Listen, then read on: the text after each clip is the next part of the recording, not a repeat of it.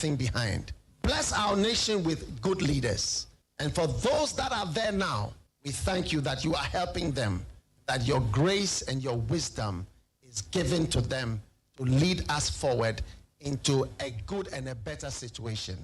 We give you thanks for your great wisdom that is now released into this nation. In Jesus' name, amen. Ghana MONTIE, Ghana MONTIE, Ghana MONTIE, Ghana MONTIE.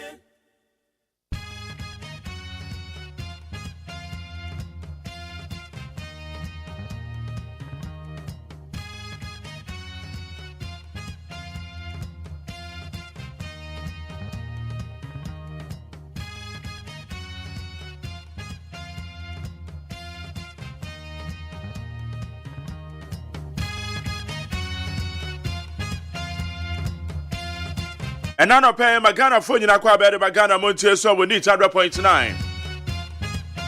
And then Benada and then the 20th of August the year 2024. The trade upon Yankopon say wa boy and hoban. Or the to kwan yakoya ba. But she ni moja na the agree so na aseda kuto na de no. And now see na tonto me kuto na de no.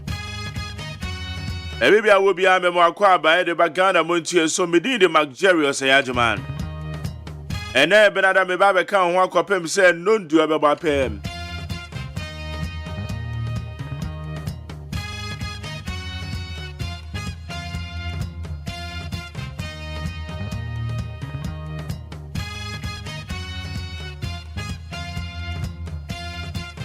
Media said about mammy be a macquaff and no church, mammy. Eddie Asadama Kwabena Mafo Abasanchi me alongside Akosia Sapomedofo. What would you know, say? And some are good one Koso over the weekend. New Patriotic Party said you attended that. No. One more launch, a year, one more manifesto. As you made the idea, so moi. Ejina Dr. Matopoko Pempe the running mate and Frankatuni Nagasa. Alongside the president himself. Eti ya kota dio. Wamuti ndicha from the Motianga. Na what you see a beko eye winiba. And also NDC one more launch one more manifesto. Yeah, bro. Yeah, but every weekend, yeah. Obeji wan home so abe wo bere ho saa. Eti anya me pa Friday ye be call ye winiba. E wona ye NDC. Mo so e kwa call on chomo manifesto. En sama godo a free MPP manifesto no mo ba ye no. Eno am esi ye ni nya ye bedi hu komo. En komo na sha se enra na so e to aso. Yenema ye call you on the sidelines. And no me see na munim. Me matesa manfo bi ka say program no. Kwasi ada na moye program na amoa yen. Enu ti na ye kra no ye mu ye ntimi amba beduru ntama amba ye adwuma no. Time kra so amode sha ase na nya papa. Ena ye gina musa. The panel point besi den sentrofo. Oh, your program na more doing your home, more factor and so come.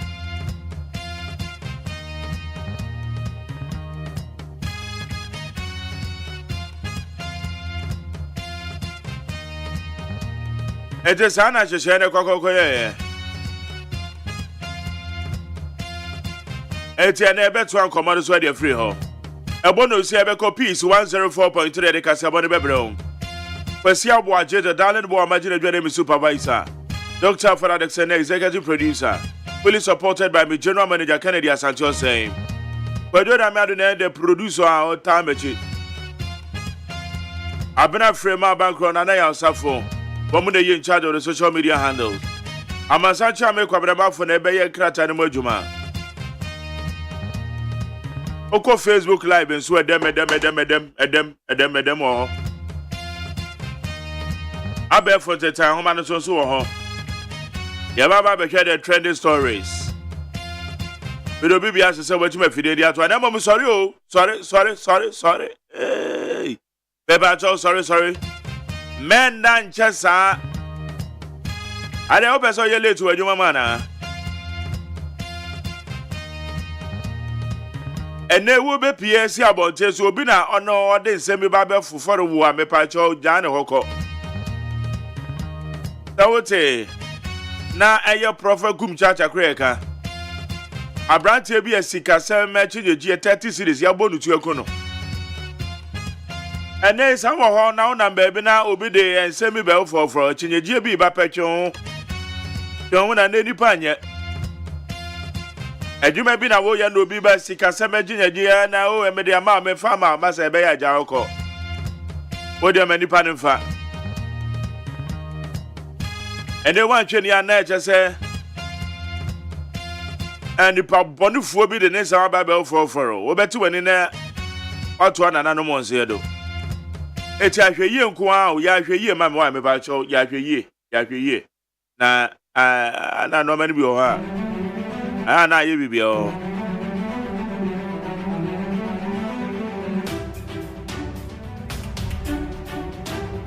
Media said I'm a piece from online.com, citynewsroom.com, myjoylight.com, and I check out Ghana.com, Star FMGH.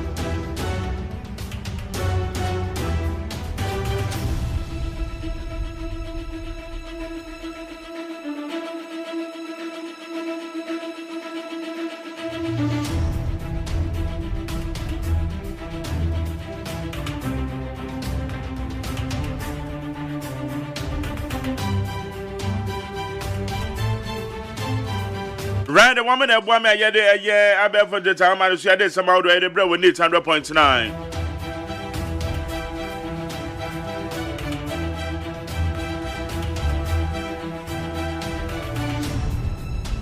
Yeah, quite in what you channel. What's up line? No, you be all kakra. I told you back in Facebook and my wine. Facebook and YouTube, yeah, you bet to my kind of amount, huh?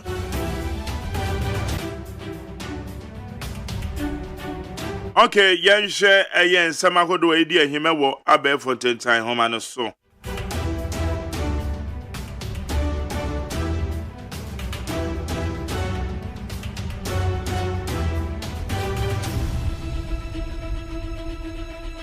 Yan kwa anymore na yan share and semini be.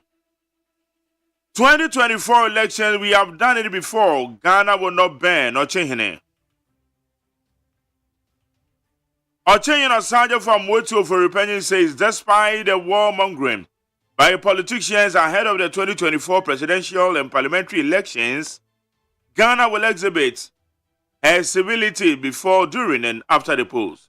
Ochenyin they are two just saying, Ghana is you. Moyo Madjo say Ghana beshen Ghana is you. Amanyofui. Eya nature say. Mo kan sama kese.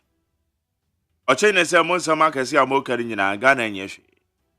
Ya bi pen. E be koso ane aye. CTAC to call off strike after meeting with Labour Ministry. The leadership of the Colleges of Education Teachers Association of Ghana, CTAC, is said to call off a strike nationwide. The decision was reached at a meeting with the Ministry of Labour and Employment Relations through the Fair Wages Commission.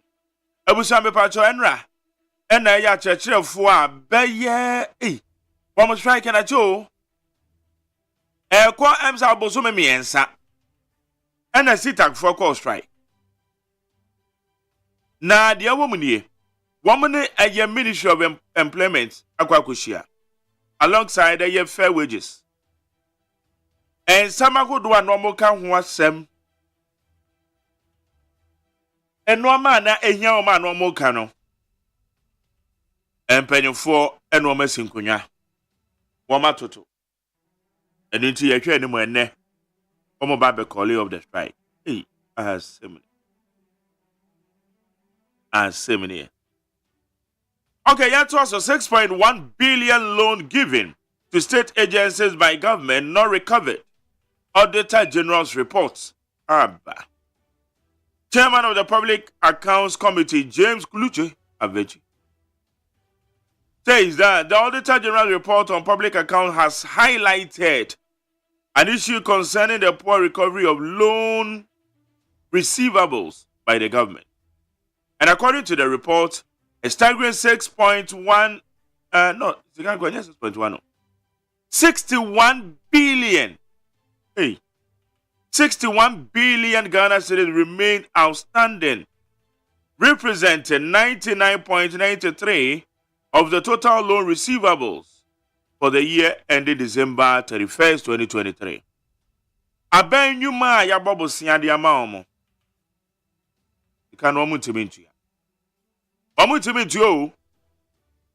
61 billion Ghana cedis Auditor General's reports. Omuntimintu ya. Ene Canada ho. Ene kana ebibia ho. Ya beto dwene. EC releases provisional voter register to political parties.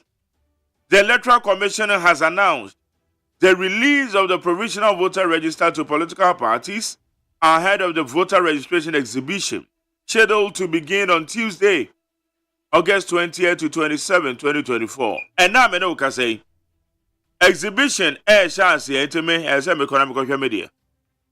Exhibition chance will be bia will be to aba. Electoral Commission say yankone go hwe din se bibia pepepa. Osi yankone go check yedin. Ene na ehya ase o. Se wan akwa go hwe wudin. Na se ekoba se abatu onu duru wona be kona udin ni register ni ma mesrew. Enya de obetima to aba. Em se mayen interview wa hamba bisa Dr. Siribo Kweku. Osi se udin ni register ni mu de be difficult for you to vote. Yankone hwe din no bibia ye kama ebia na spell se de kra o mati. Ebia now date of birth from so on. Omocho no man hwe. Esro bobaden se obeka go hwe. Now to the Western region. Ekufuado cancelled for phase 1 of Petroleum Hub project at Jomoro. President Nana Ekufuado has cut a sword for the commencement of work on the first phase of the Petroleum Hub development project at Nawule in the Jomoro district of the Western region. Mebacha Sauko Jomoro Nana Ekufuado at the Soso Kobo from Petroleum Hub project via Eba Bekoso. Ente President Wako at the Soso Kobo. Election 2024, NDC to launch Manifesto on August 24th. At UEW, University of Education, Winneba. The National Democratic Congress, NDC, will launch its manifesto for the 2024 general elections on Saturday, August 24th at Jofos Namwa Men's Auditorium, located at the University of Education, Winneba in the Central Region. NDC. Womo launch womo manifesto. Nyame pa me di enim. Eti nyame pa ye besan akọ. Said ye ekọ MPP di ene sa. Ye di ene be hwe Winneba. Womo di ye Saturday na mo ye no na ye pa. Samo ye program bi sa mo mfa ko hye days a ebe bibia wo ho. Saturday di ye.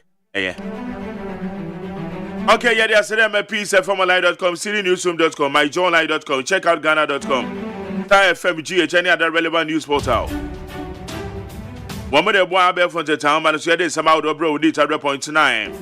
Mesha Kasante said Dr. Baumia has started with his lies again. Even today's born baby will not take his promises serious. John and Jane all the way. Lam taking Rashid said, welcome back from Oyo City. The manifesto was well managed. This is statecraft perfectionism. I was talking about no overcrowding and crisscrossing. Yes, me call you City, Yakotadi. Albeke just said the MPP manifesto is full of lies and propaganda, and this is the best choice. Before make us say good morning, Mark Jerry. 24-hour economy is coming to Ghana. Baumia is vice presidential candidate. They are not serious. Some more men say good morning, Mark Jerry. I'm watching you live from Winnipeg Great Coast Substation. And then Sule ya say good morning, Mark Jerry and Kwabena Mafu. Watching you live from Italy. Also 24th. The 24-hour economy is Ghana's future. Ejeni Boate said, good morning, Mark Jerry. You are welcome back. Ejeni Boate. Nene Maujingu, the second, said, good morning, Mark Jerry. I'm watching you live from so many. I'm migrating to Bibini Bako. Oh, well, buddy. Abdul Samad Karim said, good morning, Mark Jerry. Watching you live from Ashama. Thank God for the favor, hell. Ajamai Justice said, good morning, Jerry. Please, how are you? Ajamami fine. Joe Louis Sibyl, also I'm watching you live from Germany. And my greetings to Dr. Mahmoud Baumia.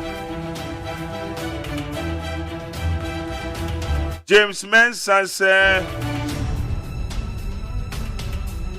Mami Biama did wonderfully well yesterday. It's a great that you appreciate her, Mark. Yeah, thank you. Rosemont Cortez said, good on MJ. You are welcome back home. Alas Abubakar says, so is there anything about reduction of food and medicine in the manifesto? Mabel Omaro Wadias, I'm watching you live from Hamburg. Greetings to you, Mark. MPP will definitely break the aid. Yeah, Kofan Kratano and Sembene Woo. Amasacha me Quabramafo, Quabramache.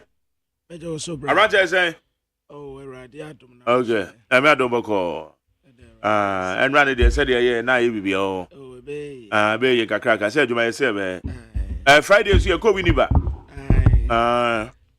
Go Winniba, says your bed, you're being now.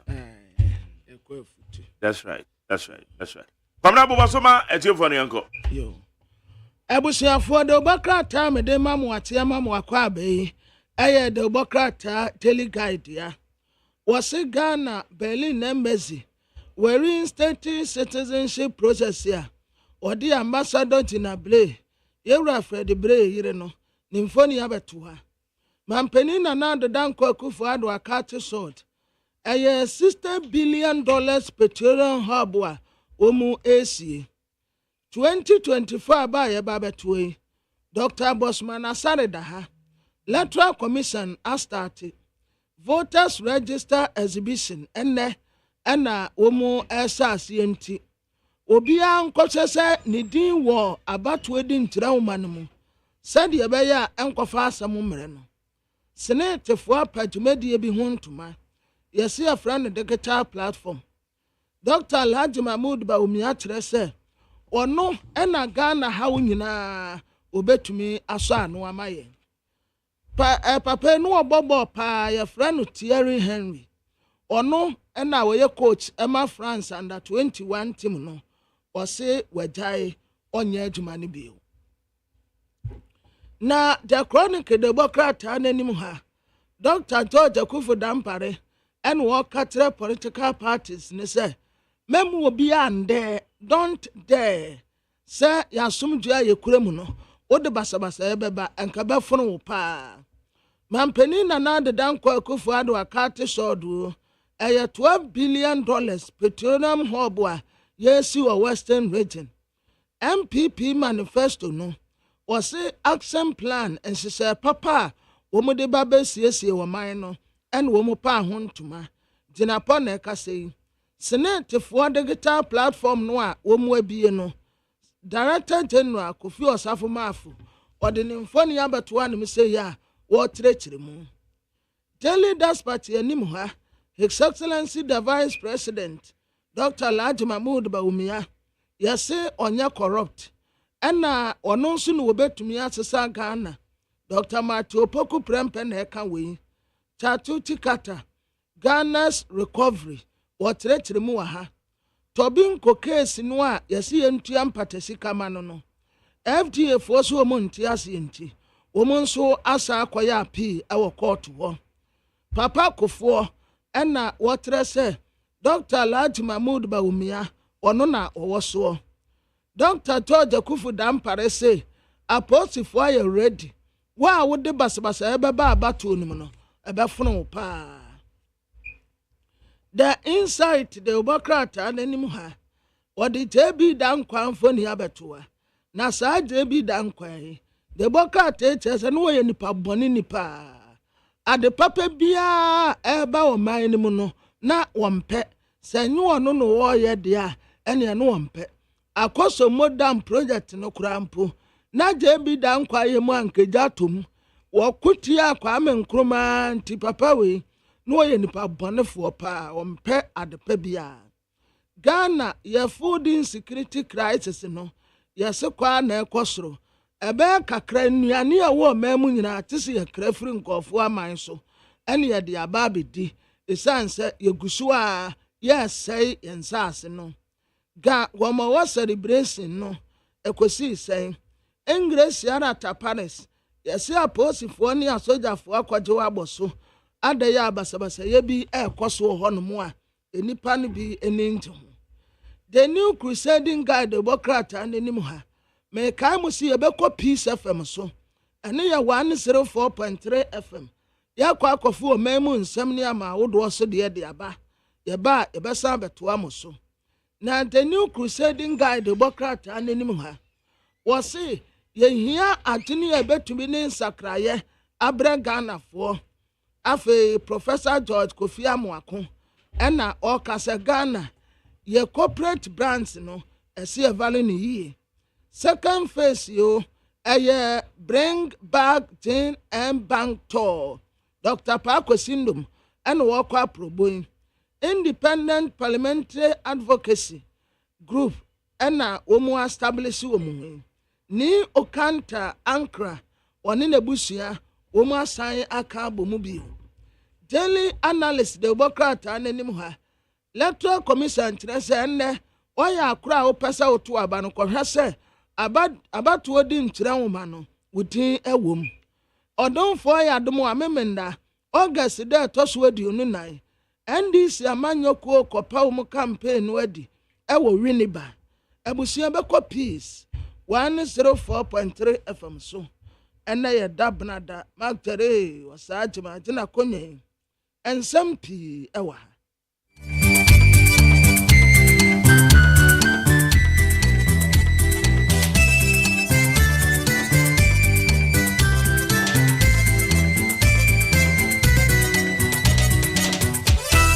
Abon nonsia Peace 104.3 FM Suni Ghana de Shimaima ya mamu nyina achi ebra son se de nonsia kase bono esommo kase boyi esainam okay 101.7 FM so need 100.9 so wo kumasia hello 101.5 radio stations ahodo wo Ghana ha efa ye kase boyi edoso ye social media platforms ahodo obetimi ne yakonakra na Facebook Live Peace 104.3 FM. Facebook Live Peace 104.3 FM. YouTube Despite Media. Na ensemo yede esom wanopei dedi makutini bi ene se Professor Nana Jane Opoku AGYEMAN awo ye running mate Emma NDC amonyoko no de afutuo ama ye na ye to aba se wo sre ada ye nhwehwe empumtuo Emma kurahodo a ye tiso Kwesiade etwamui Quans Estate ewo kuntunse akwa bi bo bi to kun team ya hwemu a se we posini Election Security Task Force womo de atudwa se womo be hwa mafia bato no bambo ho nsem bi ehia bia no womo ebema no agina na naso Private Health Facility Association of Ghana abo aban kwadu any National Insurance Authority kwadu say womunyansa omutwasika kakra bia no mo de abeto abonten no mo wo ankrankra ya asabia no pressure bomb so se abento mo kanto mo goto mo ka bokum na sika no ebi krampo anya bi Ethiopia memo arahusem bi asi maami bi ne fie wura ekune baba wonye mfie nso na ansa na wobekunu no woto akwada wonye mfie nso 7-year-old girl ewurepu akwada na owie na otwitwa ne sekan kun no na ediri kogina court no court si yemfa no ntum mfie aduonu 25 years ene omanfo asore wo ho se aba obi di boni ente se akwada innocent girl 7 years na ne maami fie wura awurepu no atwitwa ne sekan ekunu a most 25 years enti wo ma sɔre yɛtia sɛ ɛsɛ sɛ 100 years koraa na yɛde ma no adwembɔne wɔ nipa tirim bɔɔlo bɔmu nso ɛno a Leicester City a Ghana ni abrante baako gyina mu ɔmo ne Tottenham ɛna boy ekosi sɛn Ghana Premier League no nso Dr. Laji Baomia sɛ ɔbɛtɔ car ɛde amom kɔtɔkɔ benya bi has benya bi bekum benya bi ɛna hwan na Silsi Herbal Center edi CB men capsules abedwa so ye memedra sa wonya binum eboa ma obema yodi mo na brekro no ano sa obema na ye de afidi ahye ho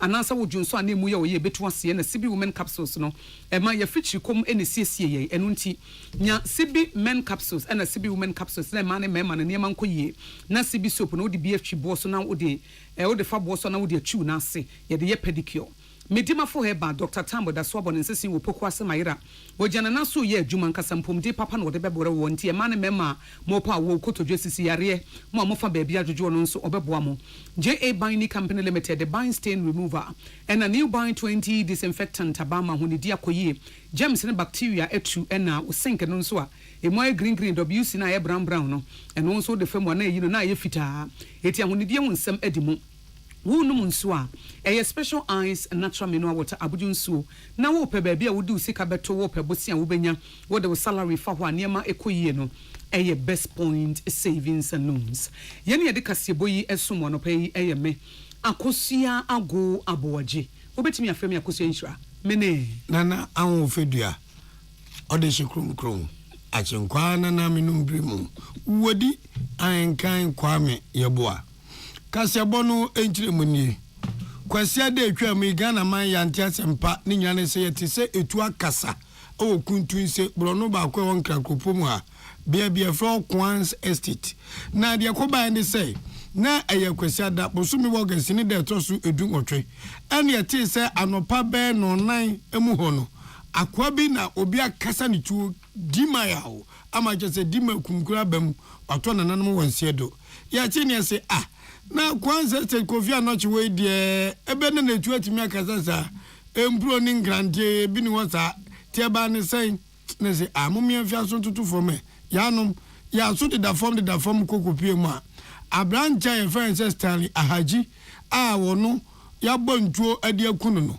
woni police ni bi enenya ntawantawa police ni di ene Constable Smith Jachi anu one ni nya ntawantawa mentase anya adwuma obontu de yatete ne se one na April lor fa ho anya se na police ni wu na atwi trotro ka na so atwi taxi na wutwi uba na anopa no na sa de lor fa ho pre no ekosi sen obi di hye wama etuo akasa na yaya mana to nananum ewonsie do mene mo kasai police for the car ta ba se o ma wioma hu se sa branch no tu etuo no o police ni a jese dan wan kwadwuma off duty and akobo obi betu yaya enipa namru no de da kwakwahye police mo akire mpanifo ha paapai no hu de eku no etuo ne ku no o de anu so to nche a Dr. George Akufu Dampare ene police for mpanifo atwotwo police management board no asimu pam akọ abrantia ye boni tuo yaya abusofo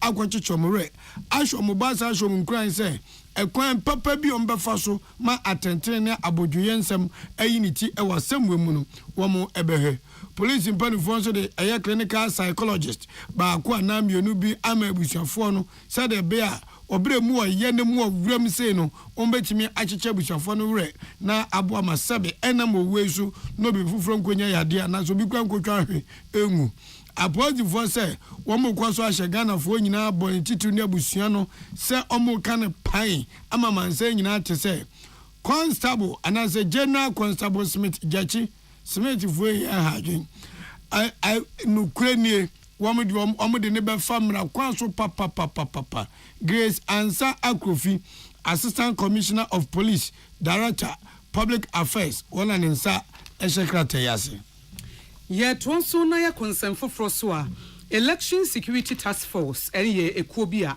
security heads o mayi bambo ku ahodo no empanifo da wo ma no na aka mo ho abom ye from Election Security Task Force na wo mo ehwe sa afia bato aye ba beto no bibia bekoso wano wɔn ɛhyɛ ɔmanfo ahoba no wɔn de ato yɛn nim sɛ wɔn ne abadwafo ɛhyɛ abatoɔ so no ɛbɛkɔ nakra na voter exhibition ɛnɛ na ɛhyɛ aseɛ no biribiara akɔ so bambɔ ho nsɛm deɛ ɛhyɛ wɔn nsa wɔn mfa ni agorɔ eti task force kɛseɛ yɛ mpanifo kuku dam a wɔn da security agencies ahodoɔ no wɔn aka wɔn ho abɔ mu no sɛ efiri ɛnɛ korɔ no ekosi ne de to so enso ɛyɛ ɛbenada no na ɛsɛ de na awɔtwe ɛna edi dwuma no yɛhyɛ aseɛ nnɛ na ɛbenada ɛbɛ na yɛwie deɛ yɛyɛ ne sɛ yɛhwɛ sɛ exhibition na ɛkɔ so kɔ hɛ sɛ wudi na akyerɛ yɛ no ɛyɛ saa pɛpɛɛpɛ wo age na yɛ pɛpɛɛpɛ wo area na yɛ pɛpɛɛpɛ we ɛnyɛ ntɔkwa eti sɛ yɛkɔ bie kratam ne yɛhu sɛ bi akɔso yɛ nia na so odi ahenkan nie payos nie no ntɔkwa bɛ ne wom ɛno ane sɛ yɛbie kratam ne mu ano wakyerɛ sɛ ampa medin no mokyerɛ no correct egyina yie paa mankyerɛ ne yie nso ane atenetene eti yɛmpɛ ntɔkwa sakasaka ne huro yɛ bia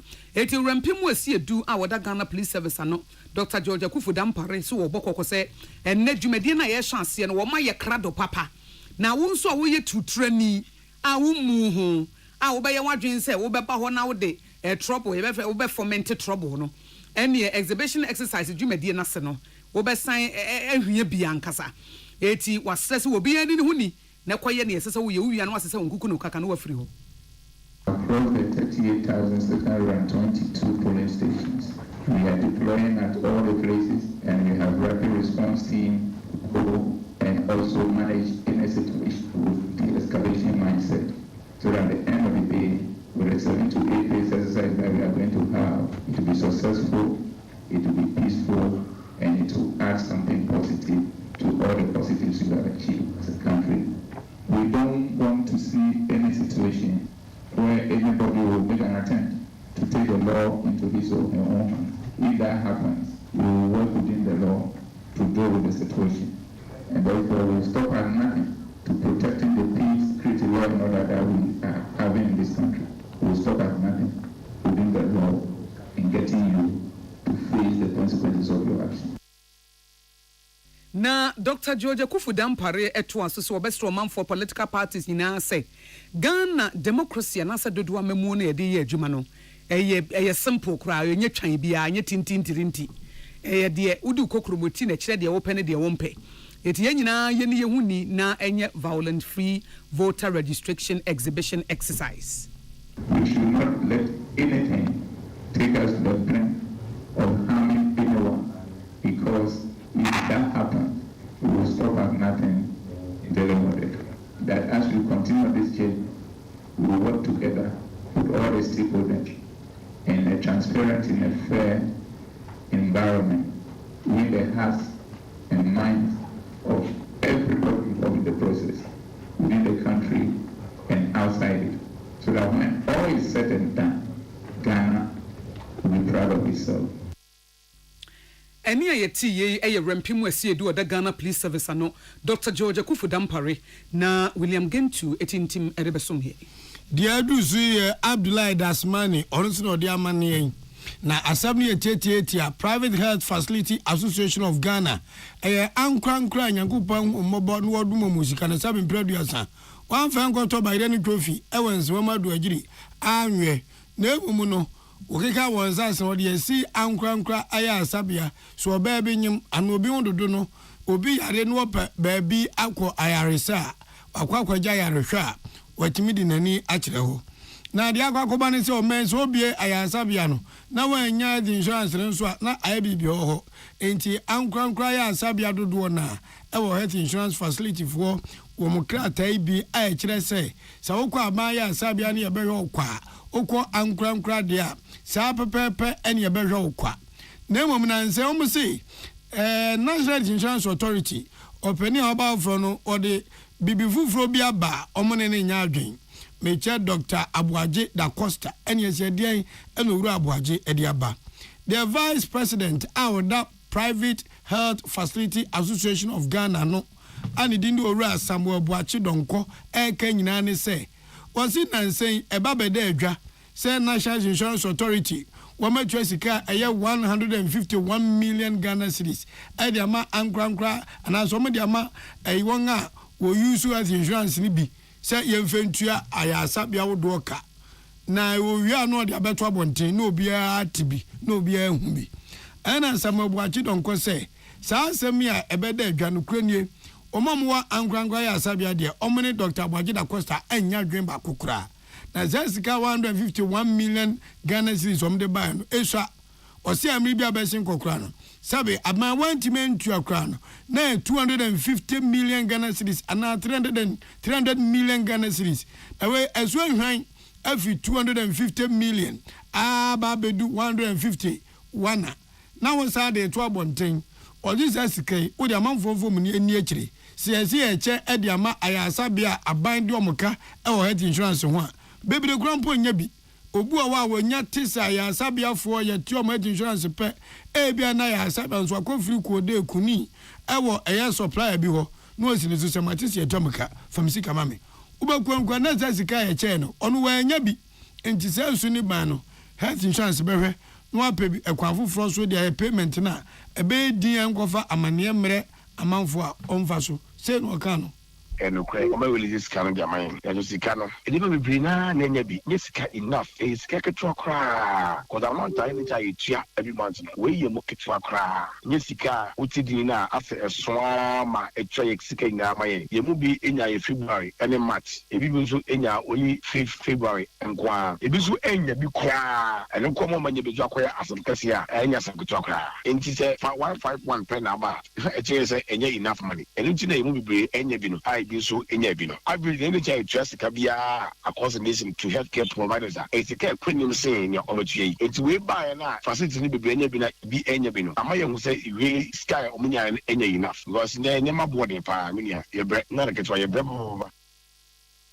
dia oru abuanchi don ko sare to asubie mi se Ghana ha enya mama bia bia nkwankwa ya sabia nkwa na sebe wo me adwuma ma ban etwomka adan no mu nkwa de ye bon dero mo biate a teacher for jacket to binte, as a job for you binte, doctor for you binte, as well as insurance and quantity, yet the robetum, yet you amuko, yet you amuko, or so was Rebel Papa. Sad Deurona, your butcher man saying, na say a tuamuka, Nansubo Comisicano, Fiabi, and your dear mom so much like a crackano. I omete, and my pressure or Hana Bebrese, ever be so pa. Osadi to subi himself was rabbi, ma buy a money, yes, a month from choir, Sabian Quaja, Hekeke. Nemo onre, say a Sicania did chia as insurance, and you be paid Jamuka cra, says and your mapo akosodo. I Jessica because a facility by facility. Scan your mood, and your classic as the care, the mood bar, and the Tenya Muciano, say my say, you got some to be glad. And yet, as a good charity to my answer, and then to tension a budget so because me say, if you are Manoka say, Mimi Yabi, now would be a Yabia, but you have suppliers, but you have a record anyway. And you want Yabino, supply a call, no case when Yabia on Tessie, a woman say, a bayako, a bayaba, Yeshima, a byway, a bon modern dear, then so a bow some resono, and Emma body, Papa, Tarifa, on the Mayan, on review, on for Mayan, as a Naminoka say, all tariff running you, but an Emma bought a cost over 60%. Yeah, best up myself planet. So you could do from Yesicano on Chama and Tentem. A chopper on our baby, Ankrankraya, Sabia to a band me say, which we had men film you know fit me in Tianica, you transfer the old rate in an etia, and you ma bo para a kuni, Nina bo consolo. A Jawa, you may word Ghana. I yet tine. Ye tonso running mate e de Emma flag bearer ma NDC amanyoko e Professor Nana Jane Opoko AGYEMAN wo de futuo ama Ghana forces wo to aba e ya atoma impumtu e beba wabato mpeso so anaba bia wotie na impumtuo no ene se mepe kwan mepe se yetimi ehwe ne yesi ayeresabia ma me ene suku nsam ne niam bebre nti Ghana fo wo mo enwene wo mo daache ho Professor Jane na Opoko AGYEMAN e de sanse mitudwa ebra woni adwadifo e wo malam odoko La Paz achimota dome kwabenya wono mu nyina ehia no wo mu edi nketa ho a driver fo no mo ka ho na adwadifo nyina enti sahawa ya to aba na ehu se empontu no mba bebia enye se obusua bi na ogya no ho esese wo sisem kire se enye busua sem eye party sem ehihye pa na bi ne de wo he ebi ni nsu a yebenya anom ebi ni akwan ya papa ye befa so ebi ni habwa ye buem ebi ni ayaresa wo kwa wo benya ayarehwe na wodi ahoden akofie ebi ni asomdwe a wobenya obi ni obu a wo momudi oman nanim omde ma omamanfo eso wo mati ase se senya amanfo na ekoto aba no ma wo mo a ka wo mo nyina bebi wo mu gina ebi ne de wo he ebi ne senhyehyɛ ya no nyina ye behwe so na ye bedi so ebi ne de wo he ebi nso ne aban a onyiyim na wo firi ha na wo kasa anya me kasa na wo ye hiani nya nu nti na ye to aba sa ye pempuntu wie na wo wie ye na odi to dwa se wode to ye mampanyini wode to Ghana fo nyina nim se mampanyini dada His Excellency John Dramani Mahama wono na se fata se afi wodi nkonim na wodi yedie eba ye be hu se ebusuafo enye me na megina ha na makasa Ghana yedin obi o house onima na obi wo house on de mi nim se Ghana yed na Ghana ye mre obi anya adwuma ahoto aba onipa kono ko nka na ehu yenti na se obi ehu nya sa enti the next step no and say enti ye ba ye dan enti ekwan ba ne ye be fa so oman no mu aye den no ye be hwe ne enti ema oman no mu ye den ne yi sa ohaw na fi ho makon ene ebi ne de wo he ebi ne sa wo ba ye nhyehyɛ ya wo ebe so obi aso Professor Nana Jane Opoku AGYEMAN Patricia Sefafisha and the Diamond Boy Eba Kasi Boy Wuti Free Peace 104.3 FM so ya homesu ya bad yesi ewo Ethiopia kwada wonye mfie so ne maami fie wura ato na monane na de twetwa ne sekan kunu no ye de ho asem beba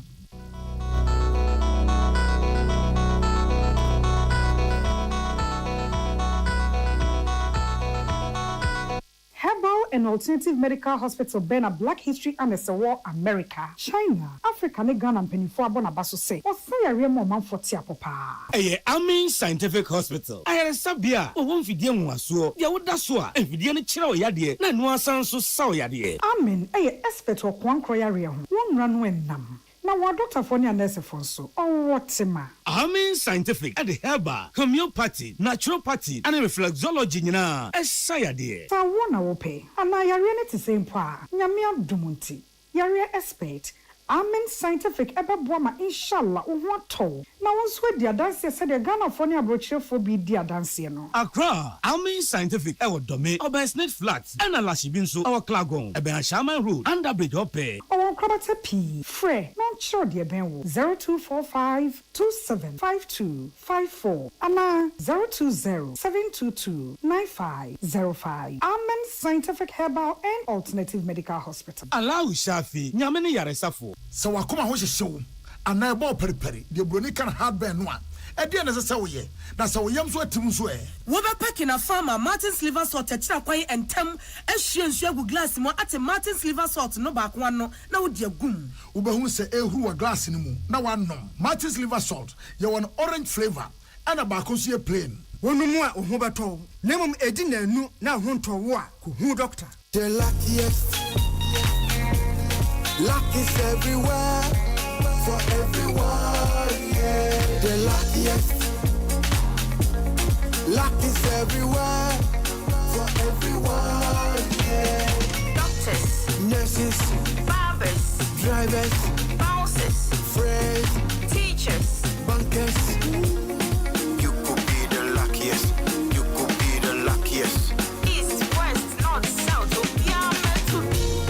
you could be the luckiest. You could be the luckiest. Accra to Paga. Let's go. The luckiest. Luck is everywhere for everyone. Yeah. The luckiest. Luck is everywhere for everyone. Yeah. Doctors, nurses, barbers, drivers, bouncers, friends, teachers, bankers. The luckiest. You could be the luckiest. Amanfo, the Amoka Chef Freddy's Corner Home Appliances or the Abba Freddy's Corner Home Appliances Center. Home appliances are a ye papa bia, a biwo brands Bain, Media, Samsung, Skywell, TCL, TV, air conditioner, freezers, fridges, water dispensers, and media kekeka home. Nia ubenya good warranty dia. Ko Freddy's Corner Home Appliances ukoko memle. CCTV a Boama monitor of properties and business at anywhere in the world. CCTV need ho. Ewo detector, clear pictures, Wi-Fi Wi-Fi connector. Wotumi connect ma wo phone. Na wa monitor baby a wo wiase bia. Freddy's Corner Home Appliances Abeka Freddy's Corner Edwosu ahodo a oton phones ene ehun accessories no ho. Fresh 0544 959195 ana 0207937323 ana so brokoko memle satellite in chehwa. Na ye can discounts ene achede a obetiasie. Freddy's Corner, home of authentic home appliances, phones and its accessories.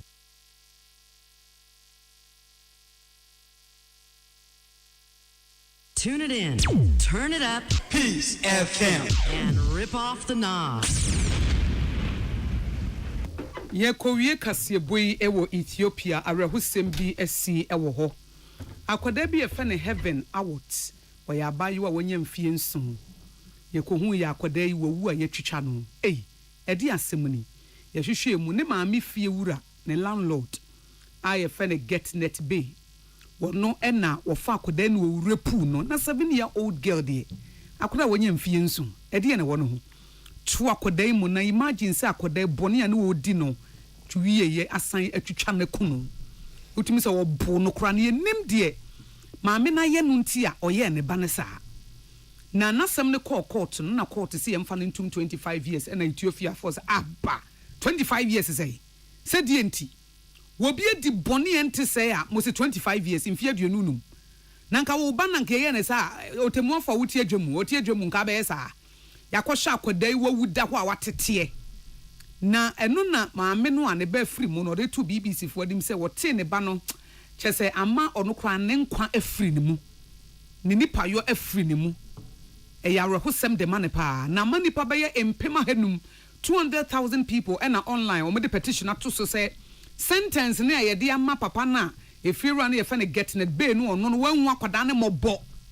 Na wodi akoda yi boni atwitwa ne kunu no imagine sa akoda yi wotam no na dabre wo su na wo pura no kunu aye de obeya wie awurepu no asa kunu na almost 25 years na no na women's right advocacy group bi o ye Ethiopian Women Lawyers Association wo mo so de krata babonten say eye very light emu hadodo sentence no a ye de man 25 years ne mu hadodo se obi betimi ye die wo boni say ye na mo se emfa no kotum fie aduanu no nsa mra ewiase biem nipa we chan aboa ai ni kwanso wotena nipam eti kwan bia so no esese yetimi twani free ba bia nipa te kora ama Human Rights Watch wo mu chem se ntokwa a esi wo Ethiopia no ama be ye mfie mienu no yetietia ma ene enkwada fa hodie sododo na santokwa no ane ma akwada yi a ye awurepu na kunu ne maame ne papa ena na wo mutie o entokwa ene odi ye se nam so ma ye kun ne papa no ena aka wone ne maame eti ne maame no oni obi a bi so ye kunu kunu ense se ne ba no nso so ye kunu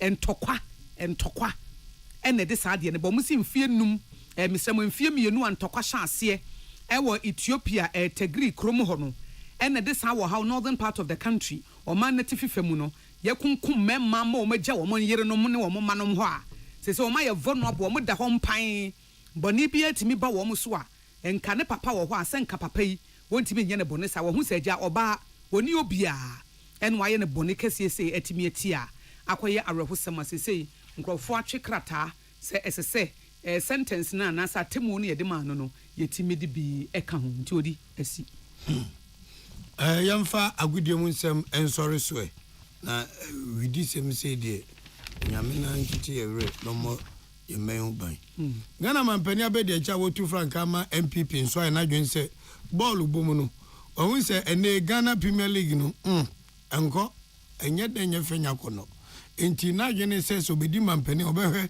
se odi enkenya bebem as asori for a revival Ghana Premier League as under revival na ze Ghana Premier League no yedi Kenya nsum ebefem ade aba ko mampani abedeche eka so obeyo ene say teams are AC akwan makumaku edu enwotwe 18 teams are ebobo ewo Premier League ni mo Ghana de no obeto hyen ede amomu nyina ne baasi sira bia wo kokumase okoboase oko insu atremaya obenya bi ede akọ enam suma emranje a ehwe ball ewo memu ha no Ghana Premier League ni de omomfa nya hwe abroje de ni bi no omhwe ɛno say Leicester City ɛna ɛne ɛyɛ Tottenham ɛde yam so ɛwɔ English Premier League nim Leicester City ɛtena fie Tottenham ɛdi kan to twɛde kan ɛma Leicester City for sɛ dabi second half de monye ɛpan ɛna mo te ka no wine Syria and Sudia Piamini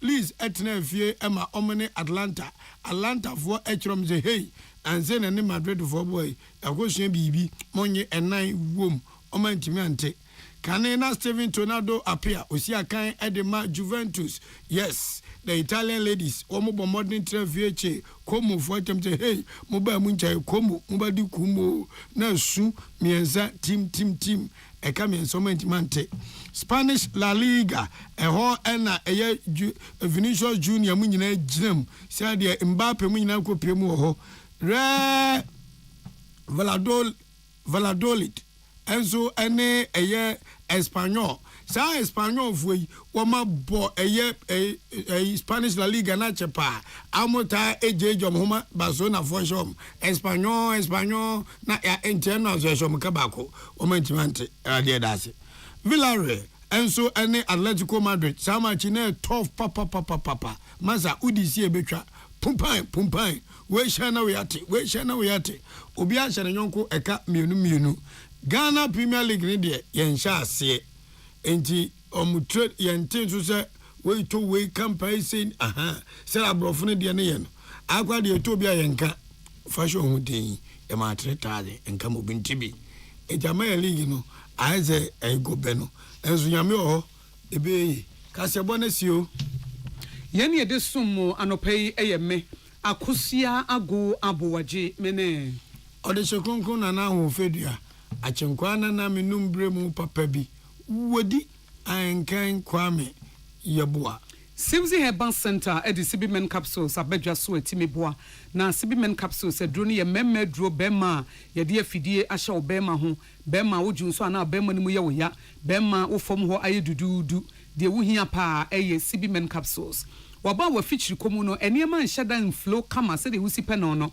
eba ne ade achi ma obi okra na nida na eba enida na ne ba wontimi nkwa adwuma no oda ho saa na obre de wo hia no eye Sibi Women Capsules ebesiesie obosom ne kra so ayente won kampo bibia be smooth pepepe na wakonim ena Sibi soap no de ye de pedicure eti wo de kakra fa bo so na de achiu na ase eti ma na ase nya prekese se bayere na ehwe na efa Sibi soap no twitwi ne kama na enkoyie emaw se wo pedodo atu Sibzi Herbal Center se fe no 024 711 1671 024 711 1671 and 024 6578750 024 6578750 medima for herba Dr. Tamo da so to nsafro se wabone nsesin ewo pokwase mayira best quality health care kese pa na medima for herba se wo fa baabi na adwojo anasisi yare ma ne mema mo pa wo mobre na pokwase mayira se de osi bu adwuma na Dr. Tamo da so se ye ni bra ne ase adaji o eduro bi ya wo yare a esa na yare bi anso anu aduro ewo medima for herba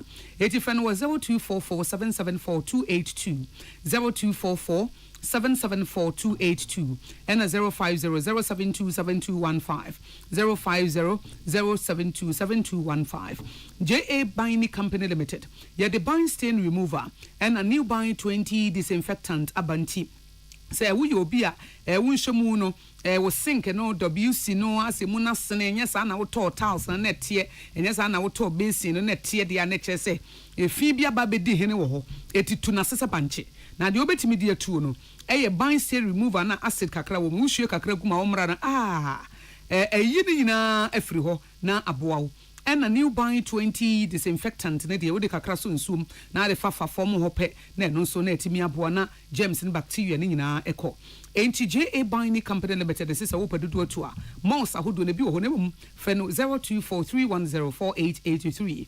0243104883 wonu nso a special eyes and natural mineral water abudun su wonu anu akoma to yem ye de padua more than 70% nsu etiyanum special eyes wo pe ba bia wodu sika beto wo salary be fa wo pe bosia enkrofo ka sesika ni wo be ka se me de mi wo sika adentia best point saving saloons and I would want to mark wakobone diano.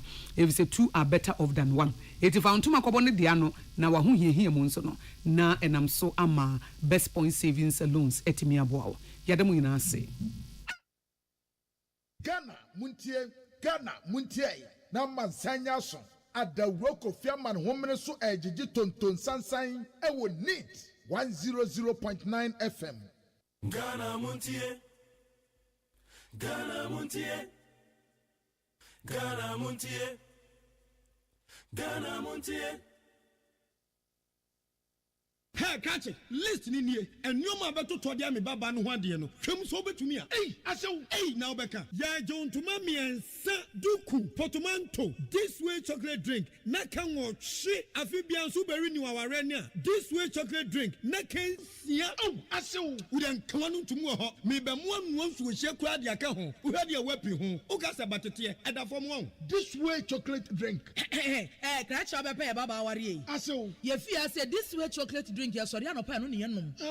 Ye be hye fridge nom no se snack. Ye nya hoho a no ne de serve wo mo. Ye didi wie ne ye pe bibia bogu ya de so a. This way chocolate drink ne yenom. Ana this way no ti ano a, he se kire wom, koko wom, milk wom, bibia wom, ade wo hia ne so hye. This way chocolate drink. De wo hia ani so hye. FDA ahwehwe se adwede nkratoe mo agye atum se eye.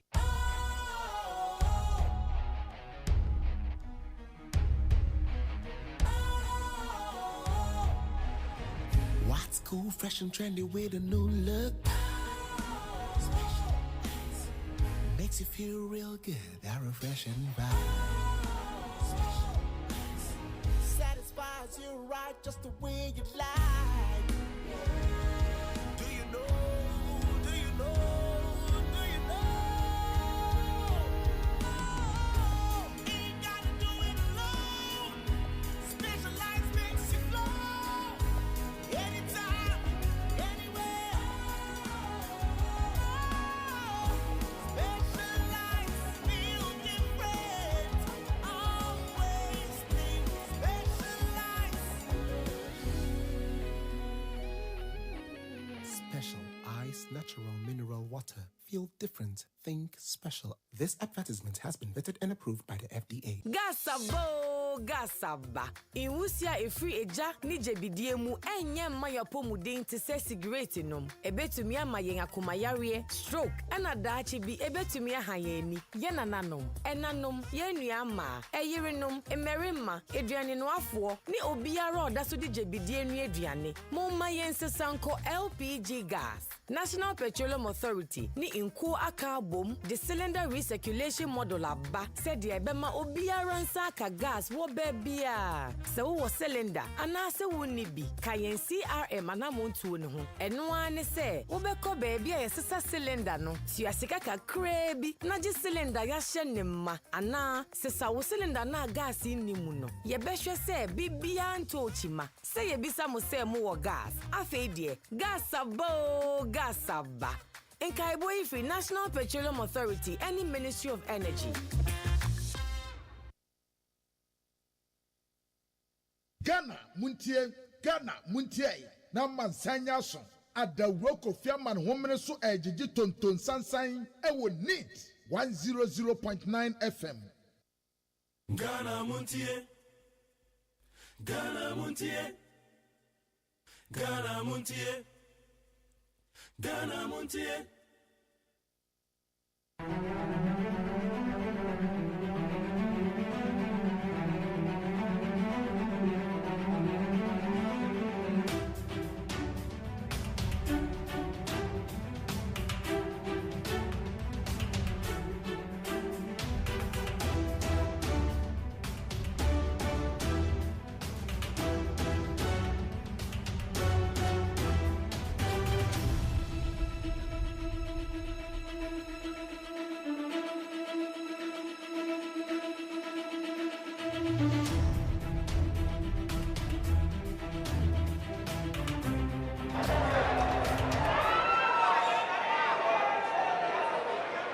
His Excellency, the President Nana Addo Dankwa Akufo-Addo.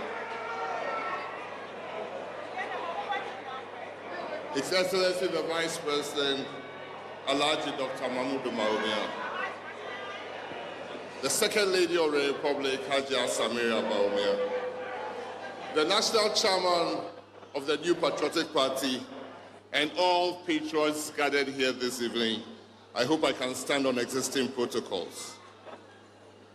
I'm here briefly to link what we have done and give you a foretaste of what is to come.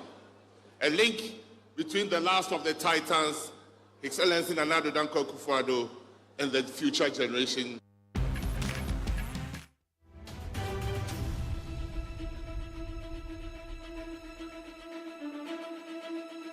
I hope this heroic task I'll be able to do. In 2011, around 2 a.m., I was woken up by the security guards of His Excellency the President Nana Addo Dankwa Akufo-Addo, way back in Bolga. When I went to see him, he was alone in the canteen of that famous hotel. We sat down to talk, obviously waking from sleep. And he said some profound things to me that evening. He said, Napo, Matthew Prempe, this party, you are the next generation. I'm going to give you some advice, pieces of advice this evening. And I hope you can stick to it. What were the advice or the pieces of advice? He said, my whole aim is to make sure when we get into government, we succeed ourselves. And I can only leave the party to one of three people. He proceeded to mention who he felt comfortable in 2011 to leave the party when he exits office. He's our second presidential candidate who is offering 8 years of competent leadership, 8 years of delivery. I can say, without any converting, that 2 of the 3 are representing and coming after him. That is Dr. Mahmoud Bawumia and my good self, Dr. Matthew Opoku Prempe. Leadership is born and made. His Excellency Nana Addo Dankwa Akufo-Addo, who himself was the man of the moment in 2007, and who himself we have listened to his crowning achievements. Today is about leaving us, but he is ensuring that we succeed ourselves in breaking the 8 with Dr. Mahmoud Bawumia. Since my nomination as the vice presidential candidate of the New Patriotic Party, I've spent a considerable time in Western region. I believe, apart from our mother regions, Ashanti and Eastern, the region that is akin to making the MPP the national governing party forever is the Western region. I've spent considerable time here. I've been through Amenfi, Wasa. I've been through Diskov. I've gone to Jura. I've gone to Nzema. I've gone to Ahanta. I've been to Esekado, meeting chiefs and leaders in all these communities. And I'm overwhelmed by the love and warmth of the people of this region. I've been everywhere with the chairman of the party and the regional minister of the region. And I can only say, thank you for the good work you do on behalf of MPP. Patriots, we have a general election to win. We have a general election to win. And this general election, we will win. With God, it is possible. This is a call to duty. This is a call to duty. And today's manifesto launch is the show of our contest of our ideas and policies that is going to serve as a guiding light for His Excellency Dr. Mahmoud Bawumia. When, by God's inshallah, 7th January, when he assumes office, he promises us that he needs no honeymoon. And from 7th January, he's going to start working for and the people of Ghana. The MPP which he represents, which he leads, and when he says to lead is to solve, has a record of delivery. In 2016 and 2020, the MPP delivered on its manifesto. I do recall His Excellency Dr. Bawumia calling me to come and account for what we are doing and what so far we have done in education. That led some of us to think deep. Mr. President, your work has been shown that you are a man OSEI Oka Oye. Based upon the work that you have done, I'm sure Ghanaians are going to give us the mandate to continue from where we are. Mr. President, what you did in education has not been even demonstrated here. In 2016, it was a contest of ideas. When you talked about free SHS and free TVET, you didn't stop there. From early childhood care and new nurseries you developed. You made sure that in the era of IT, every school gets a school laboratory, and it is in progress. You made sure every teacher gets a laptop for IT, and it is in progress. And you made sure every student in secondary gets a laptop, and it's in progress.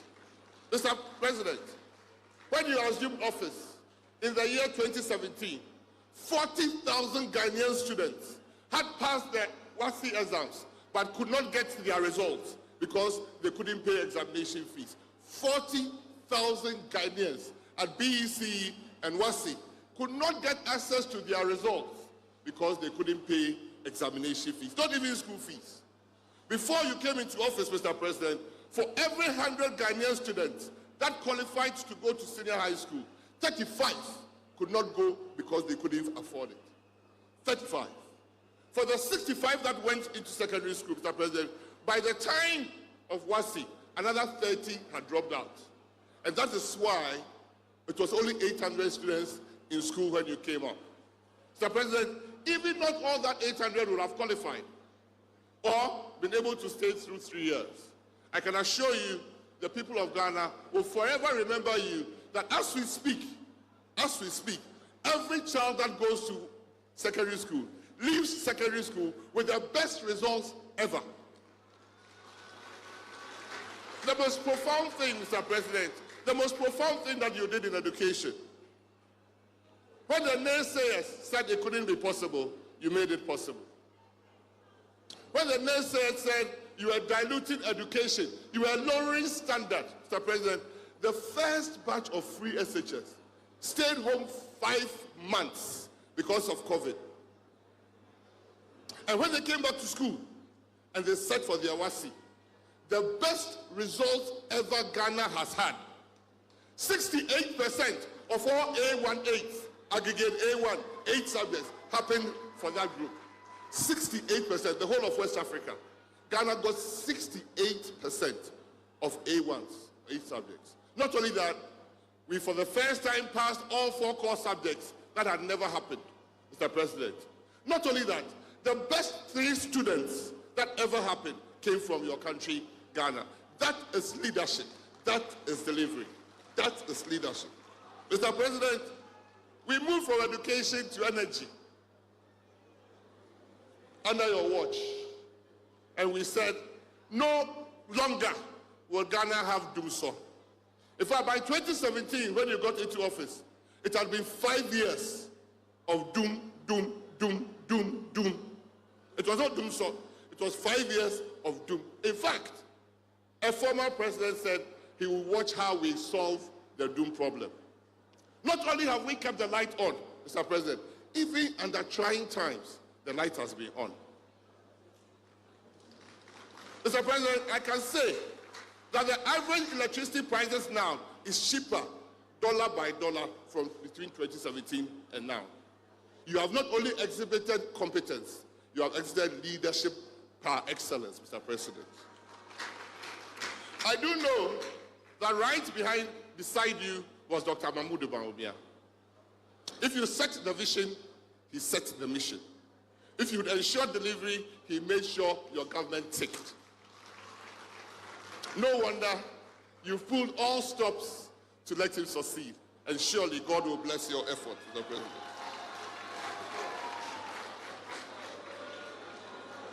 I am a strong believer, Mr. President, after listening to your record. Personally, I'm a strong believer in Dr. Mahmoud Bawumia. I've worked closely with him than many more would ever know. I believe in his ability and his knowledge, and surely he's the man of the moment. I, Matthew Pukupempe, I am committed to serving him loyally, to ensuring his vision is translated to a mission and an action purpose for myself. I know his vision is for a brighter, better, business-friendly country called Ghana. And I pledge to even work harder to support this vision. There is so much we can do, patriots, together if we pull all our hearts and minds together towards that common goal, that common shared purpose of victory 2024 December. So, President, nothing would make you happier. No legacy would ever pass the fact that on 7th January, your sword will be handed over to your Vice President, Dr. Mahmoud Bawumia.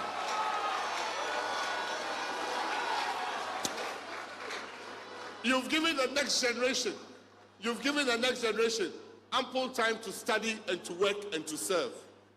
It is our time to deliver. Dr. Bawumia is a man of vision. He's a man on a mission. He is humble, but he's firm. He's affable. He is respectful. He's honest, and he's loyal. He is a problem solver and a very hard worker, a man of integrity and a go-getter. He's destined to take Ghana to the next level. Before I take my seat, His Excellency the President, let me say this, and I'll say it again. I know Dr. Alhaji Mahmoud Bawumia. He is not corrupt.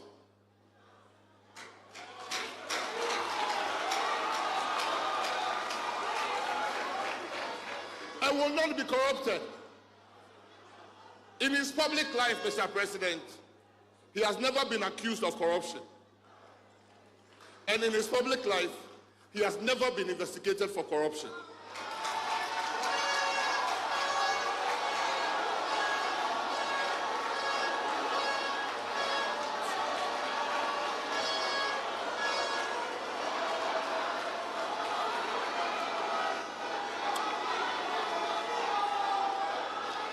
I am sure and certain that you are giving an honorable man to continue where you left off. No matter what the naysayers say, Mr. President, he is not corrupt. He has never been accused of corruption. And he has never been investigated for corruption. And he will never be corrupt.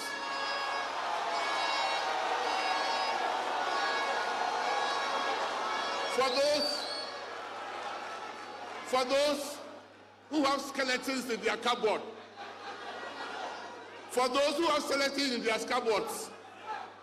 and think the election is far gone for them, Dr. Mahmoud Bawumia will win the 7th December general election and presidential election.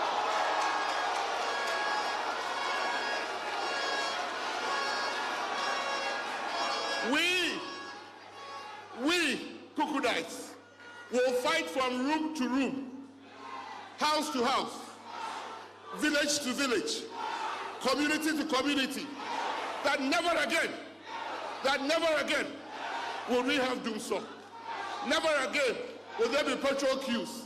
Never again will money be the determinant of how much education level you can achieve.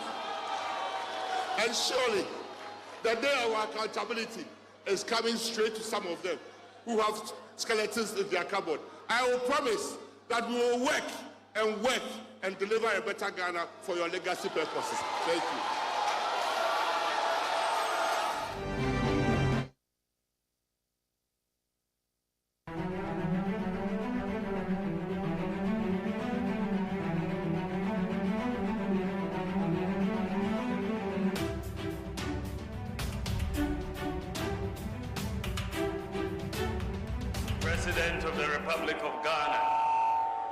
Nana Addo Dankwa Akufo-Addo, former President of the Republic, John Agyekum Kufuor. I know he's watching from home. Second Lady, Samira, my beautiful Samira. National Chairman, Stephen Ayensu in team, my running mate and incoming Vice President, inshallah, Dr. Matthew Opoku Krempe, Chief of Staff, Akosia Frimaus Parry, the General Secretary, famous Justin Kodia, Ministers of State, Members of Parliament, of course not forgetting the Majority Leader of Parliament, our parliamentary candidates, our MMDCs, Chairman of the Council of Elders, the National, Regional, Constituency, and Polling Station Executives, the media, ladies and gentlemen, I extend a warm welcome to you all. I stand here filled with a lot of emotion, humility, and nostalgia. 16 years ago, right here in this beautiful city of Sekondi Takoradi, I was outdoored to the good people of Ghana as the running mate to the visionary leader, then flag bearer and leader of the New Patriotic Party, His Excellency President Nana Addo Dankwa Akufo-Addo. Today, I am privileged to return to Takoradi, this time against all odds, as the presidential candidate of the New Patriotic Party to launch the 2024 Manifesto of the party. With God, it is possible. In exactly 111 days from today, over 18 million Ghanaians will have the opportunity to decide on a new leader and parliamentarians to govern the affairs of state over the next 4 years.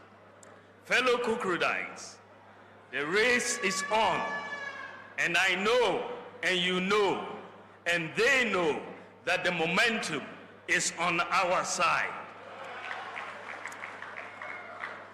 I have witnessed firsthand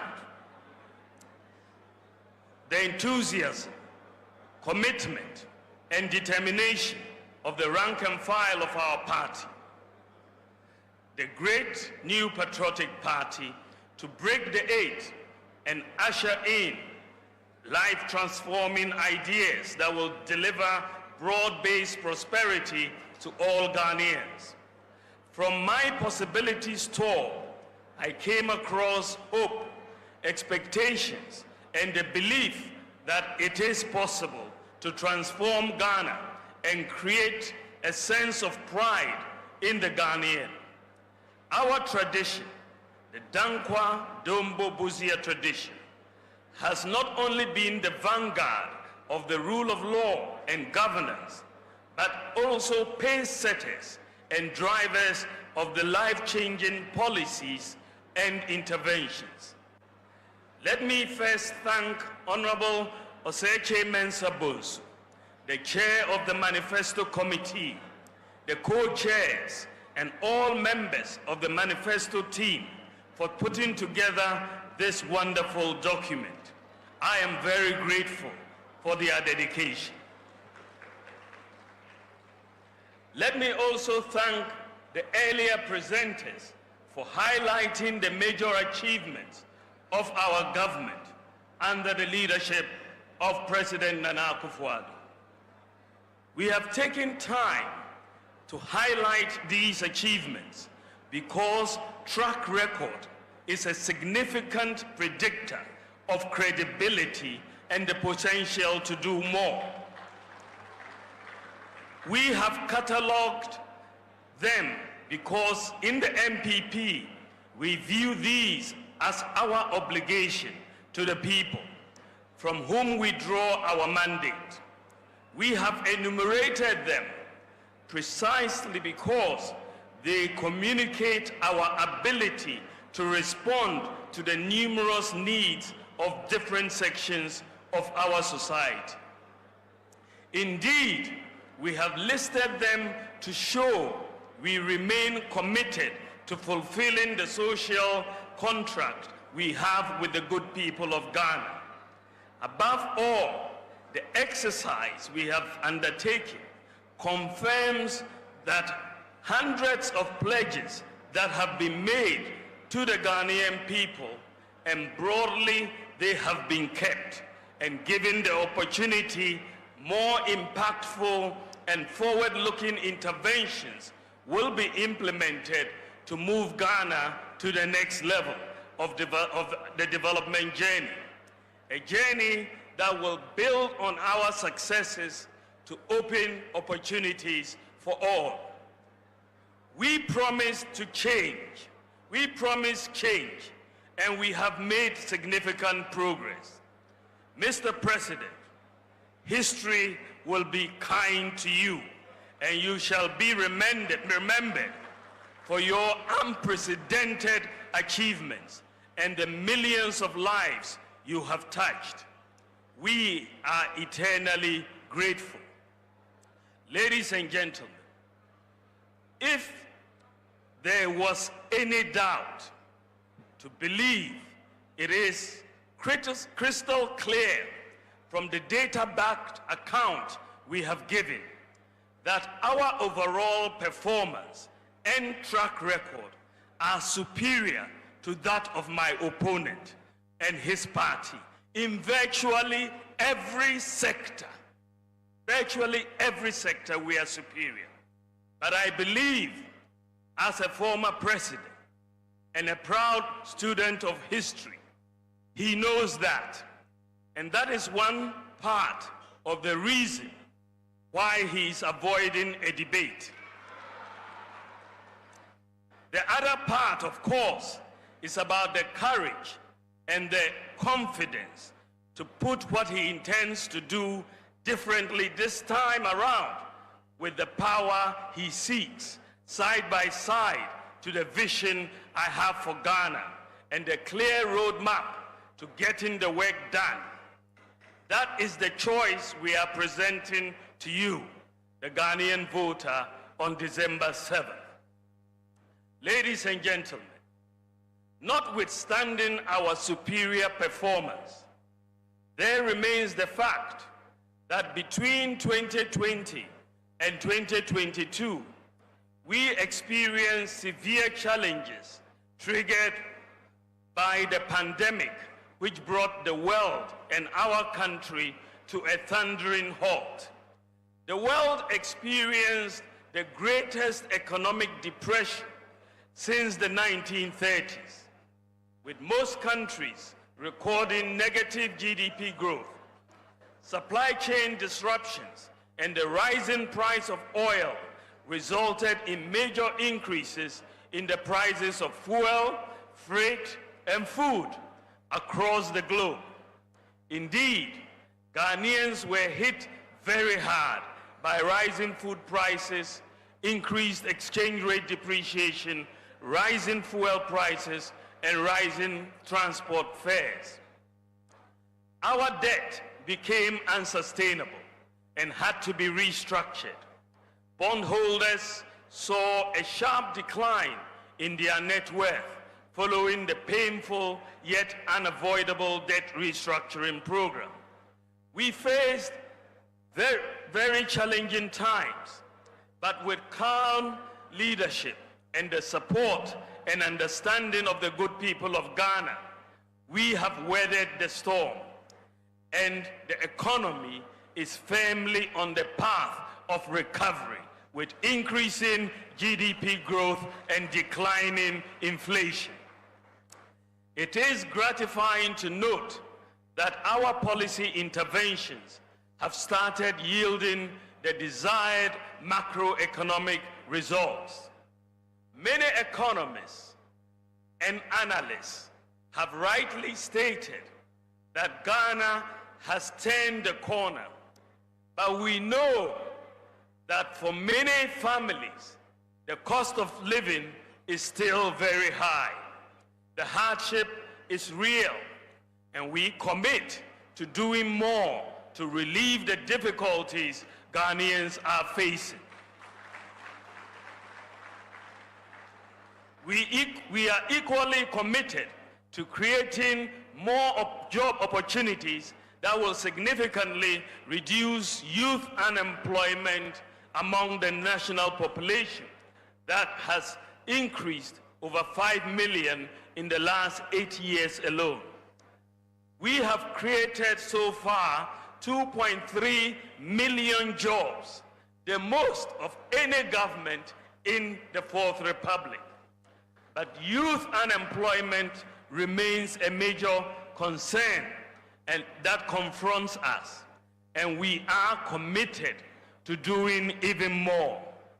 This is why, ladies and gentlemen, it is better to continue with a party that has created more jobs than any other in the Fourth Republic than go back to a party and a leader who, after 4 years of doom so, created more unemployment than any government in the Fourth Republic. Ghana needs bold solutions to deal with the challenges we face, and that is what I am offering in asking for the mandate of the Ghanaians. This manifesto that we are launching lays out our comprehensive plan to take Ghana to the next level of growth, prosperity, under a selfless leader with bold solutions for jobs and businesses.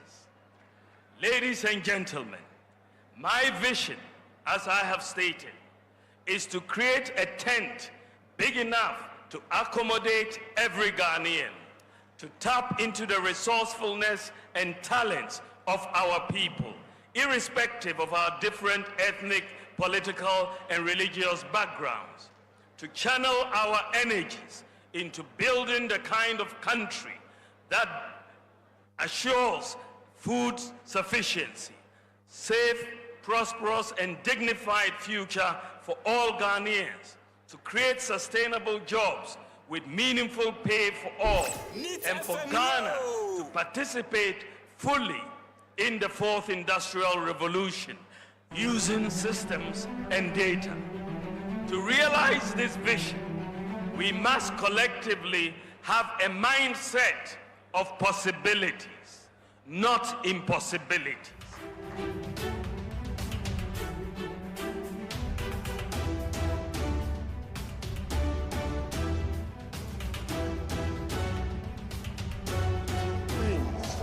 That we're going to do in the next 8 years.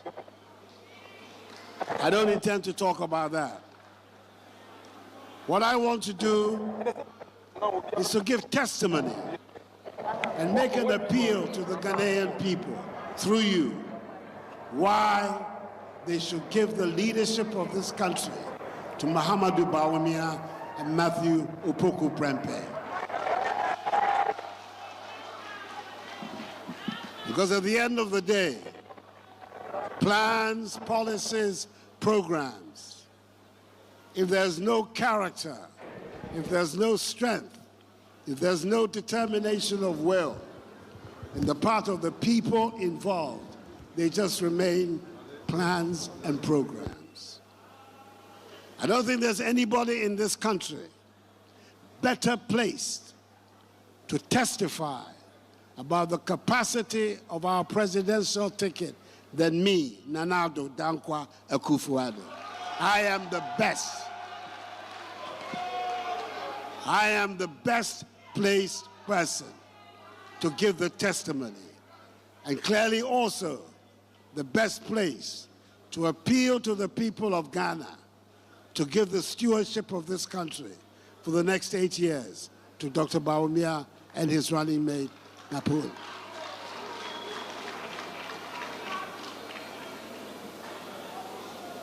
It was 16 years ago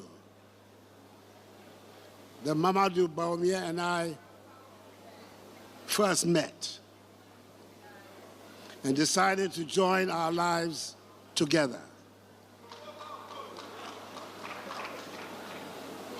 I can say that there's not one day that I've regretted joining my life to his and his to me. In opposition as well as in government, he has been a model of loyalty, of honesty, of dedication, and of patriotism. This is a man who lives and breathes Ghana. And whatever commitments he has made before you and before the people of Ghana, I can put my hand on my heart and say he will deliver on each one of those commitments.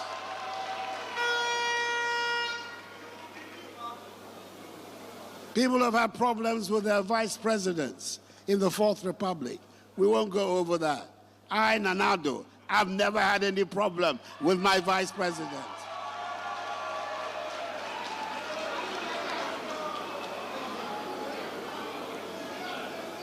I've gone to bed every night secure in my knowledge that my vice president stands firmly with and behind me in everything that I've tried to do in these last 7.5 years. He has been the picture, the model of loyalty itself. And all I can say to his vice is that even if he has half of the loyalty that Mamadou Bawumia has shown to me, he's going to be an excellent vice president.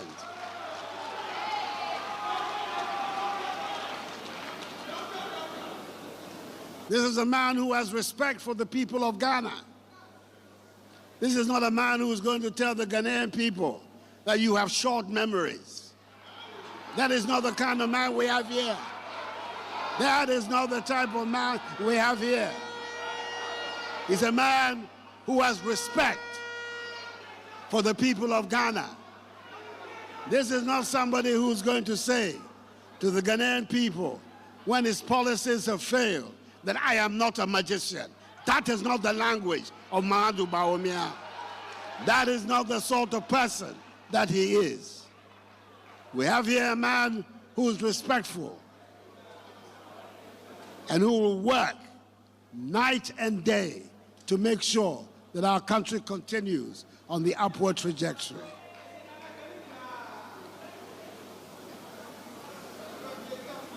You have, in the business that we have chosen, some who blow with the wind. They say one thing today and they'll say another thing tomorrow because they believe that we have short memories.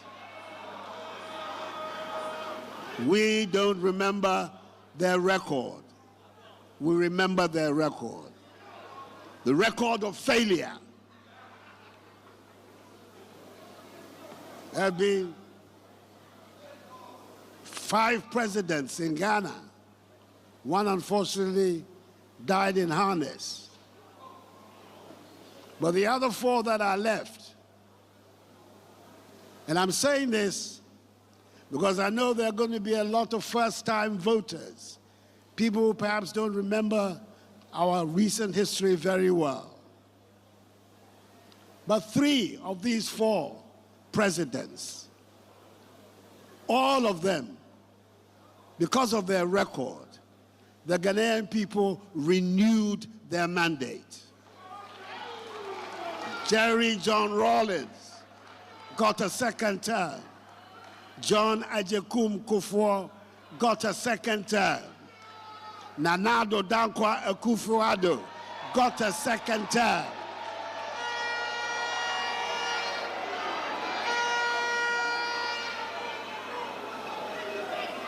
There is only one whose record did not merit a second term.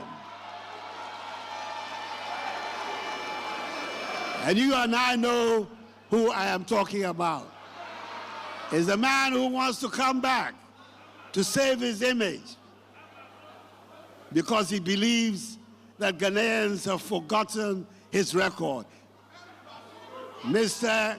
Candidate, your record has not been forgotten. We will not allow that record to be forgotten.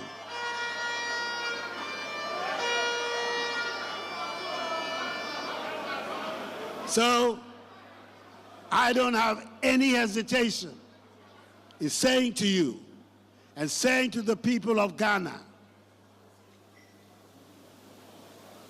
that the leadership that Muhammadu Buhari is going to provide for us is exactly the leadership we need to take us to the next step of our development. If indeed the biggest strategic interest of the 21st century is the development of the digital economy and the unfolding of the fourth industrial revolution, there is only one man in Ghana today that can take us through that fourth industrial revolution.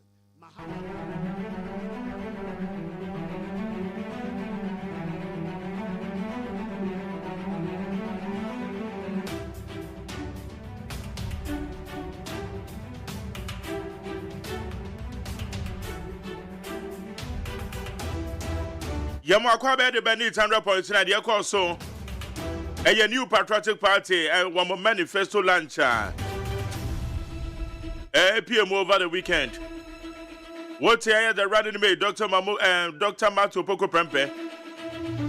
What here Dr. Mahmoud Baumia Frank Atuni at the new patriotic party.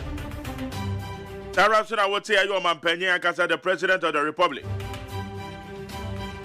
Bamunyina kasa achre Ghana for nye hu hia say Ghana for to abadema om tamaka cho say nyame ya domo a memeda NDC eso launch wamode e wo winiba ye bedi won komo Electoral Commissioner share your voter exhibition exercise ase exhibition exercise no Anope me bisasa why crowd over kwakwacho within. When did the baby how? Every police station about be no come is here.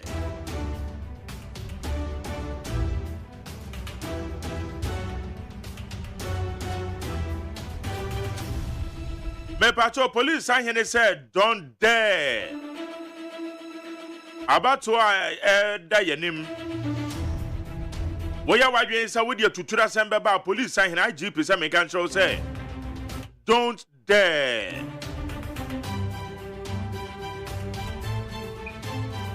Don't ever try to disturb the peace of this nation. You better hear the atmosphere no. Say na etie. Okay, kwabra va trans kwabra. Yes sir. Mama kwabra bi. Me also bro. Aha. Na me ko so. Oh, Orekodo. Orekodo. Azebo. Yakwane nam tadi aba. Come ko fake na ta. Orekodo. Move. If you come away ase. But tadi when you be ase me too familiar. But sama man for the candidate tadi so develop power ko denim. Pedia ebia wote ye but pedia memedi mani hu de said ye sese kona nkosa eje kro no aseho na make enyo yes enkatakra de e deserve better than the situation said ye tie kra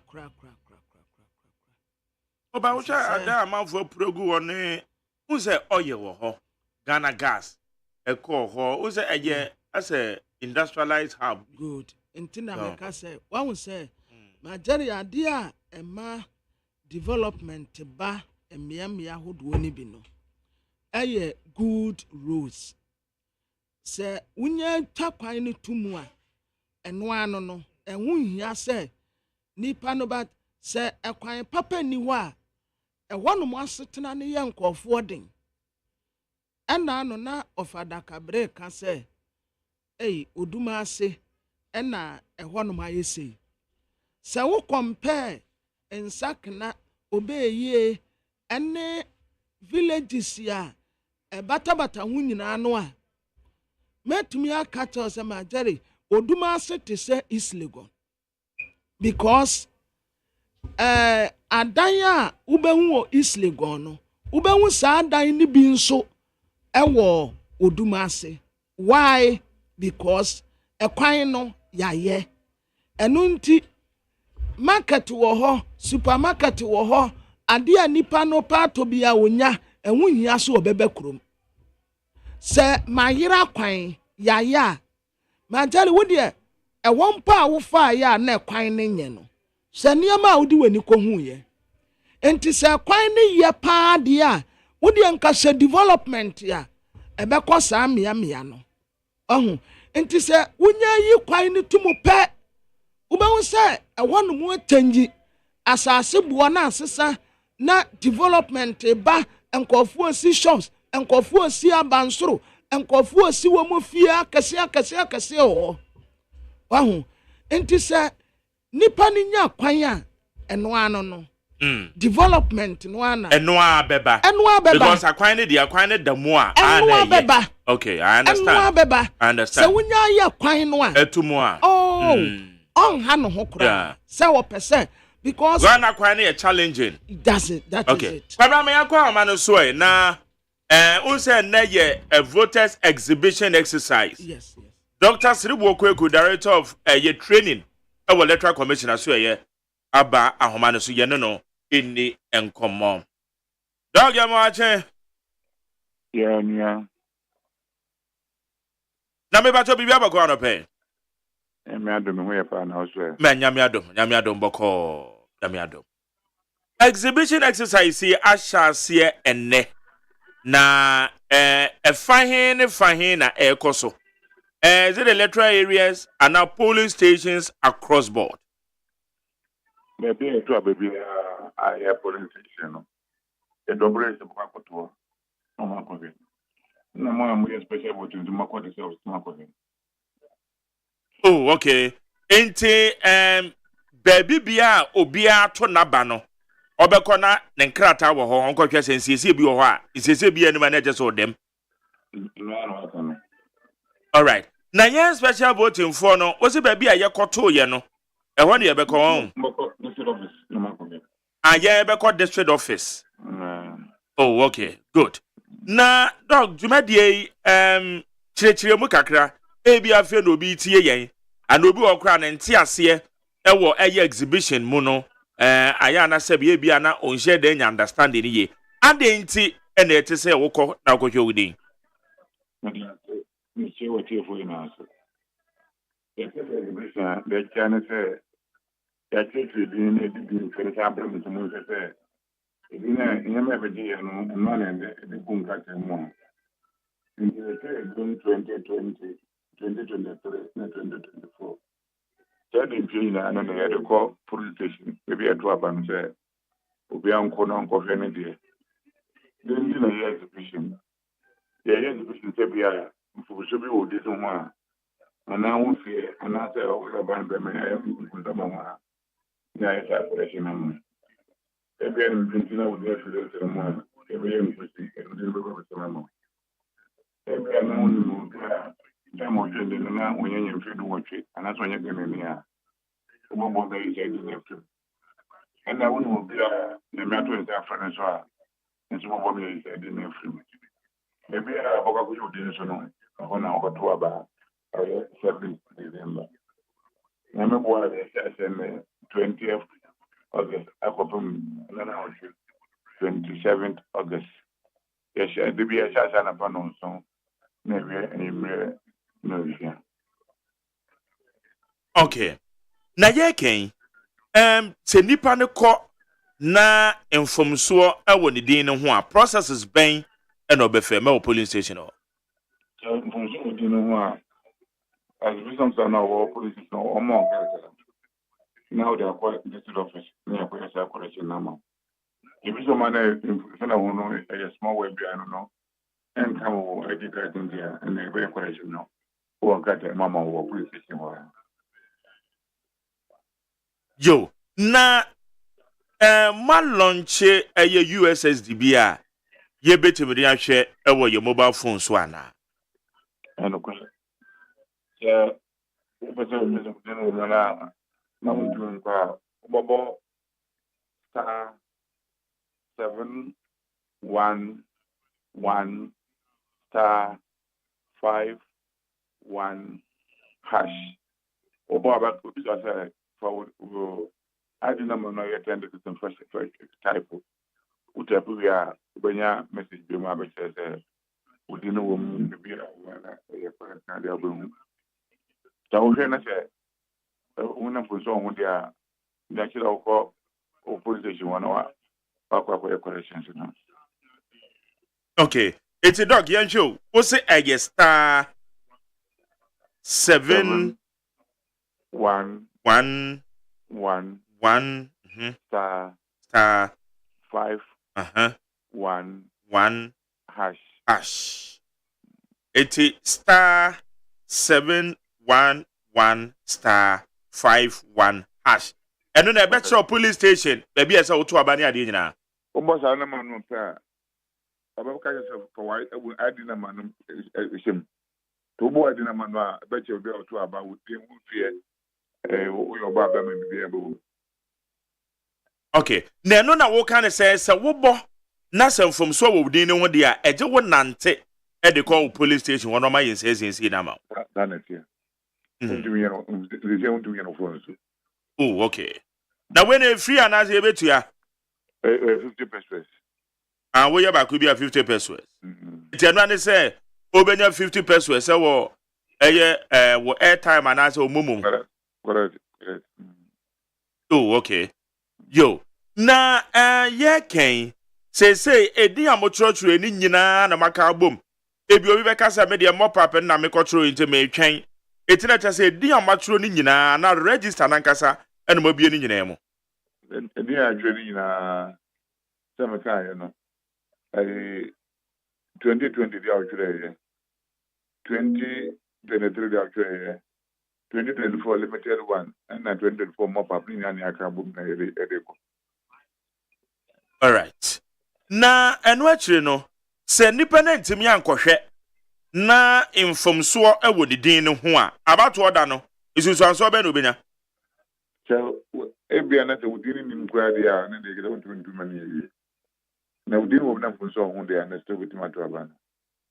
Okay, it is ebu omo a te ka so bunya omo nje enso na mfonso ho aso bedu na dia omo de card ne kwaye bibi afi wudu kwa bia kwa ka so wudini na ebia de wo cho wudini no yes na wo passport afena omonya abese air correction sabe air correction ye the exhibition air correction wa anyana se kemu a de wo bi anu na be ko na baba ko bi anu o se unya correction no that correction so exhibition you want to be here. Okay, kwan be so na mafa so engage political parties e wo exercise we yeah when that say yeah the omo no ma share wo after meeting no ma discuss it. And no, I said, so to any media engagement. And then, no, I can't skip for engagement. Until it could as well, no my engagement. Until we are in the air position. And when I started to do provision, I go to register some home. Intimate a provisional register na maomo. And not the minister, be okay.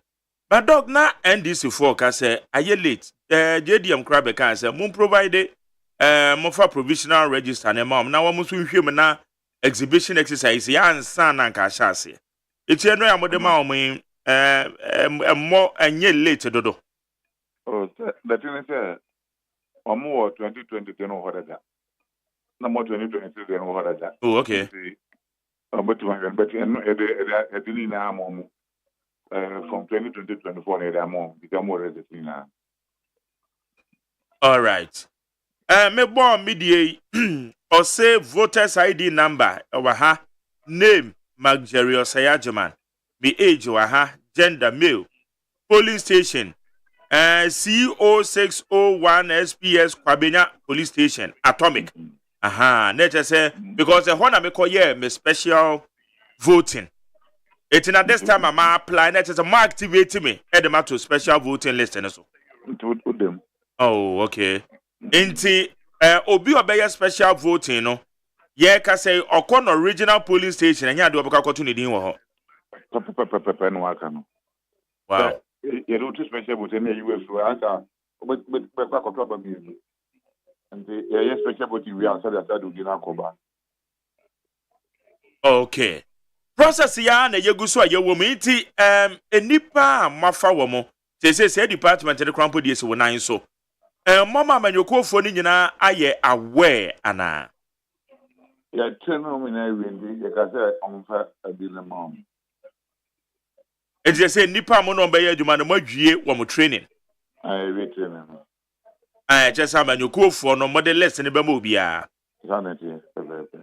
Eno na sa model lesson exhibition body ya na one party for no share nyere the wo mo be ya no ya na registration election properly ya no muta Yeah.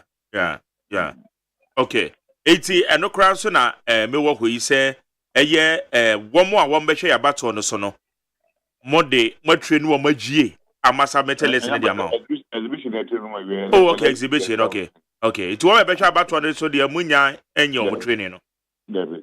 Oh, okay. Exhibition no we answer the question.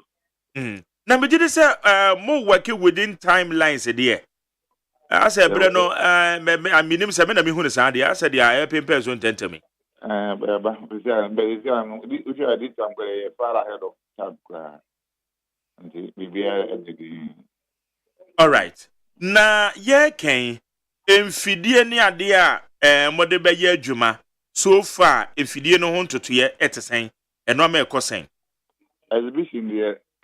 This office in video no way. In fact, video conference. The video this office machines anyhow. But election time should be video. And it's over. And I started to say, yeah, why you? The video be everywhere to be ano. You could say prepare. But exhibition there. This office in Kwana machines. I be able to know your collection with my ammo. Okay. Na yete se figure na wo abato krata ne mo no na asem so wo ho kakra amanyokofo yi wo motale wo de especially with the NDC wo de ba bonten no mo se ensie ni matimi correct sa normally the figures put there no provision you say the main is about I contain information behind the entrance of most as for now the in for all right.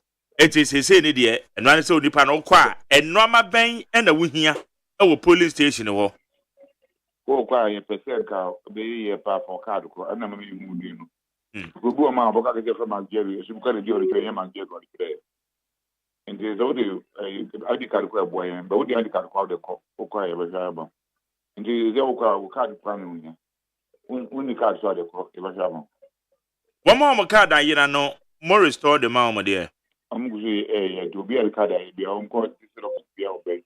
I'm a card number no over to 10 cities. Over to 10 cities near the your card for Frama.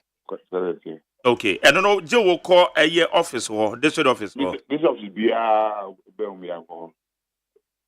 oh, okay. Yo, na dog ya can wait free why a debut be na it is so net as a way no more de na watch it. 8 days. Okay. Chile na watch them. Yes, I been can say no. Yama. Obama person be down in say Obama Abdul. Amanda no do nomination from so be going to. Yama boy from the 9th to 13th of next month. And budget is uncatering. Say you we are say women about both presidential and parliamentary. Okay, it's almost so good our process and so I'm activating our portal no. Okay. Criteria to say amanyoko bia etimi nyansana ma qualified so obetimi agina no. E ba cho no so mugina mo ana afi we de mbagum. Bajomanti woni. Yo, dia mi bisa ne say amanyoko for na so mu meet certain conditions and say no metima qualify na wo ma present wo candidate. And won some kind to say. Oh, the thing is there were 12 parties. And you can have parties in there, amount could have download. No one from no one well. Other than we independent can say, but you could now they have download. Is there were 12 parties. As I say, Ghana, Yamanyo Kuno registered a woman cat as you do 12. Do me, you know.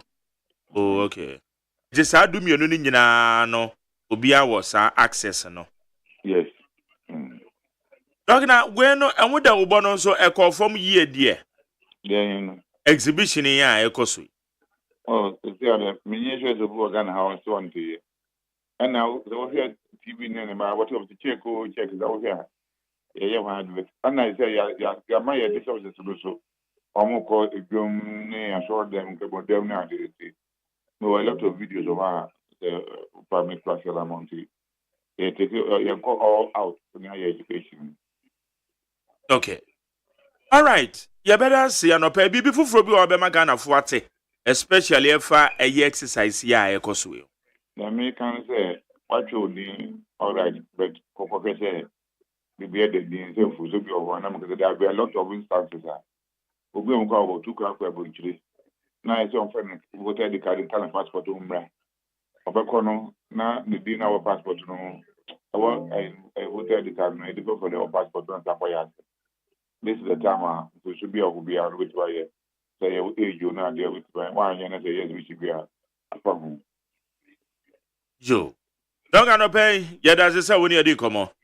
That's I mean, sure. Namin Cow Honson. Yene a year Dr. Sribwakweku or your director in charge of training.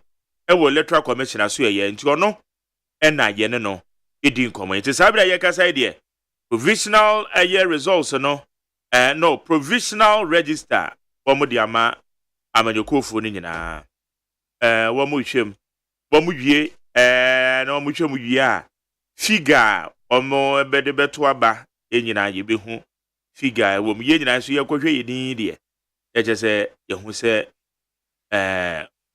abatu oda no dura yebeko etese akwa ma check me de pamna won check o de o we ne ba me de me ko ho aw me mpe ayibia o pe gidi bia etu be ko Cape Coast me ko Cape okay I say Cape kwado betu makwa aba because anopa bia on say yete ya ntu say ayi no kra be bia na online de na ebaaye ebi kura na internet no dabi me pesa me ya me di mani kohwe enie biem me din ni okwa ngwa ma bie register mu ama abna mafo yes page 1 2 3 enie okay ya take yes me din wa ha na chese kwa bena dem me check online dabi me ko okay me de because me about what there me fa na nebre so one fa na nibra obi betu sudie wo mpa ma wo a wo beba be punish wo yeah wo dat ne wo be se no nti about what there me da bi me ntake online dabi me ko center ho me ko center urade ya adom a wo tena no pa ye wie ye kwan no na anya kakra enso meko okay oh now what to aba no wo he ankasa Cape Coast North Cape Coast North na fa hen Cape Coast North me wa abra na kwa kwan nye me trese wa say wo ko Cape oh yeah okay e free kasoa ho yeah kasoa budumbura ho no na ekode de acha contractor na tu kwan ni nyina bom kwan na wo mo ye ni ntra oh hard ne but they dey abekwa kwhwe meko me dey ma check me dey no wan sisi e ti me mia so dey check online okay etiatifo kwabra de oso obekọ na wo kra so wokọ ya anka eyo enam se wokọ na semfomso obi wo udin ne ho a na wo ma hwe asiesi ama wo check online na said Dr. Srebo kan ye no wo check online na semfomso wo ho a wo mu ntime nhwe ma wo me eje wo kọ ho mesimi kombia menisa fantini abrewa na me some space gina ho that's right gbe ogbe me sa gbe kurun petini bo we chiri wo sa gbe haso gbe aha ano mbo ebueza na udi na nye page ba ko peso na wo en sa gbe ni nya ma ma be bia me ntini wo enwa Ogaze ye kwa kodi agro. Era de kwamra maza. Me ko ta di ba ma brewa na me ma business rewa. Anope na me frɛ e ma me meni. No say. E frɛ Kofi Boke. Bra mama. Me wo falamte Kofi Tireba. Wo ma wo se wo be ka tro ba bi o mo koto no. Obi an kohwentime. Ma san ni wo mu momo. Hey. Si obi a. Wo ma wo influence wo ma tro ba bi o mo to ko. Ko hwese ni din wo mu. Wasa ndo momo so mfa ka ko obi anko ona se kwamna we police na police agent so yefaka wo pese we influence wo mo pa ni tina wo shada de momo puapua wo no na se momo nya na start se ni momo me YouTube ba we out there ma wo na just say you are trying to influence them me pesa me kire wo mu baby a wo mu ntonko sa yes na police station why no call the police station wa faka ada sa a free baby a bia wo be nante akro no ebia wo be fa moto ebia wo beto bofrotu okwan so okay ebia wo be obeto nsuo nti wo mu nyina me be ye kwade nnefo de ama kwade nde ya ama ya ante ya wono wotene wa ho wone ne ma no na wo mu asore ma no wo mu nyina nso nkonkwo cheke obi anko cheke ne de ma me no wo ye sofo ba na kaba sofo nti wono so wone members ni nyina obia nkwa cheke emu obia no wo mukura online ne momo no obia ni adaji mpo a wode anyasa adaji mpo wo mu ni mu ene wo mu akose wo kwa akobọ star 11 hwan dabi wo mu nyina obia ko grounds obia nkwa na akwa hwe okay monso a mo pese mo ye no online obetima cheke o ma activate star 711 star 51 hash oyepe obebisa wo voters ID number etikai se ansa na obeye no na wo voters ID card no eben eti wo bo star 711 star 51 hash kwese wo benya 50 pesos na dia tu momo no mu 50 pesos because we have 50 pesos in ebetel my medias is here. Watch it so. Okay, how you need 100.9. Edu kwamra. Yan kwa ndimu na na kwa se nya embobo bon sam no so. Na de tisi da me yakono straight. Time no. Yakono straight. Yakono straight. But the wo ho a yeah exhibition. Exhibition, yes. Exhibition it do. Exhibition no de ni kwan se obi adidi agro.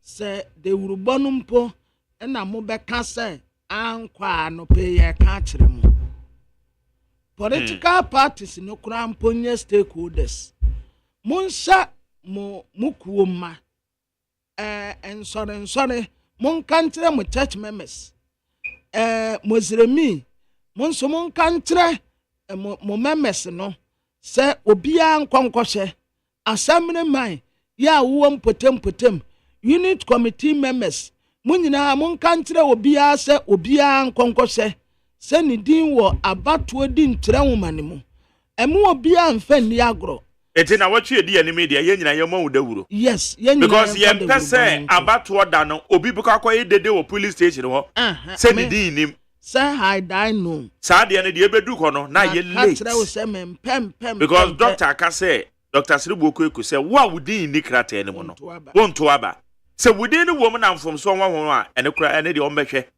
na wato na mom se wudin ni mu pa de enya de obetuma to aba eti ye pesa wo so be dede eni ti de se watwere wudin de ene ekona kohwe ana kwamra nya no no okay wudin ni mu a unless say minim kwan a obefa so a obeto but Debbie waka plane na ukuta voters ID card ya still want to meet Tanetie ukuta voters ID that's a within nima na me you will not vote some agent na me te ho ma me party ukuta voters ID card ya ba ya some within nim men ka say co officers wona mun koye meeting o me ma say go home na wutumi be na de come at you go who dey say wo ho it also be draw attention ya some ni din nim to officers na be catch this one na officers ni wo ma kwahye wo na wa be ka so ya check we will verify later go and vote no Pabna Dr. Sribo say within nim no vote that is it no enti memo nkwahye wa na regardless say ukuta voters ID wait, this one is a special case. There is no special case there. Within him, you can't vote. Go home. Simple. Finito. That's all. Man, cause baby now. Oh, ye ni mune dada. Wuni mune dada ni din way. Voter register na daha no. Yesi nipa no ni din nim. Simple. Kona koda. Ye tu ye ni ye kanya. Waba abijina na wo de wani ahye bi esan say enne ne ye ka tena wo se ko na ko hwe go there and see say wudin ewom ana say wudin nimu a ubenya foresight ewomu de esesa wo ye na man tena wonu mu last minute na unkojina wo se obi animu obi animu wa ha na men so sa me kwa akoya exhibition meko aha na minim se me tro me din aha na minim se me to maba na me din afi register no mu a mudi me din beshem me to aba wo aha me to aba wo abra Cape ho na me to maba de bia ma ba beduru ho me duru Cape center ho me din nim me voters ID card ne kura me number bibia etre se aha na matuma ba wo Cape ya na me din ni mu a mudi din ni beshem ekwan kura din ni fa so a efiri mu no mudi beshem enti obia nya vigilant obia ma nani na ho e wo saade we ya ekoso ni kwan se obia didi agro kura nti muma yensa no nso abusuafo de bokata daily graphic yanim ha maami jemensa onu wasontakrate ewo de bokata wodo ni nyina mu enne today enne ye August ni da etoso eduno edebeko akosi ni da etoso eduno nso nti ye de 1 week 7 days ena ye de ye okay.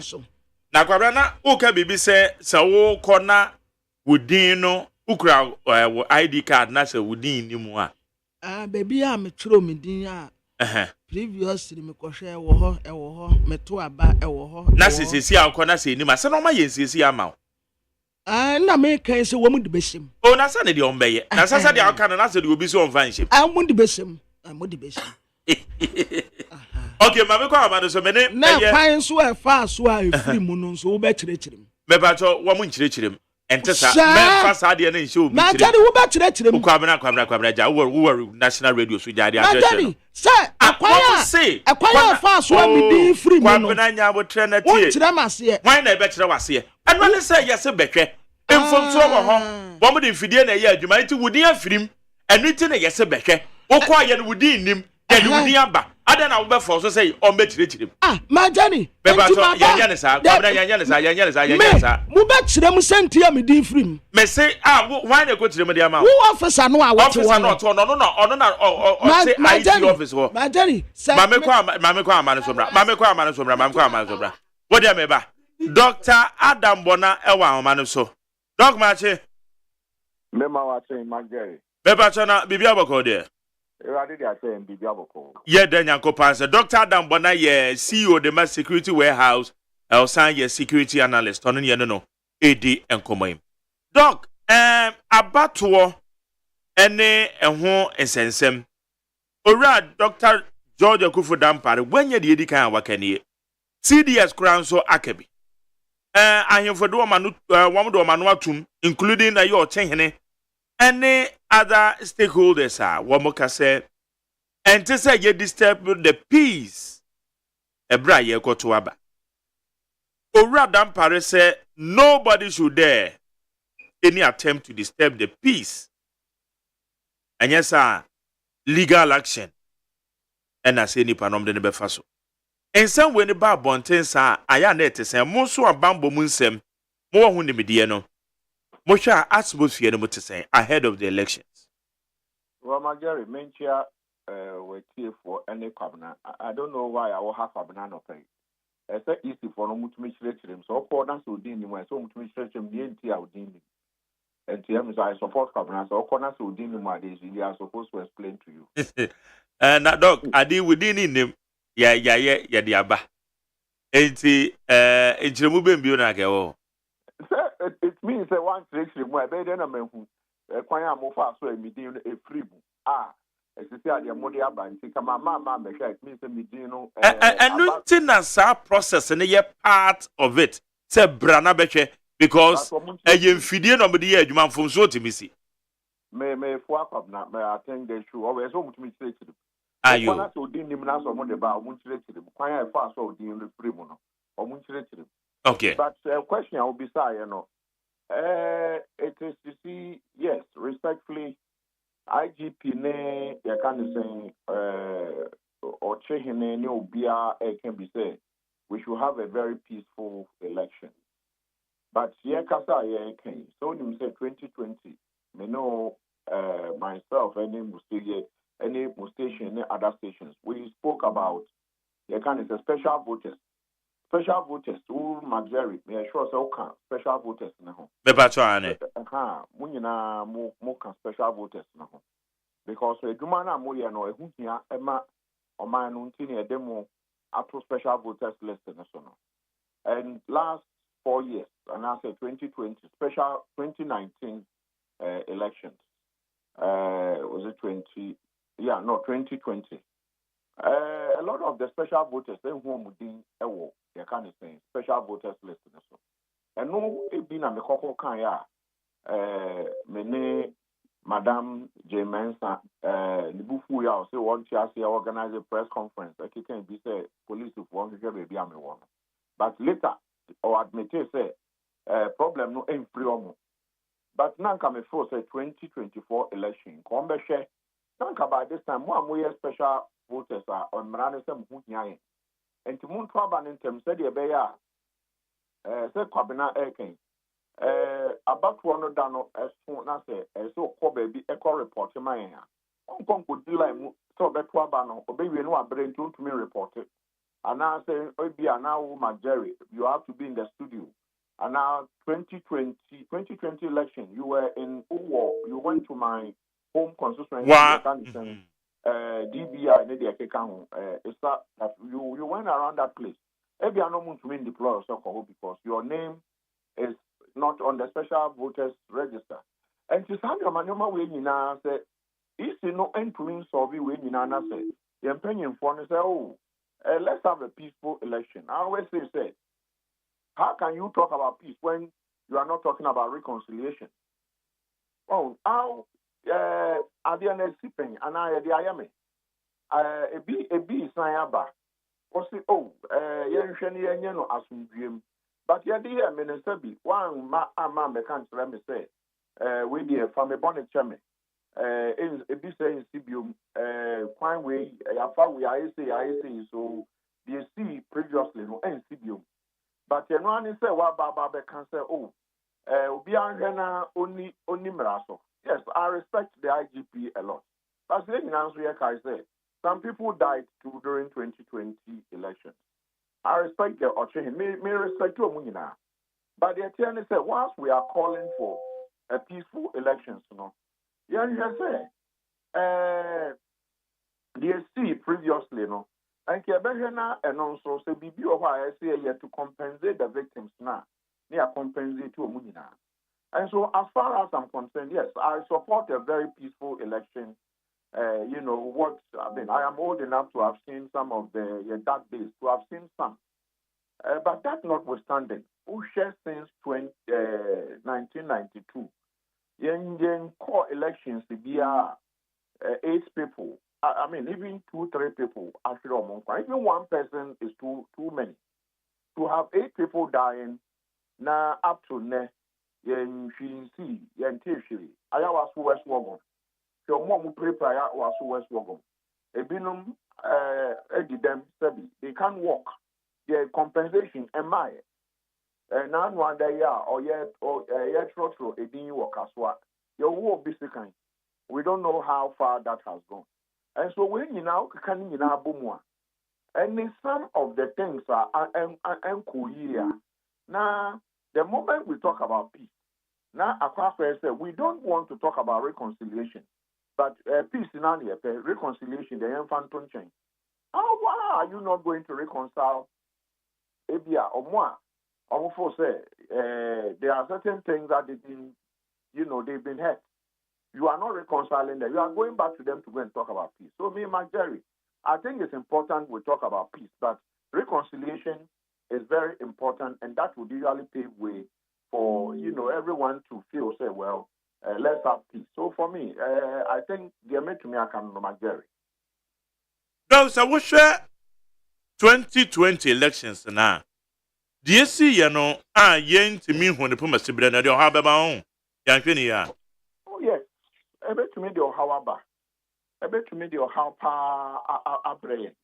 Because Enra may say, Ira Bosman Asari or East for Penny. Enra, when voters winner register what the exercise they are starting. Then the men are starting, but I think it's yesterday. And yesterday, Enra, then almost on day. Entering provisional list, my political parties. I mean, I don't think good enough.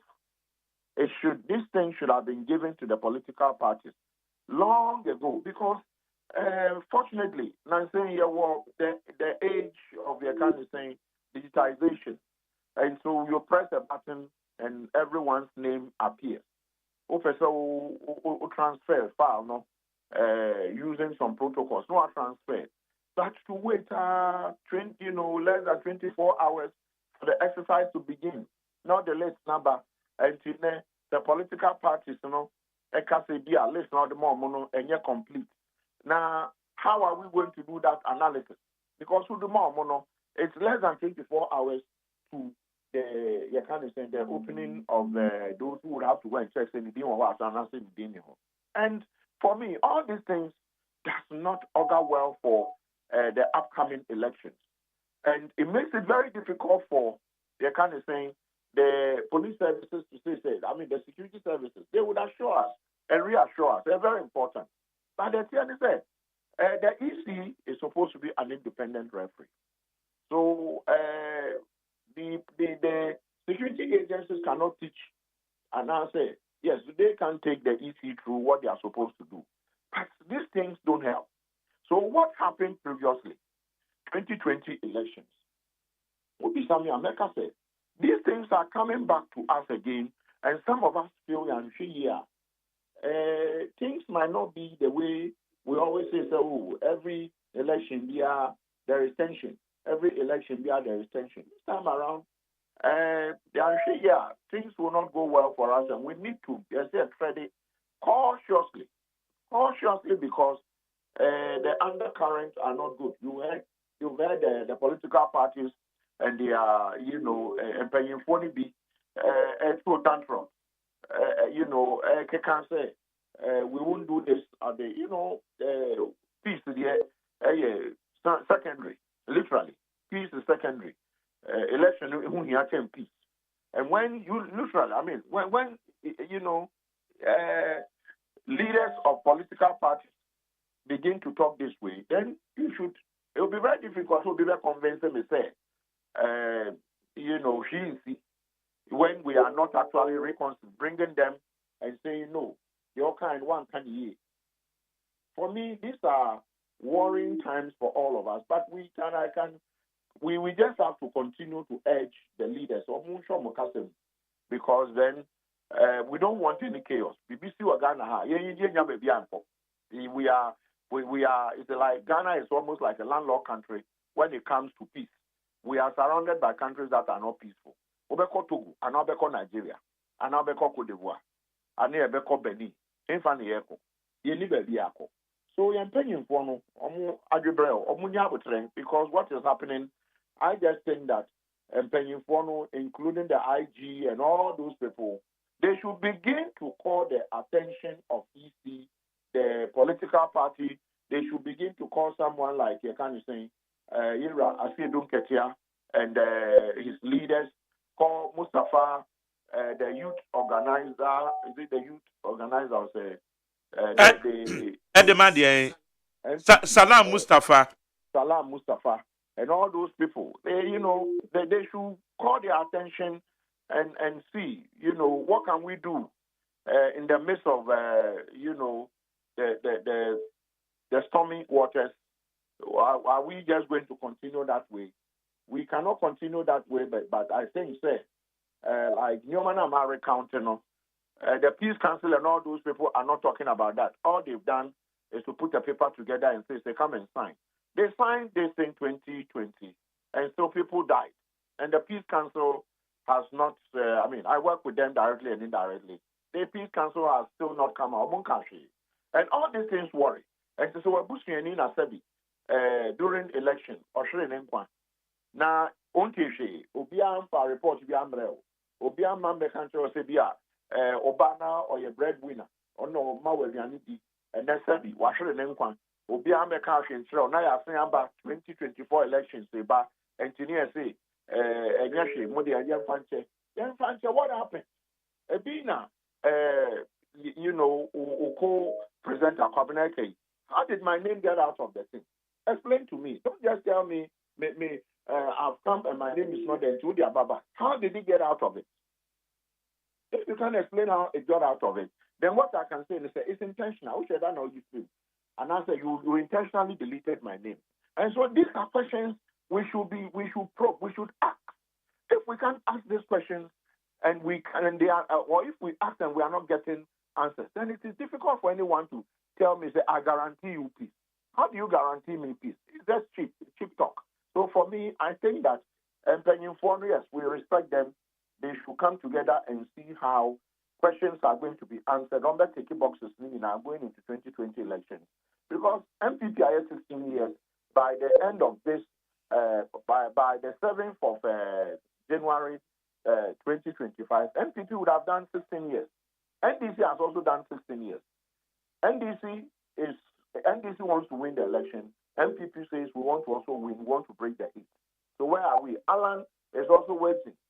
Alan and his people, Afro-Franto, almost will cancel the winning election, and the rest. So as far as I'm concerned, this election is not one of the elections. Who shall post now? Look at Alan, the Alliance for Change. Revolutionary change. Yes, Alan's party. You just look at the surveys that have been conducted. It tells you they are likely to do very well in the upcoming election. And so we just can't say that, things would be as usual. Look at this year. It's not raining. Last year, around this time, this time, how many times in Swato on crime? How many times the water flood? It tells you times have changed. And they should look at the weather and ask themselves whether the weather is good enough. So be bro. The weather is good enough. Say you see a document back 5 cities, 6 cities. And Chenam crowd one we want to mentor. So things have changed. They should face the reality. Instead of just saying, we just want a peaceful election when people who suffered or more being pre-prior, and we are not saying anything about that. So for me, I think peace in India, but you can't just move from A. Now we call Z. You want peace at the end of Z. No. Between A and Z, what happened in between? Like I've not asked, how did my name get out of the list? How did my name get out of when I registered? How did my name get out of it? You need to tell me. Don't just tell me. But doc, because I no, a banner sana instantly. I know ye ban officer no one the bema because ye can say electoral commission they deploy. Wama fa temporarily nipa woman no ye juma. Woman no they are just a temporary staff of a electoral commission. What the any say se depend di ni mo a fa process we so na restore edin no. Se mfom so ni din ho a fa process we so na restore na say nipa na go bisa no anu ye be no de bema. Exactly. So my main answer. One, EC have been organizing elections in Ghana since 1992. We went to a referendum. We answered yes. Then eventually, constitution, up to today. The EC should have institutional memory. They should know, say, this would be a reason why ABR Obiti Step Cabana and answer me Adam Bonami Dean and Mamewo less than so. And so they should begin to give us reasons. At least, my Jerry, they should have a reason. Maybe the reason could be, computer error. The reason could be, say, Nipana owing to Adiano or a mistake. The reason could be, say, a Buapayo. The reason could be, say, one loading. So, you see, there is no way of making a catch from say, my Jerry. Needs FM. You've been working there since I know you. So if you've been working there since I know you, the question now is that are you going to tell me, say, if you are there, you will not be able to profile why one of the microphones is not working because you're a technician. No, you would not say, oh, previously, maybe a mic because maybe button there is all put it on, put it on. And I might she formed the previous day. And I say BBS Mike Nana. Something is wrong. You should be able to experience the experience of when you know. Should be able to say, oh, this is what is happening. Is that not why we call something experience? So to say, well, they've sent temporary staff, that is neither here nor there. Excuse me to say, what they can do is to begin to tell us what would lead to someone not finding his name. It's important. Say they are reasons not prepared reasons, no, because I'm for prepared reasons. You bring them maybe the bit me bako. Kabana the bit me and nine. Oh the bit me nina. But at the end of the day, there is a reason. But when I just go, meaning yes, so they go through this process, your name will reappear. Why is this some magical something? No. So maybe the answer say, you see, we are not asking questions. And sometimes, because you miss questions, they're paying phone, they take us for granted. Why are we paying the EC people?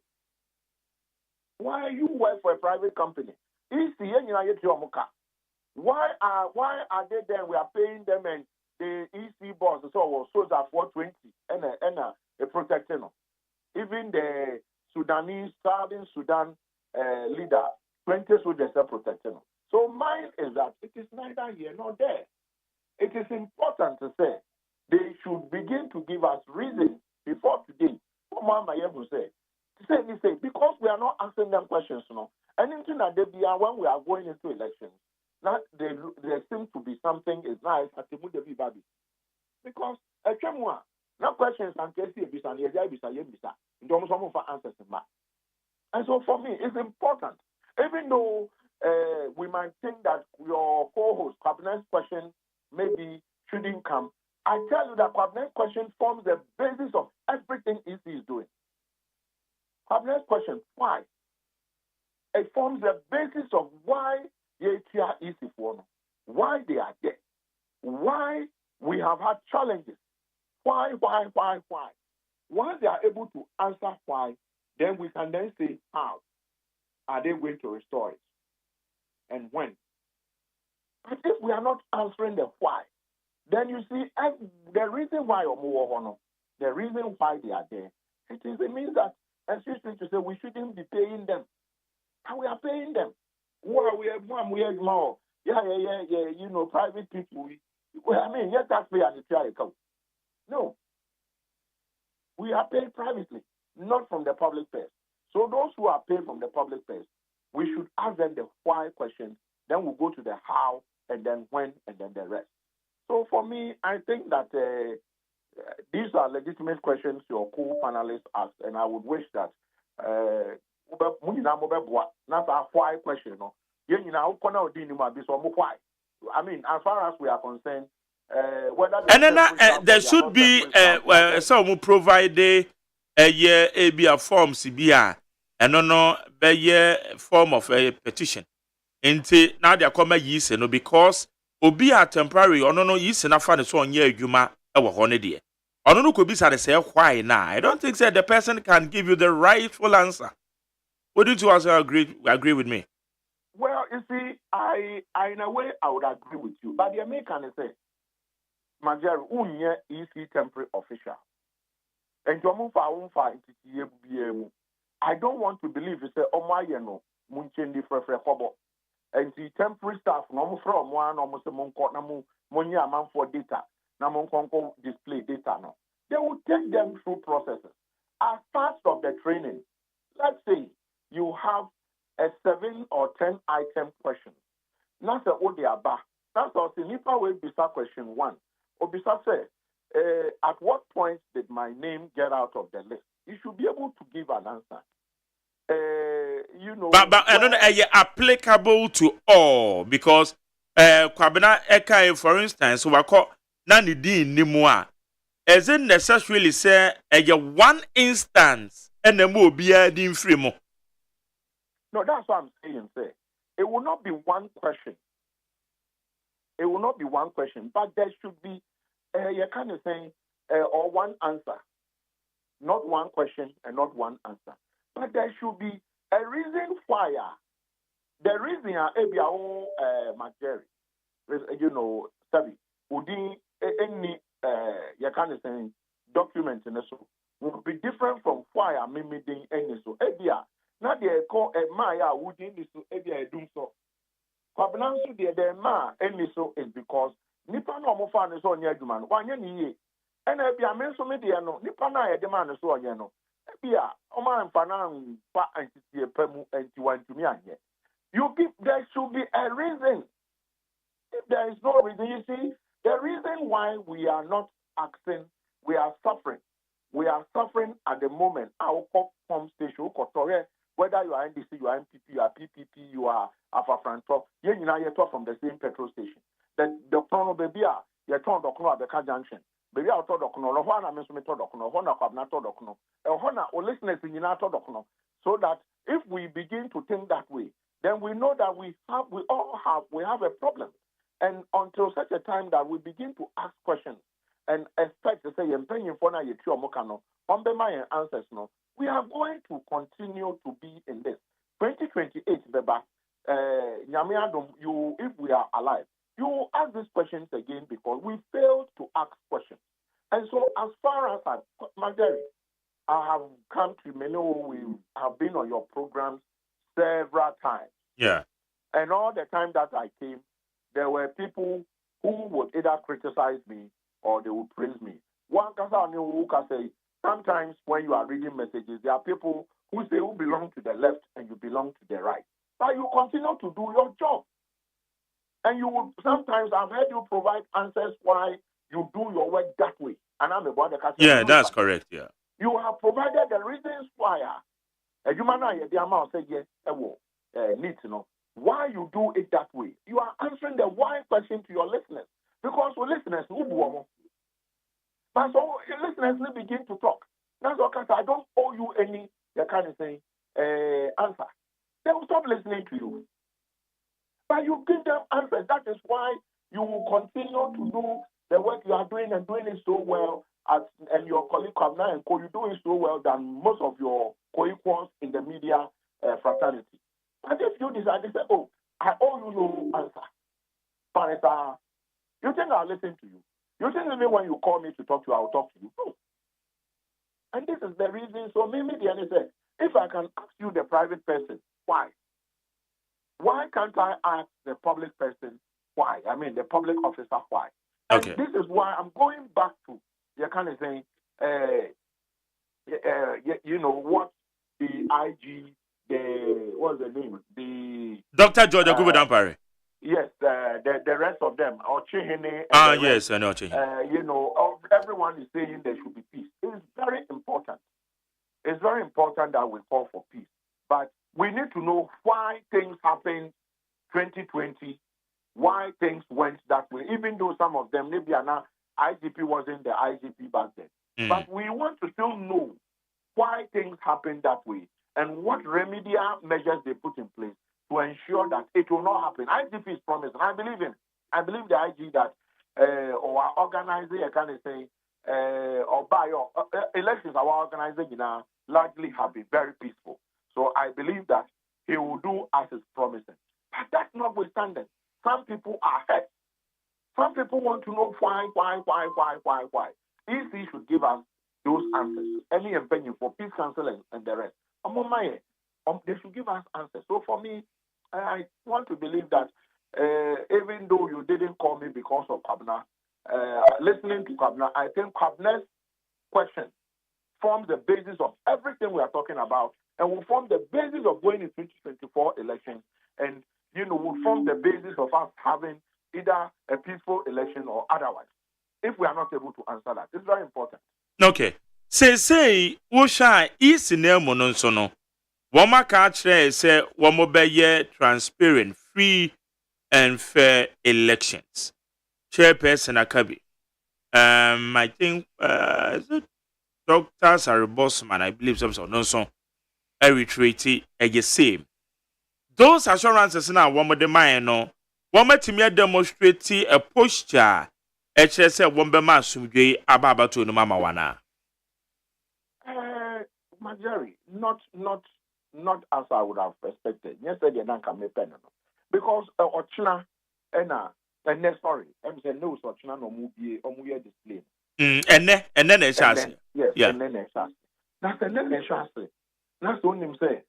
I'm on some memoir a World Cup. Your father say World Cup, a bread and butter, a BBI, it's everything. It's life and death in this country. That's when you said Nene Shasi. And that's the Nra, Mete, the Bossman Asari, Ira Bossman Asari. Babon Timbeka said, they've now given the document on a pen drive to the political parties. Then the question I ask is that, when are they going to go through and begin to tell us, the ordinary persons say, there's a problem here, problem. It would have been good because EC on its own is nothing without the political parties in Ghana. So by what stopped them from giving this document out 2 weeks ago? What stopped them? So the moment you baby Sammy say transparency, that's all your transparency. You would give me the thing less than 24 hours to the D-Day. And I also but Doc, Obi baby say sa a provisional register no mode ma no. Ne significant exhibition exercise in so no significance is there. Like I said, let me say, last elections I went to start to go and vote. This elections I've decided to vote in Accra, here in Accra. So I went and did a transfer. The call and the transfer man. And so exhibition, I need to ensure, say, I will go and check, say, transfer no more almost the media ban. Say Maya. Then I go back to EC. Maka from say, hey, me Adeya Mukasa Modia Bay. Me person D-Day 7. Now me person me to a baby now me him. Now must say no. My name is about you can saying 1,000 kilometers away up north into Minko. At that time I can't go. It means that you have disenfranchised. I mean I can't vote. So basically the significance is to ensure say with those who have time to check, check it. The one check here. And no, umblemo be within him and I say BBC. And and check it. Said ya Edani do a winning pass bia auto abano LA primary school. Boom, and LA primary school tema. And you would Udi woman to Sada no catch, Udi woman to be. But one can't check here. And no, honestly, didn't more. Okay, you better say exhibition. Did you come to check your name? I said no. I said, well, you should have come to check because there's a problem. But if we are able to ask why, that's why no more answer in the year. 2028 elections, and we won't see a lot of these things. So, important. Say, exhibition on the year, it's supposed to bring transparency. Said Ashanti region. That is the stronghold of MPP. Oko Volta region and some other places. That is the stronghold. You can say of the NDC. So if things are not going right, especially in Ashanti region, in terms of Dudwana, Edini, Abatwa, Krata, and Oswa, and as a voter, then you know that Ebia Obi Aquaqueshes Mwase and Professor MPP. And our Aquaqueshes Mwase and Professor MPP, because the moment you touch voters in the voter region or you touch voters in the Ashanti region, then you know that you are either touching the NDC or you are touching the MPP. So it is important that they will do this thing. It brings about transparency.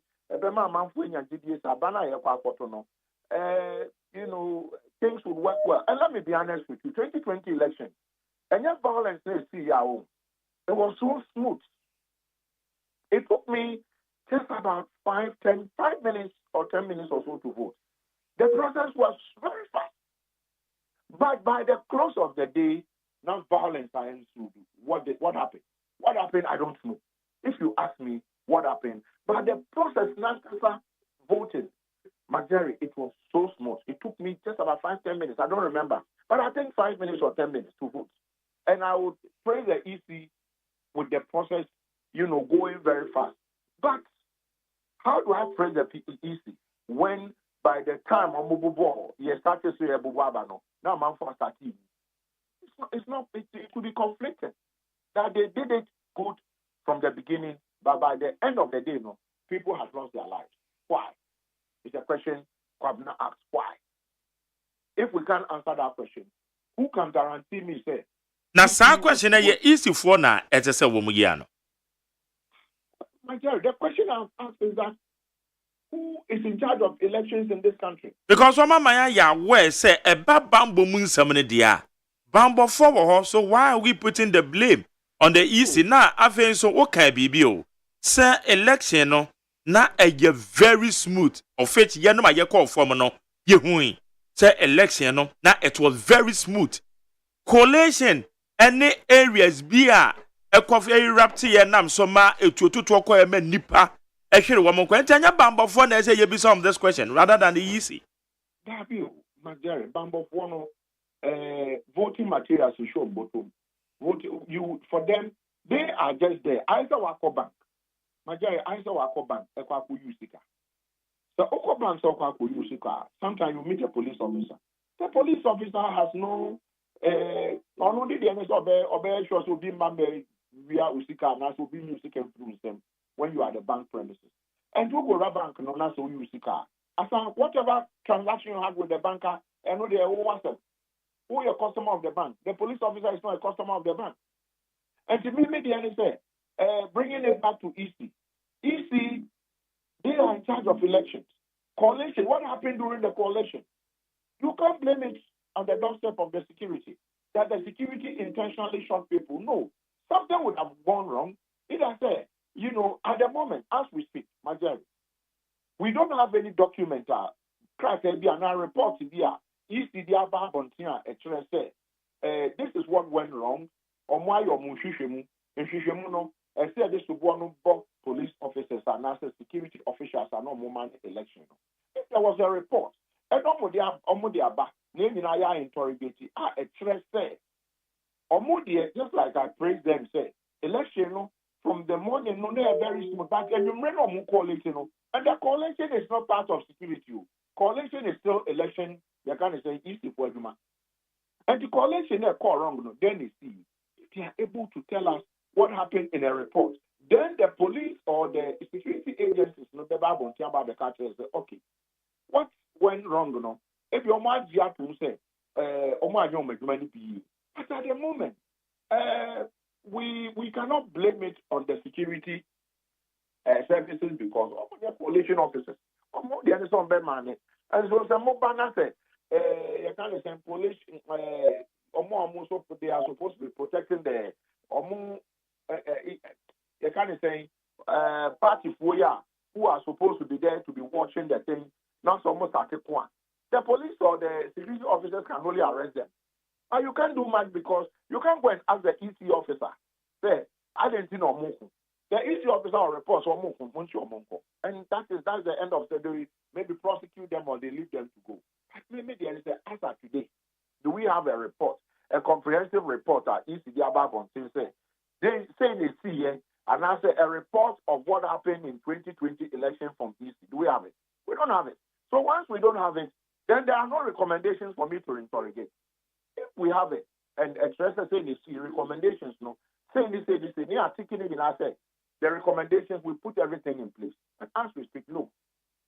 We still don't know what actually took place in 2020 elections. Marjorie, do we know what took place in 2020 elections? Say any. We don't know. And so it's important, say, you're in opinion for no, Madame J. Mensah, and Bosman Asari and the rest of them, they will do what is right. And I can initially say, special voters, no, not special voters, no, those of you who are privileged to be part of special voters, no, because it's important because it's a week before all of us. Say the bear motua, you bet me a diploma and once that I report to a man and say, but as of today, we still don't have the special voters list so that we all begin to interrogate, say this. It's important. So for me, let's continue to ask questions and continue to probe. But to say peace, yeah, we all want peace. But I think we need to do more if we want to achieve peace in this country in terms of elections. Okay, Dr. Adam Bona, security analyst, CEO, Security Warehouse. Anope, yeah, that's the Saudi Adikomo. Yene, Dr. Adam Bona, or the security analyst. And Oka say, yeah, we should demand questions from Electoral Commission. And the DSC 2020, no, and also, I say, you, yeah, echo more ever. Also, I didn't know at all, say, Facebook Live, you need 100.9 FM, need 100.9 FM. And also, alternatively, and then your main WhatsApp, no, yanya challenge kakra. And you to be to me for 02011627746. 02011627746. And okay.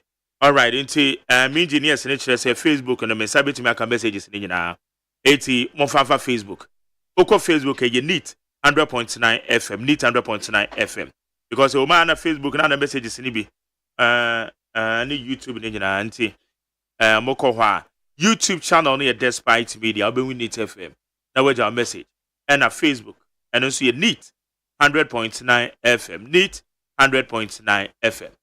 Right yankwa anim na yenhwe eyenkrata no isema hodo a ewom ye ne amanyokofo no nso ebi eba bedi nkoma na ebisa omo exhibition exercise na chance yi womo ba betena wa yenhwe han na yewie a oma ba be deda akire yen anase womo do womo hwem yie said amra na ma ho kwan se womo nso womo nye part of the process na kwabra fankrata na yekwai ai majan on se ne ya buroburo nsam so se dan ne obofo ne de ne nam ho apaso isi ya ne yazbisini ya ba jare wan se te se yete hai se wo kata me se ukotokuo side ha gold wa ha this side diamond wa ha o back pocket wo lithium and this side nso wo only enso wa ha ma jare de obeka nyina megidi o but ya bere okotokuom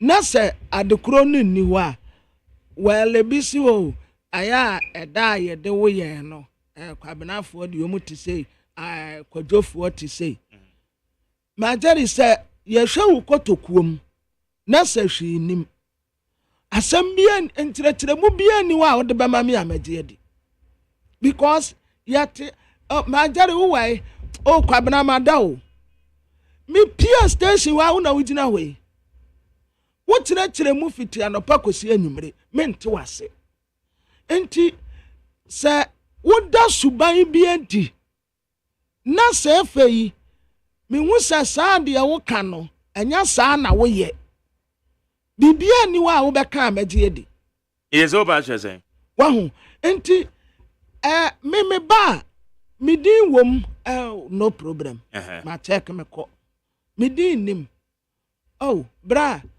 I say depending to me answer that person can't give you the answer and you know what said that woman do makogu that person can't give you an answer obi a we electoral officer okay I didn't in a year exhibition bisa won say didn't in a year exhibition my daddy electoral officer and I miss on your electoral officer or your temporary staff of EC temporary staff into onimu hwe on yes or onimu hwe and wako ho we shouldn't encourage the year can say bibi one person would demand there straight away no betima ko EC office na wo ma kire wo de ntia within no enim I said this time a year kasa no police station ho no ehwa na ye input names my daddy na nya wana wo chiro mi ehwa na ye input wana wo chiro mi wana wo chiro within good wana wo di bi same oh nya botre me say adenti na ye exhibition ehwa na mi chiro mi wana wo se me kwase exhibition wo se me nkwahwe se me di wo wa mfo so wo ho a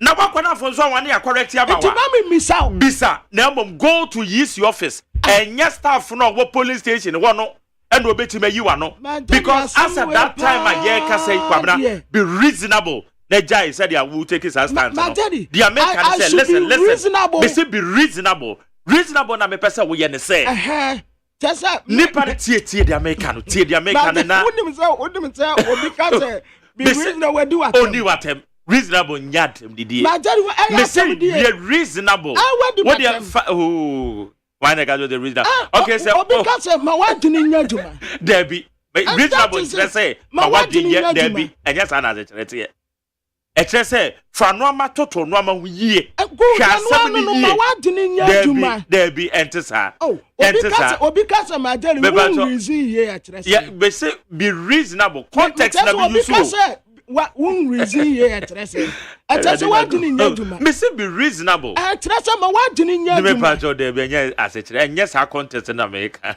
the American is it tio kwabena ukotro within wo police station good police station utro within wo ha edin ni nka ho edin ni court district office na edin na ko national wonim say dia wa country me wadi pani ata wonim say manyini chan Bebajo, beduata bebajo, but when you did I don't mean to. Messi, for sure, Bible was honor your mother and your father.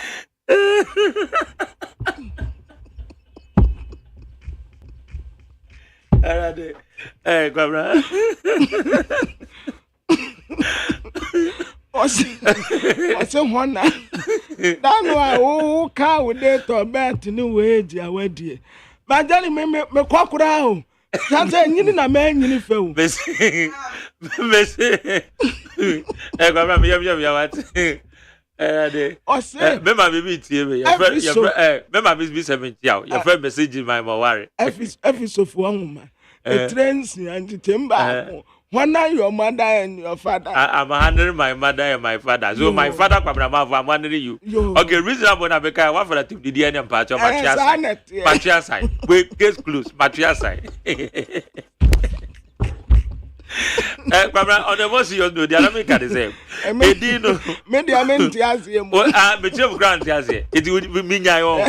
Okay, one may better myself. My just won't better myself. Ucho dini we edini be court district na edina ko national no be computing nyina na afro me distribute na asaba back to the polling station eti nipa no no de all kwahwe se okotena wo se brother be hwe udin no ono no kwa e fa so semfum so bi ba ya ono no nim asa this time say magjeri din nim ana kwabena din nim eti at the moment na be ko na bi ono no the report be ko se kwabena mafo na ne din nim sa report na na ekọ eti ehwo no na easy fo no ebetimanya answers said the entire Kwabnamafu din ambemo ni yesi.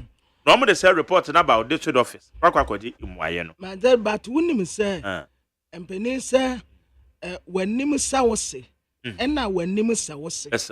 ne nyinaa yɛ kasako but ɛko yɛyɛ oh officer ɛbaa ne sɛ na medin no afiri mu oh chief ayi wadaroma yɛdeɛ exhibition okay but mesrɛ sɛ nka wobɛkɔ district office bia me the report bi bɛkɔ because me yɛ sure sɛ obi a ne din bɛfiri mu bia no ɔmo de report ne kɔ ɛhɔ na unsa bɛka deɛ wopɛ biaa wombɛnya adagye nso akyerɛkyerɛ mu sɛdeɛ ɛyɛ a ɛdin ne firi mu nti mɛsrɛ sɛ wadaroma ahe deɛ yɛyɛ exhibition no ɛde ama wɔ mu ɛba abɛhwɛ nti ban bɛyɛ nɔnsiri mmiɛnsa ebi koraa deɛ woka no koraa nya no kuro ba sɛdeɛ woka asɛm no ebi nipa be understanding okay I will have the belief say issue of morezi ye say issue officers no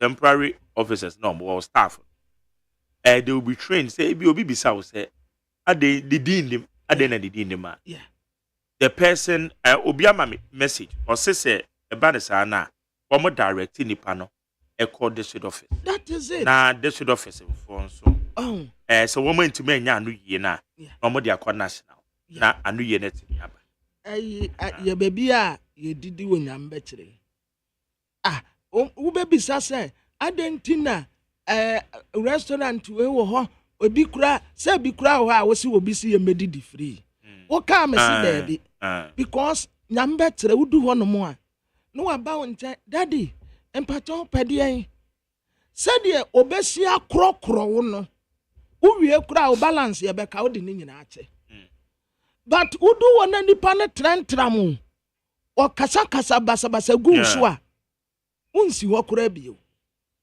unya abotre wa tretre because waduma no okay medan say enti ye betwa ye koye nim subsequently no unse na na hyase Woma ebekwa a wombekwa akwahwa omudin nim no will find out by the reasons behind note, so electoral commission and Dr. Bosman Asare and Kasa Titru I will say sometimes mwana mumma akwanya for unnecessary tension adibi wo hono mu anka mfaso ni so ye per provisional register na ya hwem na yɛde akɔ exhibition nipa na wabɔ wa adebɛte na yɛbɛyɛ exhibition no usi somuji enti ɔnsa wode ma no 1 week no ana ɔpɛ no a ɛde abio de wabɔ France ma no an wo betumi de akyerɛ wɔde ama no asa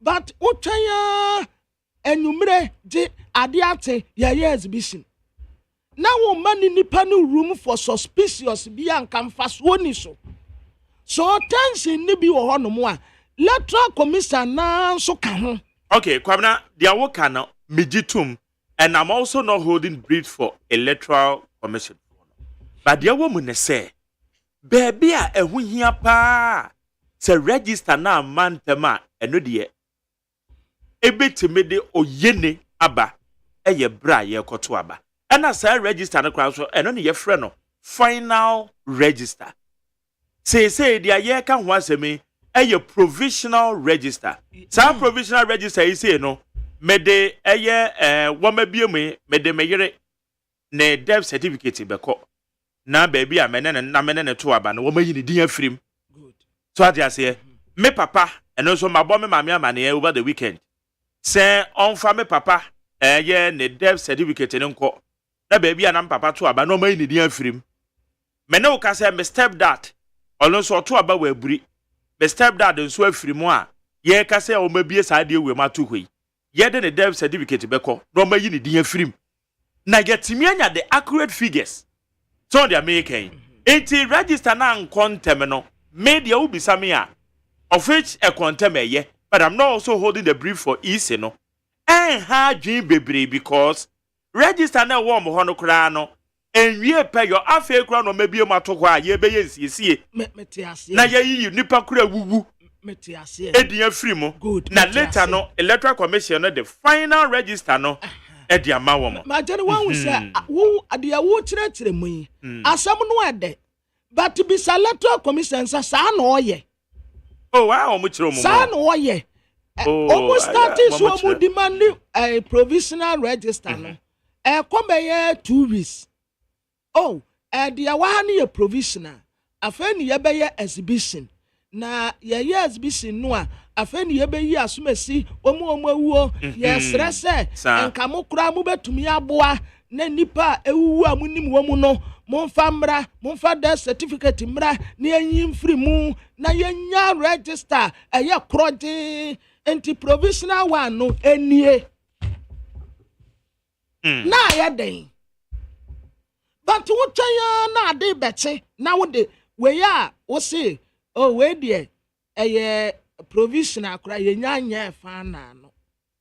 What about a fana no so now the man when not dating a yakotua bensway? Oh, into Ushan Subrasan Taman when near Coco. Adia be or Honmoa, and there be a Usua, Usu for peace, but Unsu for justice. Baby, I will pass a peace, Ibano. My justice nun sas yem free war. No be asumonyo no. That's Martin. Mama di mama metia. Me we meba. Okay. Yes, also a higher need 100 points. Now it won't so exhibition on air basso. Nyada je kakra na kwana kwahwe because yem pese abato no. Obeko police station a edo ha bebe nti ne nya adaje e do so mu ama so wanya you understand. Mama hona me company na me register no ontwem me di mesika no. Where do you see Canada be company? Na me ye business bad. Enioma me ye dem ma me no me di scanning na me di no wo menum. Nti ama adwuma na gu. Anti one yo onyi din nim free wo. And one is so troko mom. Meko. No ko tro mo say no, adwuma no, what this kana manegu. Medi. Is say adwuma no doesn't Let's exist. say bia obi di dwane. Ana say bia obi di me ana medi. Me amedi. Na me mpa ha obi adwuma kwana bra.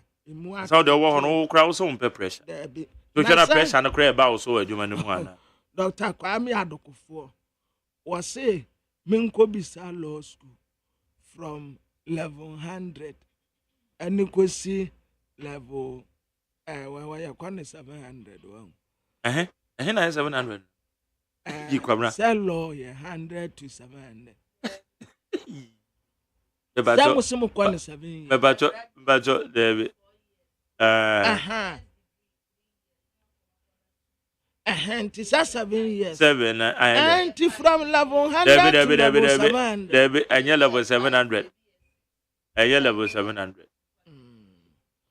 Depending upon baby, I would be free a corner. So what would your degree holder in the mechanic way? What the choir? It will choir back on for 4 years.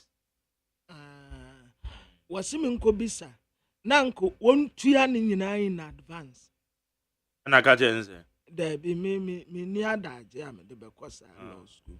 I don't think can we your uncle according to the past question. I'm ashamed what I mean to me. So I'm first kind of mamma mini. Okay. No, the amount. There been that I had to afford it. But the way Madame Fubia or your way or your wedding. Or your wedding and now a year your boss back. So on any year in a honeymoon. Wedding, your wedding won't cocoa. No, so I'm rank cry. Now won't be trouble a 2 weeks chronocle with 2 weeks. And see, Madame for any year in a bedroom crying, Hano, no more call hotel. Or so be do on one hotel. Oko drew one now, Obisa say, hotel, no, what the hell say? We'll see 2015, as 2015. Now, what the hot a night now? I think I'm saying 750 cities. Hey. As at 2015. And a dollar rate in the crown so never. I feel Madame for if you or calculate 750 times 40. And why no more first night and offer the boss. And I say, Papa, we decided I say I call back to Coco and yada one night. It did 13 nights no nanka kaboom. Never scan my. And one offer no money 200 cities. When you know the mofa can't come Coco. Nah, best in this kind of. Ghana Montie. Ghana Montie. Ghana Montie. Ghana Montie. Okay, Pabra. Yes, sir. Young Queen, you never got an into us. Yo. Abusuafo de Obakrata Daily Graphic na ekura me. Exhibition no ho asemo na meguso America no. Na 10-member New Times Corporation Board womo ada womo adi. Mampeni na de danko Akufo-Addo ade asokɔbɔ fam. Ɛyɛ foforo kura ye ba besie. Ye fra no Petroleum Hub Project. Na asomdwe ɛyɛ yɛn nyinaa ha ne yɛbɛtumi aprama asomdwe aba. Peace Council member ɛna ɔkase. Na ɛde Obakrata me de to amoso yɛ Ghanaian Times. Mampeni na de danko Akufo-Addo. His Excellency mehunu wa ha. Ɛna asamasen hu kwabena ɔkyereda kumensa. Ɔne yɛ Western Regional Minister. Ɔno nso mfoni ɛda ha. Na $60 billion. Petroleum Hub kasia pa ye ba besie. Ene se ode ho nhyehyɛ egu akwan mu yi. De ho dada no nso munsiesie. Moma to nso nya akono. Minister of Food and Agriculture and what the staff fufuro bi be. Ose dry spell mitigation measures. Senso etrese yo. Omo an omo tiase. Electoral Commission trese free ne. Edi kwesi na watia so. Voter register exhibition 269 district nationwide. Ubetumi akọ. National Media Commission 9-member board of directors ya womo ada womo di no. The Obakrata ede ho asemo aba. Na Minister of Food and Agriculture mo Minister of Food and Agriculture mo software na asemo no. Me de bekwa akoma special prosecutor mo software na asemo no. Minister of Food and Agriculture me de bekwa akoma special prosecutor sa wotime nka Minister of Food and Agriculture ho asem bia pie ho kwana kwahyehyem software bia no wo mo si akoto na eyisuo we num se da bi monkey no work babu the top enti yanso ya de software foforo ba yentwa dadanum na sa software no krampo ede ba pote ne yede ya sika enti se yesi ya de kwa akonya software ene yede be distribution special prosecutor koho asam wo ho na yasi Northern Region road accident free January kwesi June nipa 30 na atwa nananom wansie do. Daily Guide Obakrata nanim ha mampeni ada ha aso a wode kɔbɔ fam a yesie no ɛho asɛm wa ha.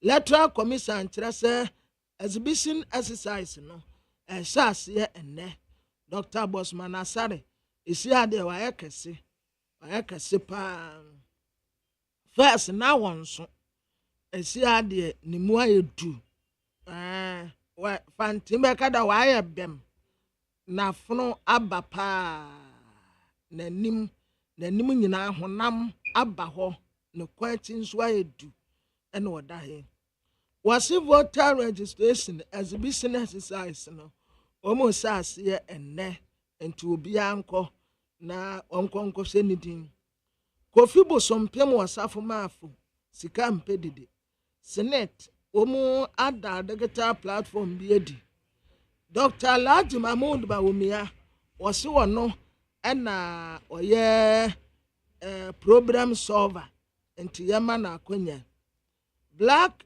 Princesses womo coach Yusuf Basigi ena wode emano squad ya wode womo ko World Cup no wode womo edin aba betu dwei na afei Thierry Henry onimbo obo pa tama no obo Arsenal no wo shego ene obo France nso no obo pa yaka wo mu a ashego wo football abakosemu a Thierry Henry eka ho onna no coach France under 21 no yemonim sam dada say wodi Spain for wodi France for ko Olympics game no Spain for chi wo mu twa wo mu e wo finals no enti wajai team no wose onkochi bi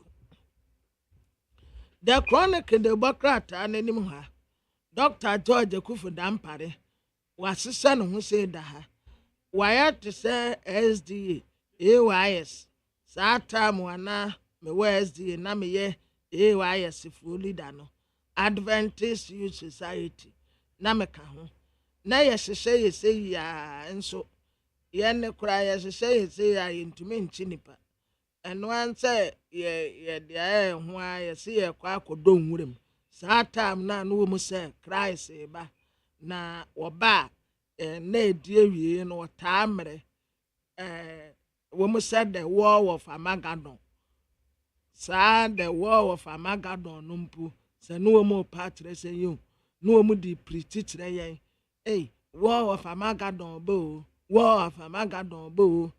rata no ba atene na efo beko na aka ye ne boyefo no ye ne boyefo ebeka no wo mu beta yen ni asa aso ne so ahwe wo mu a wo mu gidie begina na ne am afa atene na efo no kwa ene boyefo aka no munkuye mu sa beso mu sa nso asa be ye no nso exhibition na mu asa ye adie ya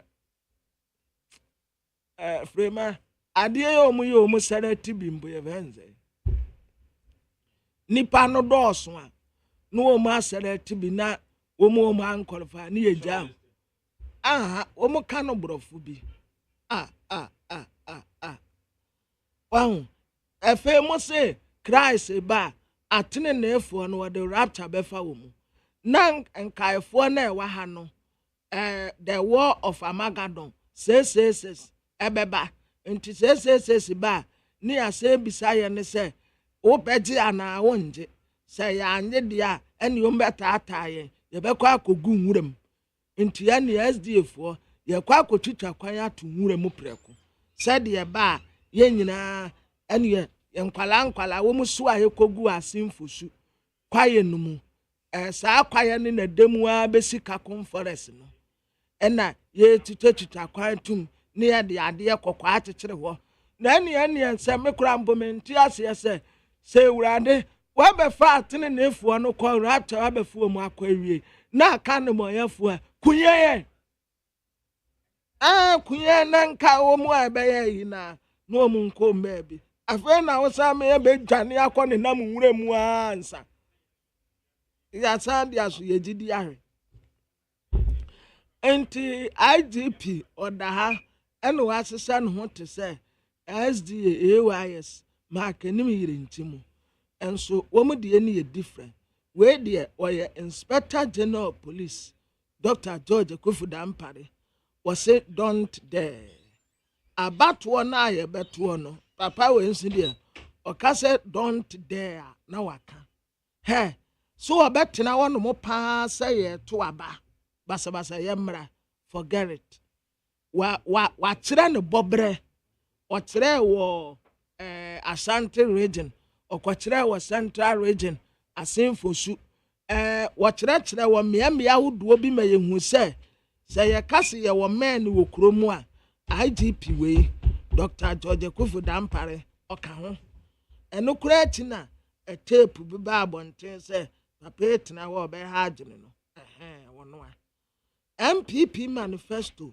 omuta se ye de ebe sakra wo man no kura Director General Senate Kofi Osafo Maafo ne papa ne Osafo Maafo ohene ba ne papa tiase ohene ba ne papa tiase anomania sunni one ne de akro Obi ye bi ma on so aya na yure mfi. Oni pe ni so ne ne wa boa no. Ohene ba ne ne. E papa ti ase no wagigi me hwe ye pa. Enso ejanka eden ya me bone. Nanso me money brem na asema papa ka kire me ane se ebra me ti ase de me ma bibie hia o. Ohene ba ne papa ti ase ampa we sanka ye na nka me nso me papa na me na ya council of state member nka say me nso me ya finance minister na me resika so eni ne he ohene ba ne papa ti ase digital platform bi a wo mo de ba na mampeni na adodanko akufo ade his excellency $12 billion yo petroleum hub western region. Okay. Exodus chapter 19 verse 20. I do already asem no utwa so. Me ntwa also. Senti na maka manu atu me sei. Mate wo de ye. Me seka. Se wiase nioma nka obeka se me nka. Eduru nyame sam no me ntwa so. Woka Exodus yi, e kwa na meka manu tum na mpese wie. Esisi a wotan nyame. Kwamna, me si wie. Exodus chapter 19 verse 20. Bible ne down nche na pena And the Lord said to Moses, go down and warn the people.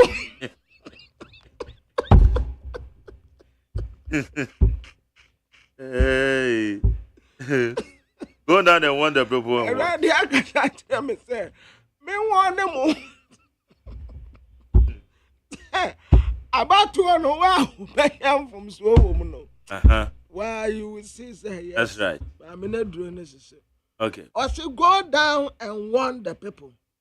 Lest they break through to gaze the Lord, many of them perish. Some of the already diagram mu bebrebe wu. Mo dem mo va about to ni agro. About on the enfe ni agro. Hwe. Gbe hu de ebesi. Okay, kwara ma me fa messages ni bi na yenko yibo boatin de free ni be hi. Messages no that I make on WhatsApp no yenya challenge intimate me ready and free honti. Me kind on the Facebook and the YouTube channel no. Oyibo wanting ni be hi say good morning to you Mark Jerry. Dr. Baumia is the man of ideas, vision and policies, so Ghanaians should vote for him. Indeed, it is possible. Richard Donko said, do they easily recruit people without training? What are we saying? Abdul Samad Karim said, good morning, Mark Jerry. I'm watching you live from Ashaman. Thank God thank God for our health. Dr. Baumia is coming live. Nana Benin Kwejo Edusa Eyisen. Also watching you live from SS Simon and Jude Anglican. SS Simon and Jude Anglican Church. 18 Nana Benin.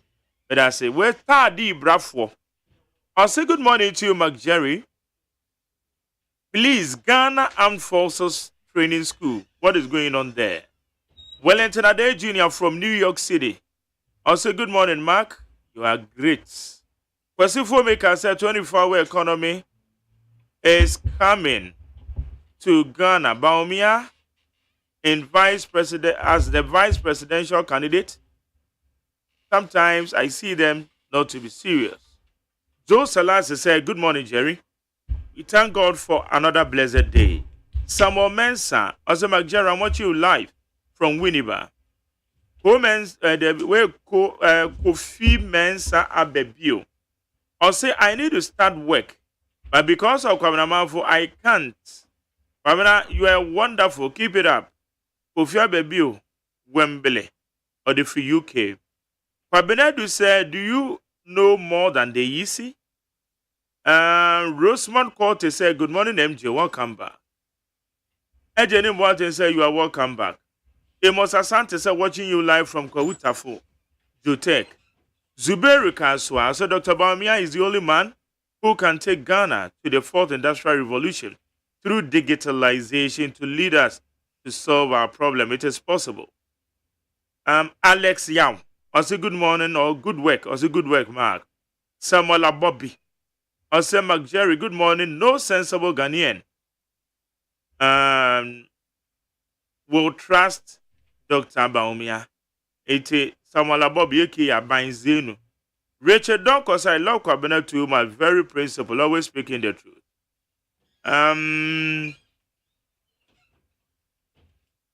Well, so we have journalists in this country also.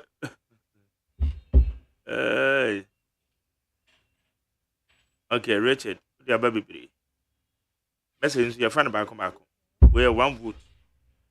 Baba Mahama Obuase. Also, Dr. Baumia has shown that he has a vision and the youth will support him. The alternative is empty. Nene Maujingwa II, he said, good morning, McJerry. I'm watching you live from Somena.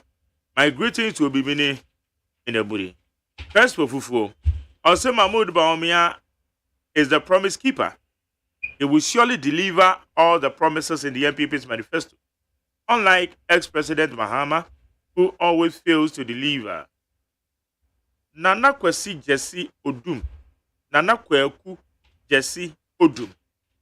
Also, McJerry, please. The why question cannot be answered by the temporary staff at the center. He or she will direct you to the EC district office for the why question to be answered. Abubakar Idrisu, also the chairman of the Peace Council, is very, very, very. Oh, there was a meeting. Okay.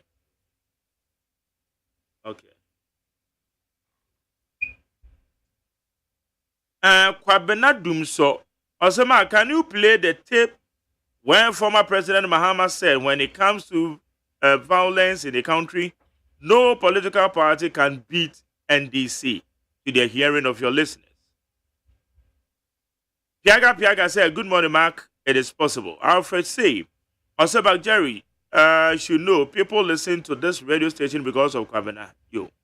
Otun for convener of Crossfire, I'll say greetings to you and your crew. God bless your team and greetings to Alaji Majid of Abek. Mabel Omariwa dear say good morning, Mark. MPP will definitely break the 8. Mabel Omariwa the other from Germany. Dennis Afenyim, also McJerry, Kwabena is more sensible than you. Your MPP affiliation is blinding you. You being sensible. Yo. Dennis Afeni. Medase pa. Medase. I mean Shroud. Suleya. I'll say good morning, McJerry and Kwabena. Watching you live from Italy. 24-hour economy is coming live. And senior slide. I say in fact, Ghanaians now want the experienced John Mahama and the great NDC. Not an experiment Baumia, who can't even manage our economy, rather at Western edge. Opinionated said Dr. Baumia's vision for national development and well-planned policies will go a long way championing the potential of our youth to propel Ghana to greater heights. Okay. Enoch Tete Kwame GH also the MPP manifesto is full of lies and propaganda.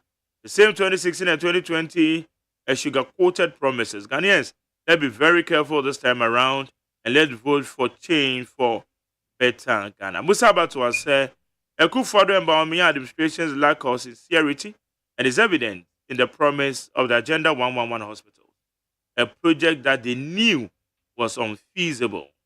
Alaiba Abamadina. And as the Ghanaians can remember Akufo-Addo, we are sitting on gold, yet we are hungry. Monsomewe, today poorer than before, and therefore, Ghanaians shouldn't trust Dr. Bawumia that he is humble. Akufo-Addo said, say, Mesha Kasante, was it not the same Dr. Bawumia who promised one constituency $1 million, one village, one dam, and also to the extent of deceiving Cape Coast people that they were building a harbor for them, which he knew it was false? Who would take this person serious? He can only deceive himself and a small group of people who think like him, but not the majority of Ghanaians. Siriboa said, Yafa Dankbele. Also, McJerry, I'm watching you live from Taifa in Dome Kwabenya. What is going on in this country? 8 people died nothing has been done. And you are now called for a peace. God will punish those who are calling for the peace. Onola Ponsa said, Adam Bona is a bomb. When it comes to security analysis, he only reads from the internet and speaks his mind. How can anyone question a temporary worker of the EC while one's name has been excluded on the register? He's even confused because he is blaming the EC for security issues that should be laid on the doorsteps of the police. Mr. Innocent Kwejo, I'll say, Adam Bona, thank you for educating that guy, McJerry. He's refusing to learn and parasites on Kwabena Malfoy's big brain. What is MPP man? His level of IQ is at the usual low level. Better say, my IQ was low level. Better say, Obia, my IQ was low level. Now wait to meet him and watch your message, Mami. Thank you. When say McJ, let me use this opportunity to greet my boss at my Community 7, Mrs. Mariam Ellis. May God continue to bless her for me. In fact, you are doing a great job. Although if it's also Dr. Baumia Beba, we can't waste our votes on incompetent people. And the day it goes. Very more say to say, Obama Makan. Okay. How you need 100.9. Now, Kwajo money at Tenase.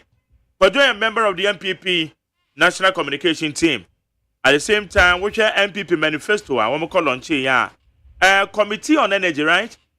Na Kwajo can be and no can boom into no no eba bidin komo. Sarah so na me share anymore.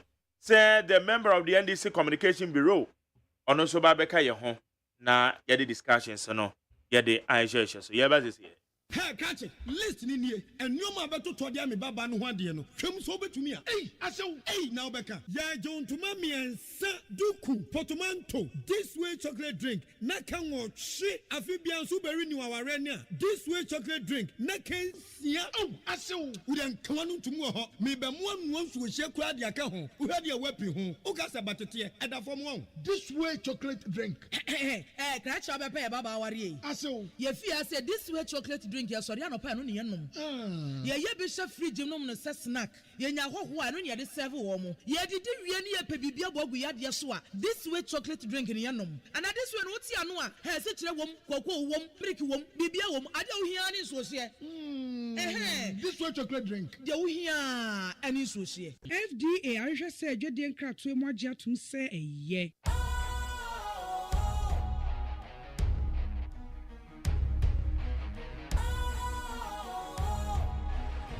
What's cool, fresh and trendy with a new look? Makes you feel real good, that refreshing vibe. Satisfies you right just the way you like. Do you know? Do you know? Do you know? Oh, ain't gotta do it alone.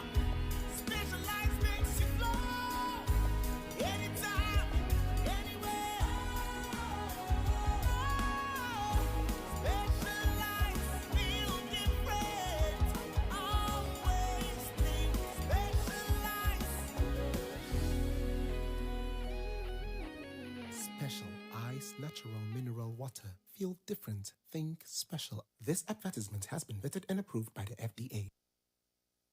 Ghana Muntie na mansanya so adawro kofiaman homene so ejiji tonton sansan e wo neat 100.9 FM. Ghana Montie. Ghana Montie. Ghana Montie. Ghana Montie. Okay. Ghana Montie so dey we need 100.9. My main car say ni die.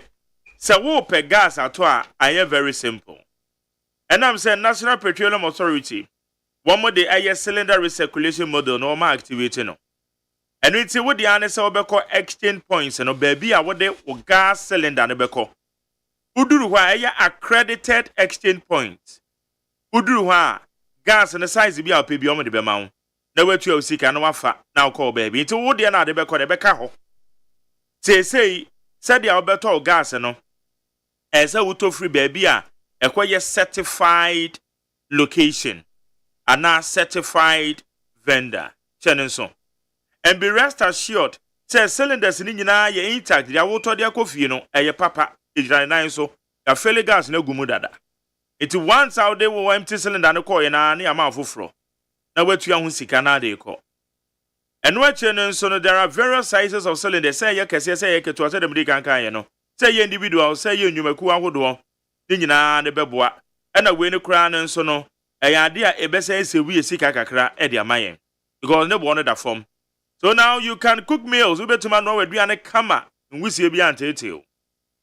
Cylinder recirculation model no for safety of customers because o cylinder na to da bi a na say yo nso won check nhwe enti wo de dada ne kwa no akwa mo no da bi a wo yusu we wie dada ne kwa akwa mo no enti bomoden say enei obepe baby a kwa certified location a ton jaframa egu ne pentuo mu dada jaframa egu ne cylinder mu dada gas cylinder recirculation model no eno common yedi na say kai boy kai say ye National Petroleum Authority woman the Ministry of Energy woman no mo de say kai boy woman de maw eti ne wo koto jaframa na te baby a joint no certified joint a yeton jaframa egu ne to mu dada na ma bibia etimi akoyie e de amaw kwajo mani atrase kwajo memwache mejosuminia na what say otwedi ampon kwa ma daroma me ho e de nyakobo ase ma fritadi aba fritadi aba benden asedan ye de bema obi biara otiba atakrade obetai yewura Dr. Mahmoud Baumi achi abraye lanchi yen manifesto a manifesto a mimi gidi se ebese sanuemam e kire se team na eda so krompo editwam a selfless leadership bold solutions for jobs and businesses nti yebeda organizing team ni nyina ase omana omoda no lady o ekwa akosi yewura yamwa director of administration omunyina they did extremely well omo ye yewura okojo pon kroma miracles abwa Dennis Abuaje then any omo ye ni nyina unia aseda any ede be mo for organizing such a beautiful event. Now is no Western region for mo hosting and from the regional chairman this year a secretary OKT Amwaben the organizer ekwa kwesi ya Josephine women organizer they all did great until the empire ebo and say wa bread manifesto na to famu so no communicators ni nyina be fa book na nyina yetimi akọ grounds yetimi achirechire mu achire Ghana fo nyina say we any suade hunu a yepese yedema Ghana fo we any the yepese yegina so na ye na omunyina atimi ahwe so ato aba e de amayen de nyina yenim ni say manifesto de eka niema bebre manifesto ya de a approval ema okwan ma wodi vision and as when suade hunu edu tudwa manifesto ema a sense of direction and a sense of purpose. Manifesto creates also ema okwan ma wotimi your comparison. Uhu de obeto ye de wa ye any baby a opese odeko. Manifesto creates essence ema yen kwan ye bu akonta e wo de ya ye any de epese ye any de ye nyina no manifesto no mai kwan ye bu ho akonta. Sa na ma we na ye developing manifesto a ye hweso e de developing manifesto. Now share MPP nkrata ya chro ye ya sa niema ya so na ye de chro ye e chese Mark Jerry so share even the highlighted version a yewura Dr. Mahmoud Baumi ade to jana obehu se part 1 no e can what we came to meet in 2016 the beto ye abra ye beto dumso a ye beto se ye assigning a lot of take or pay contracts e wo honom e bo Ghana ka high tariffs. Yebabeto say there were a lot of nuisance taxes.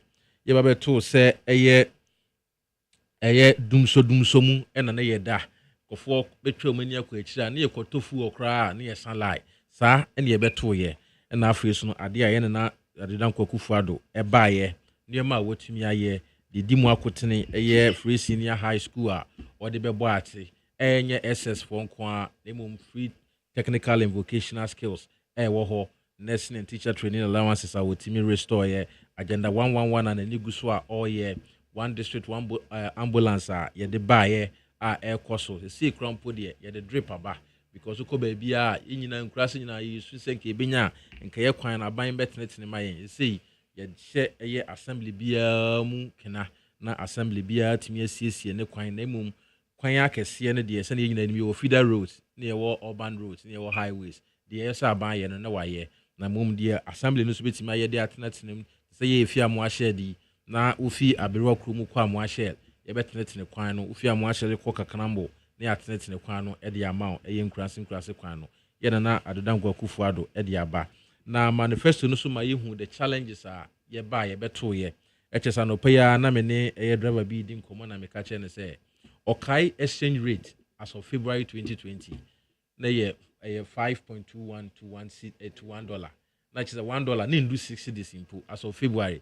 Bibi breach be ne bo wiase ene ma Ghana yen exchange sem no ekọ de wo se ekọ ni nyina no ye de to ye de nyina atodwa ama ya actually the challenges are ye face as a nation na ye wie ye na ye hu ye challenges ni nyina no ya kase so fa ne ma ya ye eni breach be bo wiase e bi kan Ghana na si pese ye kọ ye nima ene ade a ewo se ye no de di kan kra ne se ewo se ye sustain ni expand ye economy ekire se ye buy ye no na economy no na ye around 56 billion USD jamin chade ye timi e de akọ 76 billion e say the 20 billion mua ene de aka economy no ho ye expand economy no until say covid be ba no bi anim ye growth rate the ye boa ye pa ye boa ne say the economy now rebounded in the first quarter of this year no ebekoswa atwaso ene yes anso kire se efi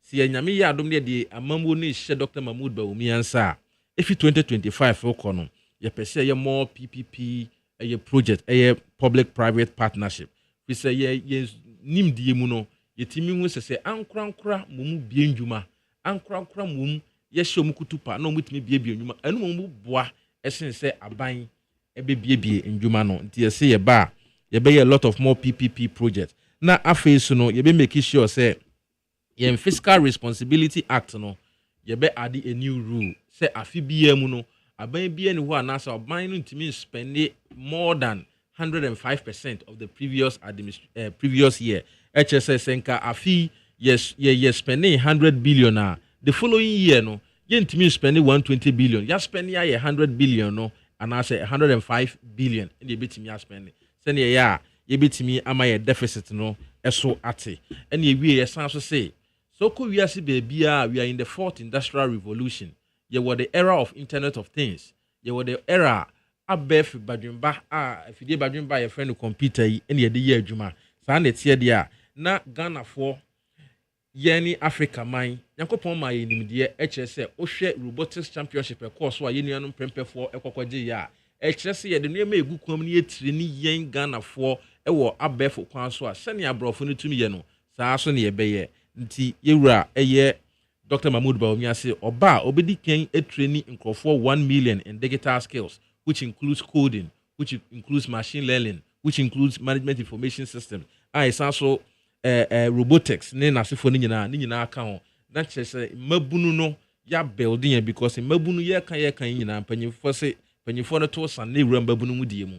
Omani ntimi ntumpon wa bra mabunu no yenhyen yen den say yenko yanim ti o say oba obe training 1 million youth in digital skills already na nkasa no ye na dan kwakufuado ama free senior high school MPP aban free senior high school aye free TVET wo ye the STEM education aba nti wo so san so bad be make sure say robotics any coding e be part of the curricula aye be use e wo senior high school HSE nye economics ni government ni kwa na ebesua na mo ebesua digital skills ne bi e wo school na aboa yen ama ye wo SS because kwa man so bebre na inventions there nkrofo ye na asefo nyina no mabunu no na eye na say wo school ni ade nyina no na yetimi de nuama eba e na osan so say ade esi ani so say yes ye call Ghana ha ba bi obi so obi a o say adwuma o na o say okay say me training nkrofo de a ade ba kwa metimi so aye ama omo a ye be training omo no so adwuma no so timi afa omo ne say wo adwuma bebre mu a sabi omo ntimi amfale omo taxes na want me and file taxes so na ya ma penalties and asensi hu bi wo ho a e wo se wo betua abra wantimi antua woto ama aban wɔse so oba sansi hu na ɛwɔ hɔ no nyinaa no obetwa ne nyinaa gu ɛne ebroni frɛ no tax amnesty program obeyi sansi hu ne nyinaa fi hɔ no wama yɛn clean slate nti sɛ oba ebia wo tax no wantimi antua 2022 ɛne nti nsi hu bia wo sɛ wotua kora wantimi ntua afi bia na ɛkɔsoro binua sɛ wonne ɔmo yɛ nnwuma ne bi di nkɔmɔ a aya na nsi hu ni mpo no ɛkɔkɔsen ɛyɛ ɛboɔ nankasankasa anasɛ toɔ nankasankasa ɛwɔ sɛ omutua no wɔse ɔba obeyi ne nyinaa fi hɔ na oyi saa ne nyinaa fi hɔ adeɛ ɔhwehwɛ anim ne sɛ ɛyɛ adwumawuru anomfoɔ no ebeyi saa sika na anka ɔsɛ ɔmo de brɛ aban no ɔmo de bɛhyɛ ɔmo nnwuma num na ɔmo atrɛtrɛ ɔmo nnwuma num na fa nkrɔfoɔ that is one of the things a ɔse ɔpɛ sɛ ɔyɛ na ɛma ndwuma etumi ba Ghana ɔse owie a ɛwɔ sɛ sɛbio nkrɔfoɔ a ɔmo edi dɛm kakra yɛnuanom a ɔmo edi dɛm ɛyɛ the physically challenged for no ɔse ɔmo so ɛwɔ sɛ ɔmo nya akwanya ɛkɔ ɛyɛ esuapɔn mu university na mprempi no sɛ ɛyɛ ana yɛnuanom a ɔmo edi dɛm no yɛka ana ho kyerɛ kakra wode toto yɛ sɛbio yɛsipi no ho a sɛbi yɛsipi no ho a ana ho kyerɛ kakra ɛwɔ hɔ nti wɔse ɔba a ɔbɛ make sure sɛ ɔmo saa nkrɔfoɔ no nyinaa no ɔmo betumi akɔ ɛyɛ sukupɔn no yɛbɛma ɔmo scholarships na ɔmo akɔ no free na saa nneɛma no nyinaa no readi yɛn big ɛyɛ manifesto na yɛtu mmerɛ a ne yɛkyerɛ sie ɛkyɛ sɛ yɛwɔ institutions bebree ɔmo ma scholarship dada ɛnoa ne sɛ nipa no yɛ physically challenged nko adeɛ a onya anaasɛ ɔyɛ persons with disability nko adeɛ a onya nya admission pɛpɛpɛ he rolls under that program ɛyɛ targeted a yɛbɛtumi ya monitor yɛbɛtumi ya evaluate na make sure sɛ saa nkrɔfoɔ no nyinaa no obiara etimi afa no ntoma pɛfra em say last year in the UCC for etu mu nchine kra wa bro mutimi nya eye a doctor or ye physically blind or sign or ye blind man or sign so ye lecturer at the faculty of law e wo UCC yetimi yesa na eboa na ye boa inclusion ye kase ye ho no so no ye di obia e ka ho na ye fi adomu etimi akwa adomu owi a wo say SME bank or the beba ma ye bodwabodwa no so no yetimi anya loans kakra ho na ye de atre ye de na ade ne ehia say SME bank maslok ho ye dada na enterprise agency on say make kasa na make catch say osi oba opeso increase public private partnership. Maslok is entirely government. If you want it to be very effective, also move utimi edema a private person no to manage it. So that is what we are talking about. Send here enquire say bibia aban yes and ye person ye kono going forward. I was see etimi chichim na ankrankra for so etimi nya bibi na omo ye wo ho because ankrankra ne ya etimi gina ene na next point am me ba koso hs so obehwe infrastructure even ufa Legon for UCC ukodu wa hostels no hamo dia e ya ankrankra ya na sisi hostels yo ene hs se ye empower ankrankra ne so omo nya adwuma na omo betimi ya ye na omo ye so atimamofo ya na omo ne ye beye saa adwuma no ama yakoye nim enti ose oba de opese oye no ena ose se ye biebie nnwuma a untimi miebie nnwuma wa bra eye kane asem enyina ne naso ekye say energy is the health of every nation enti ose kane asem egyina ne naso enti ose so hwe yen kane na opese o introduce 2000 megawatt of solar power edi be yen energy mix num ekye say se ya obehwe a yen power ye use wo Ghana ha no dodo na no yenya fi eye thermal plant mu eye generator for ya ema ye power yi na afeso no eye akosombo ene pon hydro dams na bui hydro dams but se wo you be a what energy ase a obehu se so pese unya a lot of base load we don't depend on thermal for base load you either depend on nuclear and as a hydro and as a coal aye for base load na obehwa na dan kwaku for that romanti yetumi set up the Ghana Nuclear Authority to the aka na se oba obehye mu nchene na afi contractors omo award technology I was see UC see be use the Chinese technology or the American technology or even the Russian technology in building our nuclear plant no yetimi building and increasing in base load na afesu no it's 2000 megawatts na ba na afi decide say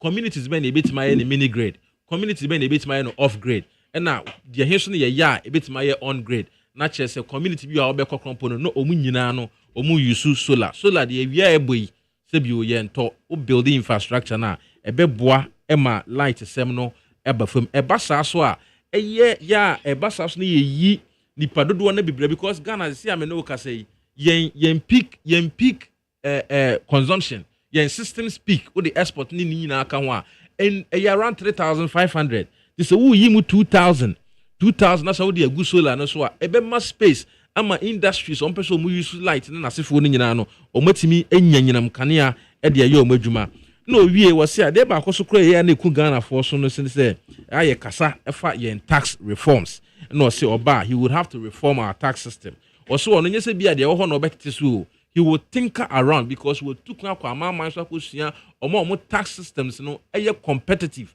and opese odibi eba Ghana ha ye Dr. Mahmoud Bawumia de so gina bia na okasa de o kan say abrochire ebetumi aba Ghana sa abrochire beba Ghana so na gina hyehyeye a ye de beto efam amatimamefo ye nyina ye nya ho mfaso nti o say oba implement a wide range of tax reforms ba ko ne say tax amnesty no de medical kan ho asem and or say obe introduce a ade a yefre no flat tax system a beba na ba beboa en eche say the see so hwe Ghana ye tax a yetua utua indirect tax no na utua direct tax na utua corporate tax na utua way tax or say e simple na ema file no krompo no eye kama ema obi biara se bio ene adwumadwuma ko nyina no ye ho eto ye nto say if you do that it means yes we are it will wipe up the slate a clean slate na ama ye nyina so ye ho atimi atoyen nti so oba flat tax system ne de eye den a o de beba ahanom ena menua ye di nkomo ye kasa nyina no ade nkofo eka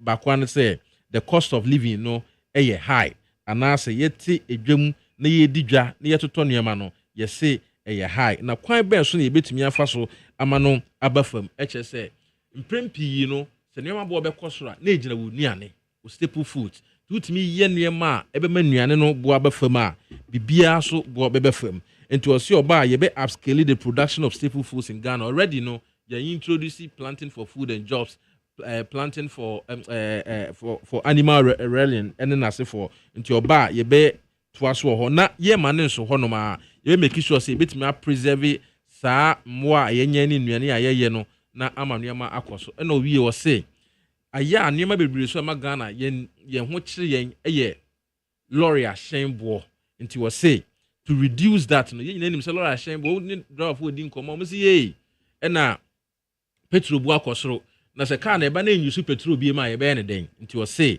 oba obe make sure say be use electronic vehicles for transportation and o share bo krampo say niema o de atutu na kwan mu no se bi nyame to nsupa aguso a wan hwe ye krai ento se yenkoto aba no na 100 of those buses edikan aba o manum me ginidi o yo se ade yo me se o ka obetumi aye afeso no G4O a gold for oil program no ya ye pilot phase kakra na pilot phase ne krompo no from 2023 abi that time no ye hu so mfaso a menua me krompo a metie kra I did a serious studies on the gold for oil my publisher nkofo hwa on be hu the gold for oil the impacts of the gold for oil on oil and currency and na asefo no nyina nti Dr. Mahmoud Bawumia say oba obe afedi obe treat gold for oil num na atumi akonanim menua owie ye no wa mananso ho a o say se sebio kafra che so man ni betumpon a na ye yampomudin so dia na che agenda 111 project yi ono no ye the best person a ye betumi ato abanama no mana tena so na wetumi ato aso eche se so bi be hwe oba na enti se wa wo hwe oba yen ne conceive sa policy no yen ne se yen ne ya start se ye tie o se yen ya na ye tena so ye make sure se ye betumi agesa agenda 111 policy no amana ba besin na aboyen na afeso no ye nyina obi edi ho dance say as far as nurses and doctors a recruitment there obi na obetime MPP aban film it is ya fan crofo pa o se oba obeto aso ama sa na yema nyina no atumi akoso nti menua se me di CP ama aka akira manfo a na me ka akira manfo say Dr. Mahmoud Bawumia the owoma ye nyina ne say he wants to build an asopese or build a modernized economy based on systems na ye nyina ye no ye bia ho ahenhan no e wo man num sebi so fa ye manifesto na kan a ye gitum preko pe say ye ba ye beto nuema ne enye ye sesa no breche bi be bo Ghana ena ma de ma ye kosu ekoso na afi ya tenase na ya dwen ho ne yehu se sei na ya yebekọ nti so obi a opese ohun Dr. Mahmood Bawumia na ni suade hu nyina okobawumia.com a obenya bi na wakenkan na wahu se ye woni yema pa. Now when a summarized version you could tell you na we just the highlight version. A highlights. Ba me we na me metimi I share with you. And here 260 pages. I know no read here even the source of funding, any the strategies, the strategic initiative I see you see in achieving any of the policies no nyina no. It's well stated that you read here on ka say oh ye ka say ye ba be fa tuition fee na confuse dabi. That is not the NPP. Okay. See your party you can yeah. KYK, the Marco about to say, Minya Penny, yes, on. If you go here, also more one more if you other. Yeah, they say there be a minute. Yes. Say, you can cry the youth manifesto crab about thing. And only acquire and UPS auditorium, a man could forbid our campaign, echo revise your note. Yeah. Is it wait? Yeah, we say we can wait there. We say we. I'm a copy. They say I can't watch my email. How they say? They say transformational plan. But it's a could be careful also. Yes, I'm a could be a crowd. I'm a could be a few. Traders Bank, Alliance or Deba, almost as some of the SMU bank. I saw the Traders Bank, Obi saw the Women's Bank, Obi saw the SMU Bank, one day we are young. Minya, answer na Mekoma Samson. Memo Mamitiano. And God said, or your movement for change. Minya, answer na Mekoma Samson. Assembly, you, Micromesium, na, say, and penny for more money call. And I him be a pinity or on my minia, and here, a Dionica Crabeba. And Ra, that's sorry, I pay him say, a man crado, our honomono. Watuno na imo mama krado no so ya mamre mu no busua bi na wo hono no na omo hene no to odi hene wo omo busuam so ya busua na betimi atu no me pese me go into the subject matter no but enura mebunu e wo krum ho security threat yes mebunu e wo krum ho ne krumafo no botwi amo so ne amankrado no ne amankrado na busuafo no so akotwa dwan so mo so matu ohene so wo hu ba bi a esa se free enti de me kan se mesre omoma abotoye mo emra ebio assume youth association ekoni yete emfi aduonu ne akire nie nipa omuye executive from time ayete no mo no gusu executive ekobi ni wa ye na the money constitution ye ni constitution be ni ye wo bi enti me sre me to kra koma debi meeting kra the president meeting kra on frebi me to kra ama eye Jones Phobi wa onipa Jones na ne wo life FM kokko o team of idea so no ye ono kasa na ye founder nkasa ono o founding association no make ton krama of a Jones say mesere no emfri ne enkosi busumi ya wie organizing meeting ye nkoyi executive from ne animu because enkofo bi ntimi fa association ne nya omo agenda no omo fam promote disunity and ne ma enfam puntu enfamre community no your president no life president he is almost about 55 years how do you tell me so be already be 55 years on a youth president. It's Mestre Jones paper na chaw na da roma otie mi anopa mi so otie ni tefam afidie na kwa akire pa asuoma babunu bia otie mi bia ema nani na ho because omo dika tonkra ba say omo so omo twen by next week omo antehwe omo abe organize omo so omo yi omo executive for na say association no they say atimienu and say gu ano no Mestre Jones on frɛ because they say issues are eba abontin here issues of security threat and in your friends national concern yentena say ema niema entoche wansa na ya aba kasa wom Mark me da say they to subio Mark na kwesi ada no e dey no mko no da krade no e dey na info go nkofo ya yeja omkwan December MBB fo yi omko e dey ho Sunday was supposed to be a national day of apology ade SSN ka Sunday ka MPP fo timi kom ko to dwanim no mo sre Ghana fo ye pamo chew yes sre mo madawroma ye pamo chew ensem a ye betwa montro mfi nwotwe atwa mu ebe da mo de tekrema de takra ojem ebe ka kire mo say yesre mo ye betimi ama Ghana asesa me transform Ghana in 18 months mema mo one district one factory one village one dam so apatakra ye mobi one village one dam amana kra ye ntubi amana ye tu no any national cathedral $58.1 million and ye de tu amana ye ba ye corruption adani social intervention e we ya ban mu corruption ye swimming pool ye nyina ye dem ne ye dware bi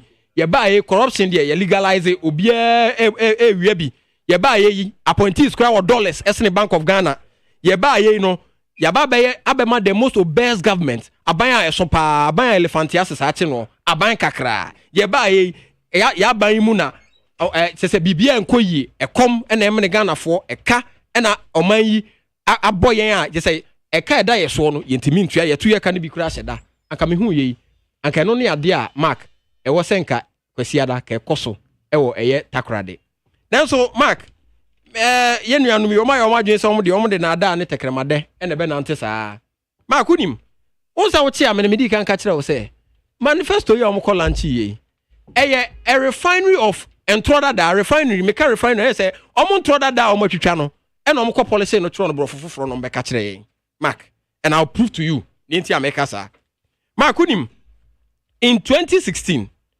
MBB before catcher so ombeti 16 senior high schools in the Zongos 2016 manifesto 16 senior high schools in the Zongos 2024 asan bedroom 8 years down the lane Zongo SHS bako kreni ho ayesi 2024 asan bem so a refinery of omontro dada and omo sign policy no de buy mark ebio o say 2016 omo ka so mbema teacher ni bia o Ghana ha bia no ombem wasi otodan now the salary etua ne kakra housing there be we crowd om ka say ombem tax waiver say we bia wo kraka ba teacher ni udru edru porter no yamo we na reduce we mark 2024 assign a finding it way into the manifesto and throw 2020 era Dr. Muhammad Baumia kujina Cape Coast and or Cape Coast when man or catch up say the people of Cape Coast, I have good news for you. We are building a brand new airport and a landing port at Cape Coast. 4 years. As I say, cry, baby, that any aqua yes, I didn't also. Okay, promise ni we happen now. What you pay pen and mampany and not down for the back. I say, after your tour by we pay, and I say, oh. On the on share Bobiasa, and no kind, nice Dr. Baumia, the class Antrono. 2024, I finding its way into the manifesto. Mark, 2016, Yenyanum catch there, say. But Nanado and Casa one share Bobias. Also on your casa. Oh, there be no can say, Mark. And that's a piece of me. And all can say, also today. Oh, because I don't say a manifesto anymore. But a time or no call, after the time or call on and no many go high, just say, and any fast one. That was the explanation given. Okay, so Mark, it comes to be confirm the fact that Omu Chiro de manifesto 2020. Mene ameno kase omanye, oma sandi abom manifesto. Menyesa. Okay, ebio Mark. In 2016, Omu Kachira say there will be free tertiary education for people with disability, people living with disability. 2024. Asan finding its way into the manifesto 8 years or after 8 years. Ebio, almost you an open university. Open university, no. The first time I met some was in the 2021 State of the Nations address. And they, after 4 years, Asamba omu manifesto mubio. Mark, in 2016, omu kachire so omu beti omu bema ye free bibi application na ye beye for ye friend say yen university application say we your first degree and I say we be say your master's degree program no omo ye say omo be ma obia obeto form back pe na beto no and we now dey apply for all the universities no and I say a centralized admission into ye ko ha just say schools na dey be pick omo ye dey omo pe omo into anytime obeto bia no one application form e say timi fa all the universities 2024 same enti a refinery of old intro omo promises that atwam no and omo refining no and omo san be ka kire no omo wie no and omo san penkrofo omo be copy and omo tachiri omo twen ma Ghana mampani a Ghana fo ani da omo so edi da no so yewra John Dramani Mahama omampani a waye bi da ti brekese a eda so da ye etiri a eda so mi so national project a ono san krofo bi so omo dwunu bi omo ti be pai omo enam na omo penkrofo a da bi obekasa bia na omo copy bia to. Enti President John Dramani Mahama 2020 o make manifesto pledge bi I say obeb training Ghanaian youth 1 million of them in coding and we 2020 manifesto Mark afedie yenuanum yi yenim de ye o matena ban mu o mabɔ 90 minutes abo extra time awie o mantimi anhye go afe na o mo ba be ka kire Ghana for say they are also going to train 1 million Ghanaian youth in coding. Yeah, please, you've had your time. Okasa na mankashe, please. It doesn't help the debate. Afe, almost say yɛwura John Dramani Mahama say e-levy ɛto a mode bɛto Ghana for so Ghana hiafo yɛ sika kakra ɛwɔ yɛ ho mo amamfa dwuma amrɛ yɛn mote tax wɔ baabia mo ba mo de bola tax aba bi tese tax ahodo amaso agu Ghana for so enya asɛm ketwa mo bae am assign the e-levy ne say obi a na obi a on tie mint enyanti e-levy ase a wo sika kakra da phone so na person de bi koma ma me na papa wa akura ase no Dr. Muhammadu Bawumia and the economic management team etre say omo hia sika afiri ho sa tax na omo hia afiri ho nti omo ti e-levy NDC for ye ne emra se bedwafo cassette ya ka say ye mpni e-levy so eti yera John Dramani Mahama for the past 2 years onam nyina na small kan say oba obetwa e-levy mu na anu ya da sorry ya Dr. Bawumia so obetwam na Dr. Bawumia ya o e na omo san kofa betting tax cha tax e de beto Ghana mabunu so cha tax e na yera John Dramani Mahama say oh say adwuma ni ho awon kire ba enti Ghana mabunu no taxi how into obey sa 10% betting tax here free. Yeah, that's sorry, Dr. Bawumia so no so better betting tax and I find it way into their manifesto. Now Mark, Dr. Bawumia behave to say obi asebi dunsi ni bi asebi oni edro betimi dia kan ya afo ama ya afo ne ho ato no. Na mom ya afo ni wuyi dia wase me wadura metimi dia nyane no. Situation ayo mu sesi anu no. Muhammadu Bawumia e kwatire say ono owa aban wo ka ho. Una oye na matu gentleman. Utimi jina simple so bon ho asafo hene. Eta ote ho say I have done this, I have done that, I have done this, I have done that. Nemu mark. Enema yi a ekoso wo man mu aho kire ekom ohia buburo na abeka Ghana fo sese sika ni botomu. Mark. Krom ha dwendwen ene amane ne awreho wo krom hanti. Mark yeda yen so alam. One kasa problem ebenya ne wo because ade betia na to ne adwendwen die na medie. Then I'm in mampo bedie. Bread and butter issues are killing Ghanaian people. Dr. Bawumia jina simple so and a digitalization and a honey. Meanwhile, he is running away from the real issues on the ground. Mark, ne we ask me who say yen no man people for you know. Omo ho atom. Omo didi ame. Ade appointees ni bi omo dollars kra saying Bank of Ghana. Omo ho atom to the extent said the problems that we are facing as a people omo face bi. Ahotre nkwada na aida ye so no omu Filibi hita Ghana mabunu ye komu no Filibi yera Muhammadu Bawumia ati wo ka kire ye se nanu ya onam o se o mabreso yi no electricity ebo akosoro pa eti no nyame boa na se ono oba aban mu a obema electricity bo akofom na why na wa aban mu electricity akosoro enye yera Dr. Muhammadu Bawumia ya ono wa aban mu a wama electricity bo akosoro Miko kan ba kubi so so say obe reduce import duties ewo your friend say port na owie so I sign the Togo port duties and comparison. Can you imagine this? Who are buying mu import duty no na ma akosoro sebe car bit is Toyota vet can no one na Toyota vet impo ne even Kia morning na nu 10,000 Ghana no be mpe as of 2015-2016, Kia money ne 10,000 Ghana. Me waka bia na me use Hyundai Atos. Me turn 2014, June 2014. Home use tier rubber me turn 70 million, 7,000 Ghana. Atos. Enu bi na name mo ane de ye friend say Uber ni boat yi. Ni capacity 1.2. Enne bisa ho say ukọ abonten na akoto sa aka na yesen. Na nya ka ne bo na wosoro.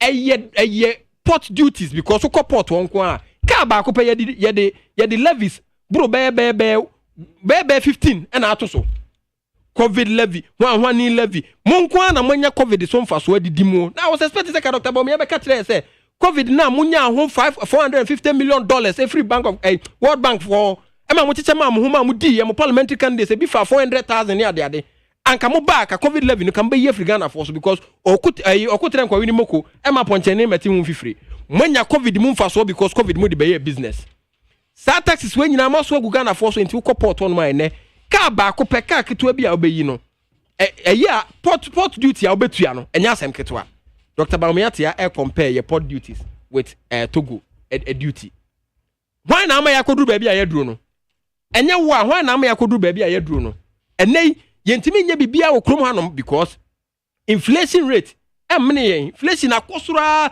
to the sense that in the history of this country akwakodu 54%.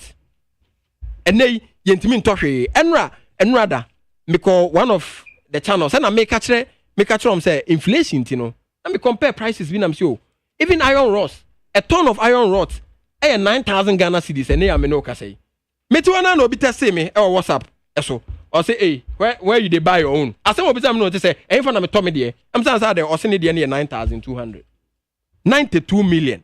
So what I say, enti adentina, SSA Dr. Baumia, ono a wodi yakwakoto ha no amanie mu oni na adan kwakufo do wodi yakoto gotem omo di yakose ba bia ye sei ahokire ye wo mu omnom de aba ye so because of reckless borrowing, because of unnecessary expenditure, sikadie chop corruption adokro ye nti sese ne sebe o depo adokro bi no adentina sese ye trase ma sa nipa we ya san twa no san de beda no dua broni ebe ni ho si nchen ba bia ye wo sese mark wan de yakoho enye omnom de yakoho wo be fa $1 $1 to a cedi 4 cedi 20 pesos and then $1 at 17 cedis. Ope say yemo yensem emao. Onama oye campaign nyina no. Wanka bibia o over 70% of speech oma nyina no was around digitalization. Corruption enwa sem okan e 2%.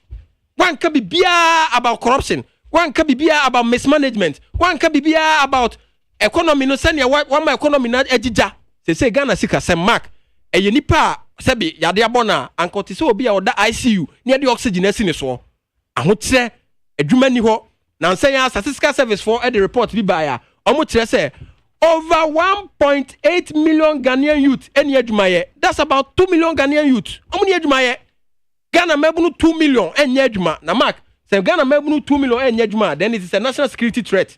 E yade a ehu pa isan se ebema crime rate ayeden akosoro na niema ebeba amagana mabunu ehu atom no manya bibia ye no eno so na yenuanumi omo ya no mo prevent it. Entimak asema ekọ so wo takrade eye kwasia de twa mu ide sebio kiss up concert party e China no sebio nkofo ne babobo kala mo no omo srasra omanim.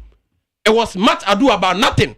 One man koye hwe wo ho wey manifesto enie asemu di en wa grobi mark more than about so Saturday. Memene there bay Ghanaians should respect the true and proper manifesto.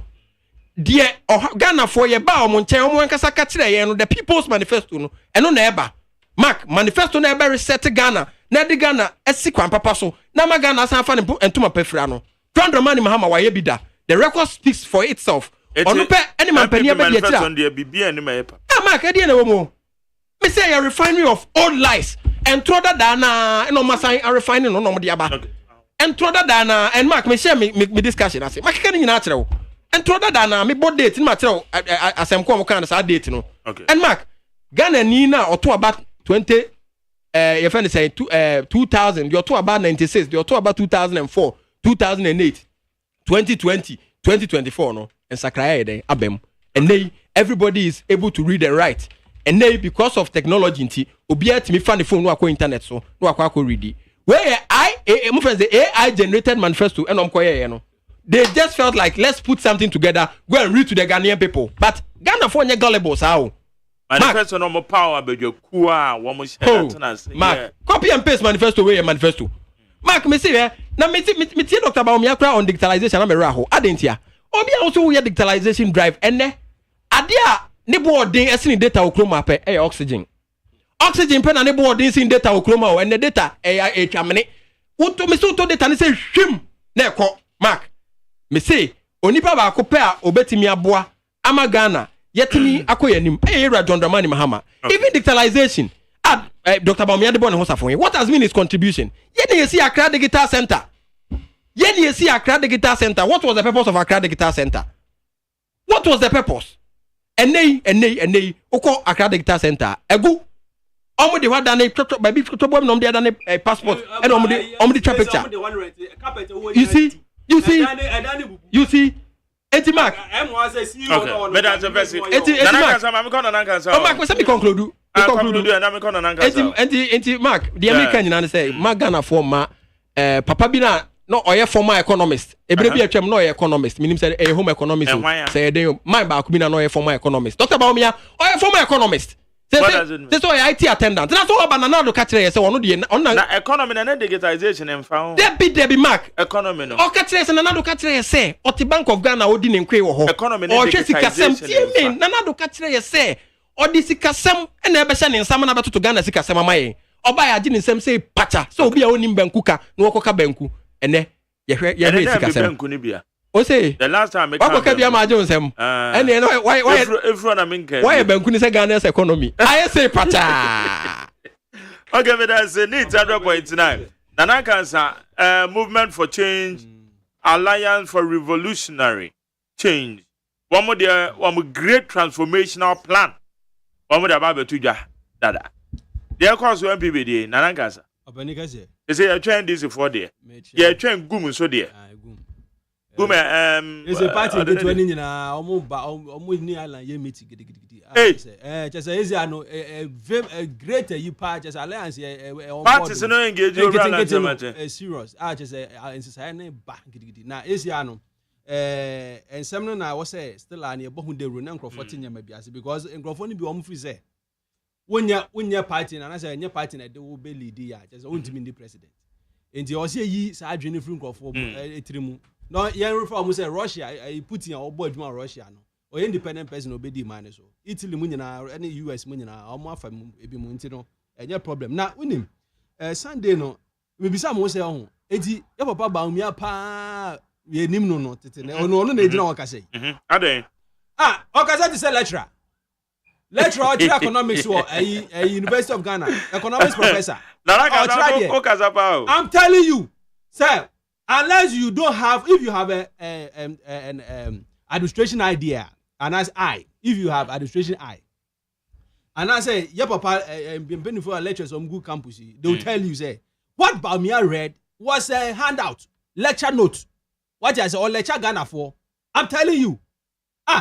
Now say, yeah, the call woman, yeah, they call typical business administration. Are you trying to tell me that the realization, no, or no can, I'm not canon. They be fast or raise taxes no and they be provide jobs am I Ghana youth nana you tell somebody should tell me and you have to be serious in this country digitalization no yeah and no the basis for the economic change or revolution digitalization no yeah a friend enhancer economic tool a tool ye digital so I den ma ye ho hen yen akwati se ka aye fa de ko adwuma na ye fa de ko baby no and then any asem no but the tell said the other befa car no sika no and then here because you sika na say untimi mfa car no a car no betwam untimi mfuru bi the economy is the sika na asem na ye ka no those days obejina platform so ebo mahamachi and a dollar and if the fundamentals are weak the exchange rate will expose you okay kan sanyama we nyina ene eke nim say Dr. Bamia obaye nka dollar na nam 10 cedi 11 cedi 8 cedi ene ye nam 17 cedi 16 cedi eti sa fundamentals on one na ka no enu nie obejina my lecture notes e ka chem say digitalization na e de adwuma ba digitalization na it say ka wo fa e de akwa adwuma it's a tool so it's a tool a e be boye am etimi aden agada information na boabo na etimi aye yenwuma na discover yen enye no na be enye no na be produce sika ma yen because one in some of them nyina no me teacher mu miensa pe or tackle jobs and or better tackle digitalization and or better cost of living now hwemu a in some of them nyina no say ko tse so me no ka so tena se pa no go over or reflecting some of them nyina minim de ono anga so te obedwina fa ho entropa any de yantimi nye we family and friends and or hwe so beba beto aso entro no ye den na some of them nyina mu de na feasible emu de na tangible mama ka sem kire hwe now o great transformational plan no be catch us say e bi enu ye tangible mama kire wa de kasa great transformational plan na tangible then na ye feasible ya papa de buy no ya papa land na ka ho asem no and then your reality and practical solutions to our problem okay and about me so no solution to our problem na digitalization and I me kire say digitalization e share economy ni mu. But the point is, economy say depending in this car, you can't work on digitalization. Omo buy a credit center, na enu say kai ube kona computers go training course ye training your youth no almost go eduma. Why dan to this wo. Omo dey rent offices as companies or be rent. And a horse in the omo carpet mu nyina duru. E dan na pro. Passport office na one chair one anka yes premium and go head why. What is so baller them. me I'm want to say that the CEO no ho no kran de oye ye tua ne ka correct the kind of setup e wo ho e de omo tete omo kire Accra Digital Center. go there man go for no go here capture omo go here sorry what you say are to toilet facilities or the bridge o nyina bubu me say etiefo nko digital center omo go here de hwaye ya wo kan me amira hwaye me say mo ko omo toilet ayi ni nyina water closet nyina bubu what you say and I want to say there is a CEO there ah ohwe ho are we serious in this country sure your friend is saying gold for forest and na bamia kan wasem so say dollar na e kosoro no strategy or dey say we are going to use gold for forest now or kan wasem no etie for enam ko read the paper daily guide the new crusading guide eno IMF for say omo nje sa deal ni ntum because dollar no na omo pe it say na etie for omo prepare say dollar na e be ko 20 Ghana yeah professors are omia finance gurus no omo patch say according to research no do December next year na dollar nam 20 cedis and 25 cedis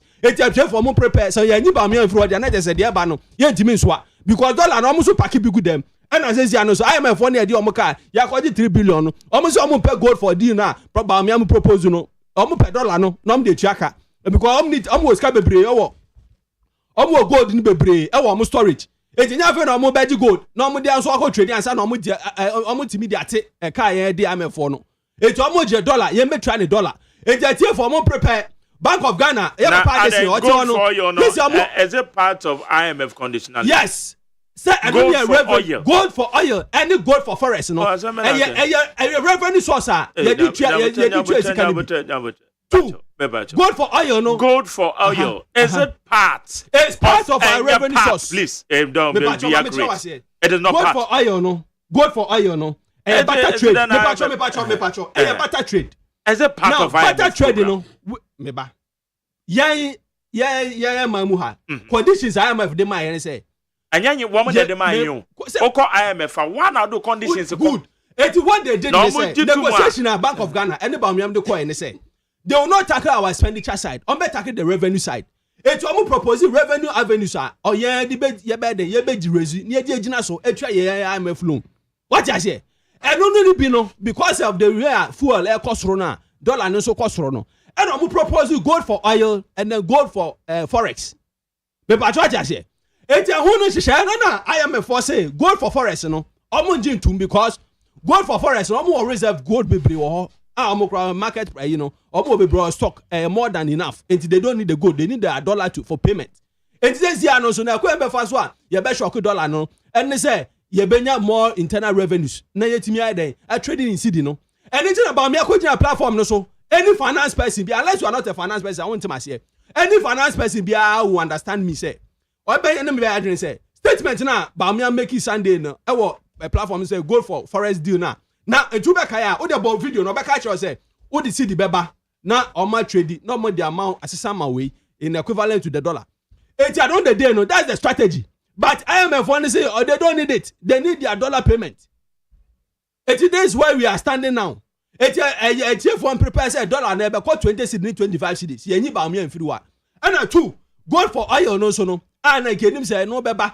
ama ye fuel price akofom no this year no so no I don't know cry this year am no ka say engosi aga because petrol ni nam 50 cedi 60 cedi this year o person top petrol ni you mu grade o person to grade 1 now you are talking about 20 Ghana cedis it is the problem ye gina mu no there is no solution anywhere not until say ye ready say ye be jai import no there na che say ye be koso ama ye dollar no akoye problem etini na Ghana for expect say ba me abegina ho no be kan nyama miensa inflation no one kan dollar problem no na fe no wahwe trade and export because trade and export no ye hwe say e ho no na e be ma trade no import no e be ba form ni atete port duty so because atete port duty so anyama bebre be fa port ama trade akosoro trade volumes no akosoro e no be gina obeto to papa so yo enu dan chen a o ko ka kire say o pese ye tete we no Togo ye gi Togo charges ni bi na Togo for no amoti ho no omo de omo nipa they reason they think and then I idea won da also be unti from expenses capability say no last year na ka ya tete benchmark values no nka mo ya ho adwuma na ye port na ye wa ha no enyama ya fine ye jadi for say am de nyama for Togo After who said go for the nyama go for Togo. After no be jina say me be the president I met it enyama zo e wo port so. Na there who nim say who say sebe. What dream who say enyama nko yenti. Mo ye ho adwuma sese. Yeah, to mo once and I kwase be nonsense and adwin. And as office say Jimmy to say say na ya wana family and friends na mu diko mu dem ho atom na ye ho kire. It doesn't work that way. Every reasonable and country am pay change, you know. You when things are going wrong, they'll tell you in the face, Master, you are doing wrong things.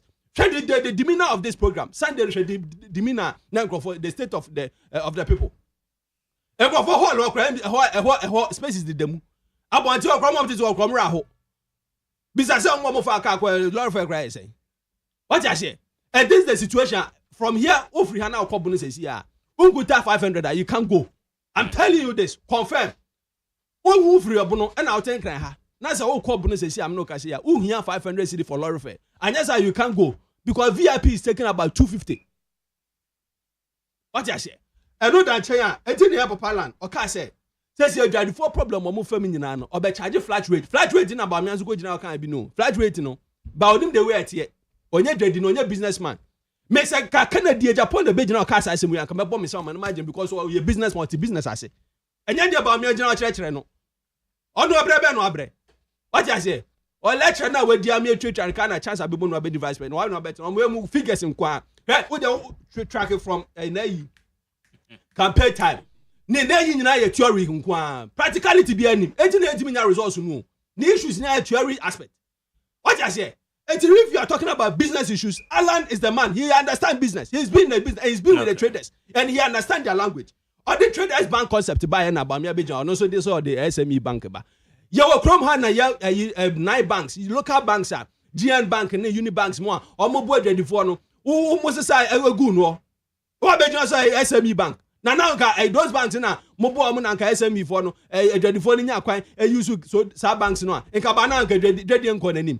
Say universal banks on market, say international banks on market. Who ko pay loan ho no man, aka just say kofa a dime a paper bra. Kofa a cap papers bra. Kofa inside. Now sometimes one thing just say, so what I say what kaswani amasam no ka just say all the omumpe because price no form. Omumpe cantonment in Labadi ni East Legon. Any Laboni. Na nipa say na what down or Labadi ni East Legon. Okay. What I say? It is the kind of situation. It is no ultimate bank loan.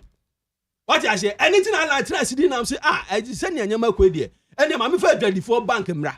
Now who about the Sunday Abejan say mention the SME 24 and no be so be at the bank. What I say? Now na be say e ka say yeah the women's bank 24 one. But me am doing not na do doing the traders bank. What doing 24 one? E ka 9 banks na ye kromo afọ dia. Omo bo 24 mo omo soft loan. Nka yangu no.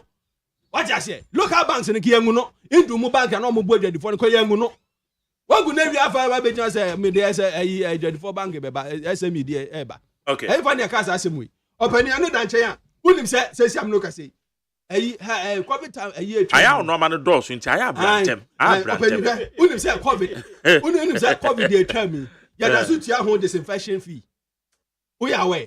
Have uko health service wa. Ya da so tia ho disinfection fee. Yeah, e da ye tax so ye tua. Ansa na ba COVID levy na e no da ye petrol isu. Eti bisa say enti sanyama we nye yifri so anti enye ya na. Okay. What I say? Afa na be ka che say wo yan tuma na be sanyama we nyina firi wo.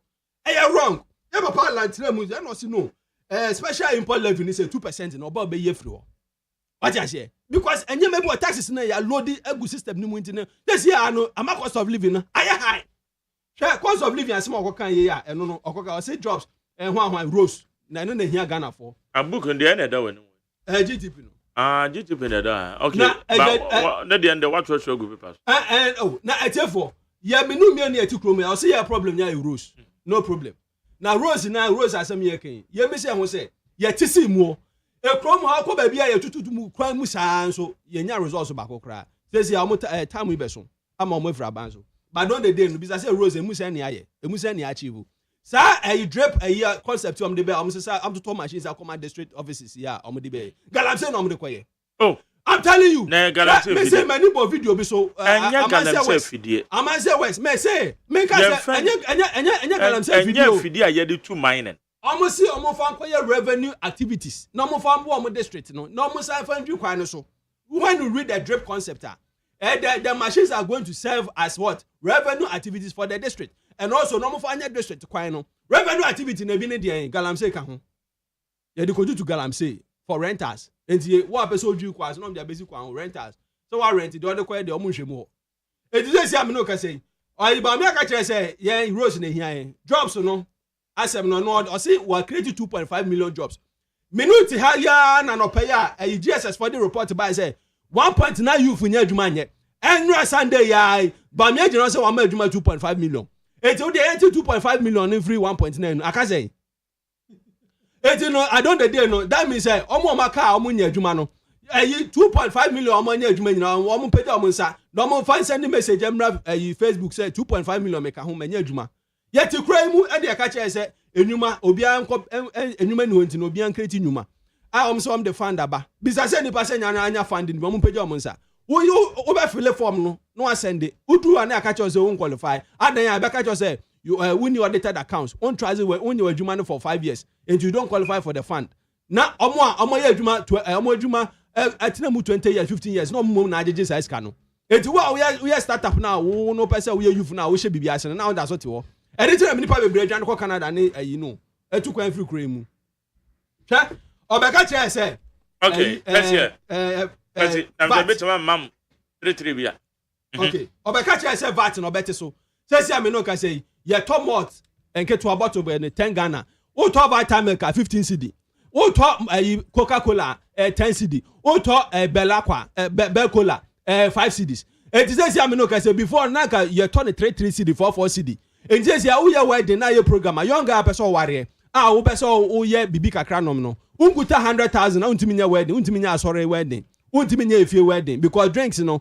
o to 10 packs in kwan you are looking at 50,000 it is say am no ka say you for o person ware you say o madro nyina ka yem o da wo de wo saa o girlfriend kra ba untimi nya money scam faka e say uber ofa uber because o so be so ekon enti girlfriend no be sra no be so ekon baby enti ono kwa transportation 100 Ghana utra nya na so te abri ne oyibidia na say waboka 500 Ghana waboka no be small say kofa o opani na wa ni ye didi okafo didi obi asuma okafo didi opani it's a serious issue that down okay that's it okay yes there why NDC youth manifesto if I show it my kind first policy on person omo ye no youth entrepreneurship skills development kind almost say debate no person omo ye I say develop a comprehensive credit system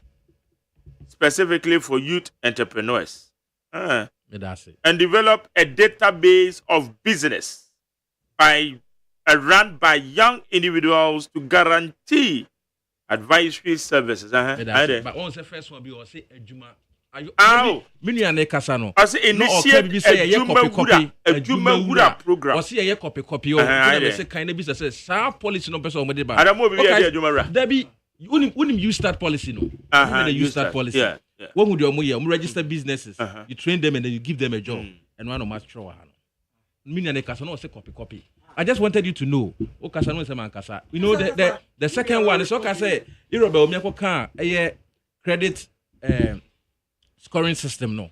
Oma no monti asia. You know what they said? Almost say engagement. Also my small girl no into their youth manifesto. That's the thing. Ubi a million kasa bibi no catch them say or back no so kasa no say IMF for say storing gold $8. I don't know. Let me take the open as once I just sent you because I'm a researcher and I'm into oil. I just sent you a research I did. We say obet me actually obet my cameraman for what I said. But we need the strongest currency in the world. Senior Bajo Mamuridi just IMF see Manuel said Manuel. We need the strongest currency in the world. The strongest currency in the world is a Kuwaiti dinar, which was introduced in 1960. Kuwaiti dinar. That is the strongest currency in the world. If you are a Bahraini dinar, Omani Rial, Canadian dinar, British pound sterling a 5, Euro a 7, Swiss franc a 8, and send a US dollar and a Canadian dollar a 10. Wouldn't be strong no. Those currencies are backed by gold. Kuwaiti dinar is gold. So who you'll be a what economists are say now your finance person. Obehu said the best way to hedge your currency is in gold, because gold at every time in every point in time biano is demanded. So all strong currencies omu delay in gold. Now Bank of Ghana for gold purchasing program no mo de buy no.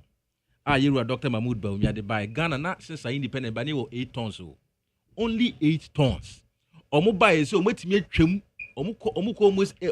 almost 90 tons just within 3 years. Unim say sa we say no reserve no kwa yetimi nyaa no and na yetimi akushi Ghana we say yakasa say your import cover of about 3.4 months. Unim di ntia etimi can is in the reserve, is in the good, which is over $5 billion. The IMF issue they had and they say Bank of Ghana should not be directly involved in the second phase of the gold purchasing program, which is the gold for oil program. And the component, some of us have different views because they espouse a different theory and we equally espousing a different theory. That is what the IMF is saying. IMF say beya government ain't first gold for oil no on farm commercial banks no omonye. Na mini ane kasa na o aya enye fair so bektana na o kasa obo companies bidin. Ba mini o kai say MTN Ghana. Omni Nigerian bank, Nigerian government. No, from 2020 they were in a serious tussle adentia because they wanted to move their money, their currency. Almost some use Nigerian in most of them we say in naira. Naira so how many beje naira no. Na koye chumamintwe ewo ho. The gold purchasing program now Bank of Ghana they buy is simple. You buy and trade in cedis. That is the whole thing. Now so you be a what full calculations as here. Ebe catch us says all the full if you manone na so what they buy a man right from shipping up to so you pay in dollars. However, your core pump near kwakota, you turn in cedis, sa conversion ne wo ho no. And then na almost all the time at the pressure at the toe your local currency. So the goal for oil program primarily is to remove that conversion from there so that we have a common commodity because both gold and oil are international reserve. And this is not the first time you introduce gold for oil, perhaps in Ghana, but this thing has been there since 1960. It's time I started seeing oil issue until say for me OECD in 1980s. It has always been there. To do baby now currency ni kofem na ahochire wo ho a then you opt for a good policy a etikasia da eso daye Dr. Mahmoud Bawumia adwen ho no hu se betimi aboa Ghana e na ode aba unim bibi unim say unim the agency in Ghana the agency in Ghana in charge of energy commission me sending we be on energy commission for because over energy you calculating in kilowatt cents energy the energy be and energy yeah calculations and that's payment to even the IPPs in cedis everything is in dollars you calculating in cents and so they are 2016 na Ghana yen kilowatts per hour 0.21 cents 2023 0.12 cents difference of 10 cents so being better hanoma they are not studying the data. They are not looking at what is on the ground. Na propaganda na yentungum. Yet the catch Ghana for the say. Sabi Akufo-Addo kase Ghana here heaven. And I say we Dr. Bawumia kase ama Ghana here heaven. The catch man for nyina say. Ye acknowledge the difficulty ya yewum. Na man for nyina di adanse say even until 2022 February. Na dollar 5 cedis 5.21 cedis. Na dollar 5.21 cedis. Na endu baby a breach bi na be bo wiase e na ho nsunsuaso e ka Ghana sa breach na e bo wiase no e ma Britain from 2020 till now almost prime ministers 4 David Cameron ko Louis Truss ko we say the okonansia Indian guy no young prime minister ya okay me and referee ansana I says stammer eba so what you say the management of COVID in the Trump losing the elections. Now winning be Ghana have renew Nana Dankwa Akufo-Addo mandate because of your president our born home body power. Ofafi 1992 Edeba President Biaba based on his record. Your man another term. Your man another term. Jerry John Rawlings your man another term. Your man 96 or we need or year 2000. John Ajekum Kufo, your man another term. What you say? Nana Adedankwa Akufo-Addo. Nana Adedankwa Akufo-Addo. ye man the tape nipa ya man the tape John Dramani Mahama because na ne mo bomko anim the semenu no our fee Great Alliance Alan when I had wanted to read Alan's speech I broke Koshia Berger embassy na kapesa me kind speech composition Koshia 9 July 2022 all case Ghana's woes is because of COVID and Russian-Ukraine war so ni nkofo mu di na chi nyina no from 2022 when that time Tama air cabinet minister no Tama Alan air cabinet minister ne there Alan Tama any time now so Tama Pato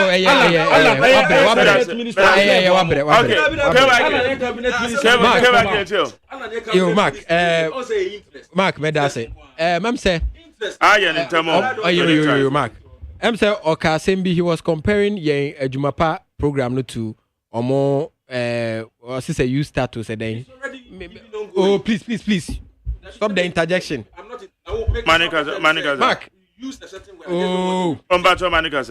Mark unim adwumapa program no we are talking about the fact that we are going to give young Ghanaian entrepreneurs obi obetimi atron a proposal anipa 10,000 we will nurture 10,000 businesses ye be monitor ya mom financial support sebe omuso betimi recruit Ghanaian youth enti me am free achemesuoma adwuma ye wo hwa ya be ho adwuma no betimi the proposal ye akono eba ye mama miska ama me dey set up ABI production plant e kedi ana assume na ma yengo na bia ma package ni export ye export ya hun say the more export so ni enya foreign exchange earning na ma ye cedi no so na ho ode no mo ayeden ayedu Mark eno de ma me fanto we say ye credit scoring bi ho asem ne ade credit scoring de some credit scoring any man some mo bechiche mobile phone 1 cedi 2 cedi bosumi bia we a policy Mark de pese e kama Ghana phone nyina ati ase say Dr. Baumia nam na bold solutions why not oji bold solutions free ohunfo ho Dr. Baumia ye ohunfo ohunfo because also on ye mate onam nyina de bi also ye mate na mate also on won timi kan che driver say stop bus ne kwahwe ase cross won timi kan obi ti bus nim kra no so obesi also won timi kan che mesi ono ne ho ne yakwaji bold solutions free Mark bold solutions ne wo hemfa e-levy anka wo say bold solutions na ka e-levy ya ne ya kwatwam because wo kan obi nam de e-levy aba Mark o say bold solutions nka bold solutions na kwa ka che say betting tax o chena munya ite bold solutions ka ho asemi na ka port duties na wa ma no akwakodru soro na vet na e to 12,000 in 15,000 in 2016 na 90,000 no na nka say port duties ni yetwam mo the levies more than 15 and ato duties so e port bibia ube klebia port bia no there's a levy COVID levy ni ade nyina yeden eda so bi bola tax ni nyina ekeka ho Mark anka bold solutions wo si metwam bold solutions na kwa ka kire say anka wo ba ka wo me yemfa Ghana sika $58.1 million entu amna donko ewo enkran say wo di kosi National Cathedral bold solutions na kwa ka say corruption ti anka wo ma yemfa sika kichiri die M1 no say ye de kwa kra spare parts e de aba repair ambulances sika na ye de crash spare parts no edo so say de to ambulance no both solutions no na kwa ka kire say $12 million na ekotu Palugu wa ukrom for Palugu for dam e be boom no matimi ya Greek o ma ye so change yom e ma ye to $12 million obre kwa ye fa asokra mo fom e wo ho both solutions na kwa ka kire say this is how you fight corruption both solutions na kwa ka kire say PDS wo uko change agreement and as a condition precedent and woman who change in the condition subsequent anka ubebe kisi say anka both solutions intino anka PDS yebe yi PDS ayeden PDS dwumadie no ka be ma yachi omo no mudimu entity mai both solutions intino nanka yo ba ye no ka be ka kire say corruption adokro wa ban yi corruption ama oman yi etimi ekonachi corruption ama eka da ye so anya asem keto ano anka be me yi corruption afiri o both solutions inti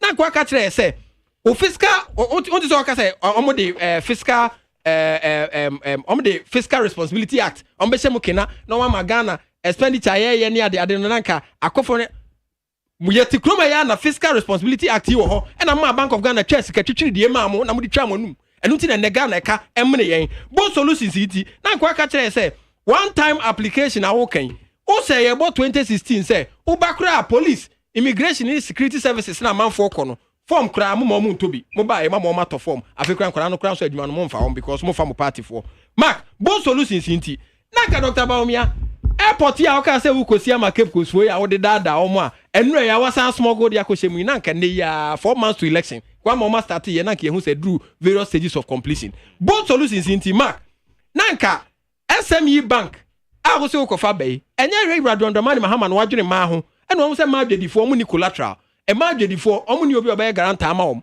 ena o say what the Women's Development Bank eba say be ye bebo ma no matimi ama om loans a omo de group surety ni ade na be om ho edin anaso omo bedi om ho akaginamu no matimi de ama om bosia aka kofa SME bank ya ba be ye den copy both solutions inti nanka 2016 na wugina simpie so ka kire ye say teachers are suffering, nurses are suffering, hwani are suffering, drivers are suffering, Mark Jerry is suffering, Miakasa Mitiakra, I'm suffering, Ghana for nyina are suffering, nankenne. What me agina Ghana for in both solutions inti was the Ghana for me pamocho. Yes, Remo.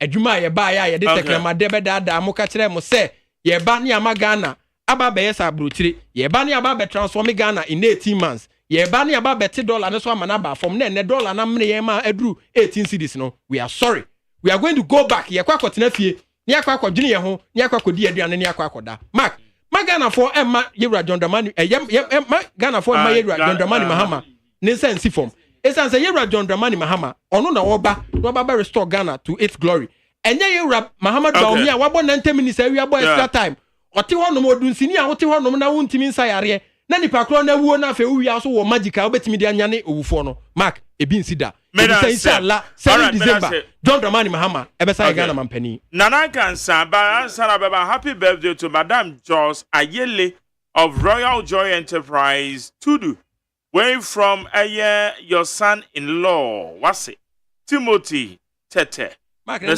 Sylvia Tete ni aye Grace and Queen and the entire family of TT Brothers on show, Madam Jos Ayele of Royal Joy Enterprise. To do happy birthday. Why? Birthday. What does send him, Anna? And they will say, what does send him? Yes, I know their crown. Check here. What's I know? As I can do, I make us share. Must send him birthday. Okay, and what do you feel watching? Hey, are your guest born? My first born. Now, also semi-cry. Penanimie. Oh, auntie, and then I would have. And then I would have. They didn't boy. Nana Kwame Crunchy, your boy. I feel a man. Oh, okay. Nana Kwame Crunchy, your boy, some grammar reply. It's good idea, Bema. School bell. Oh, just would you have your crowd, Casa Omote? Can you so hard on you?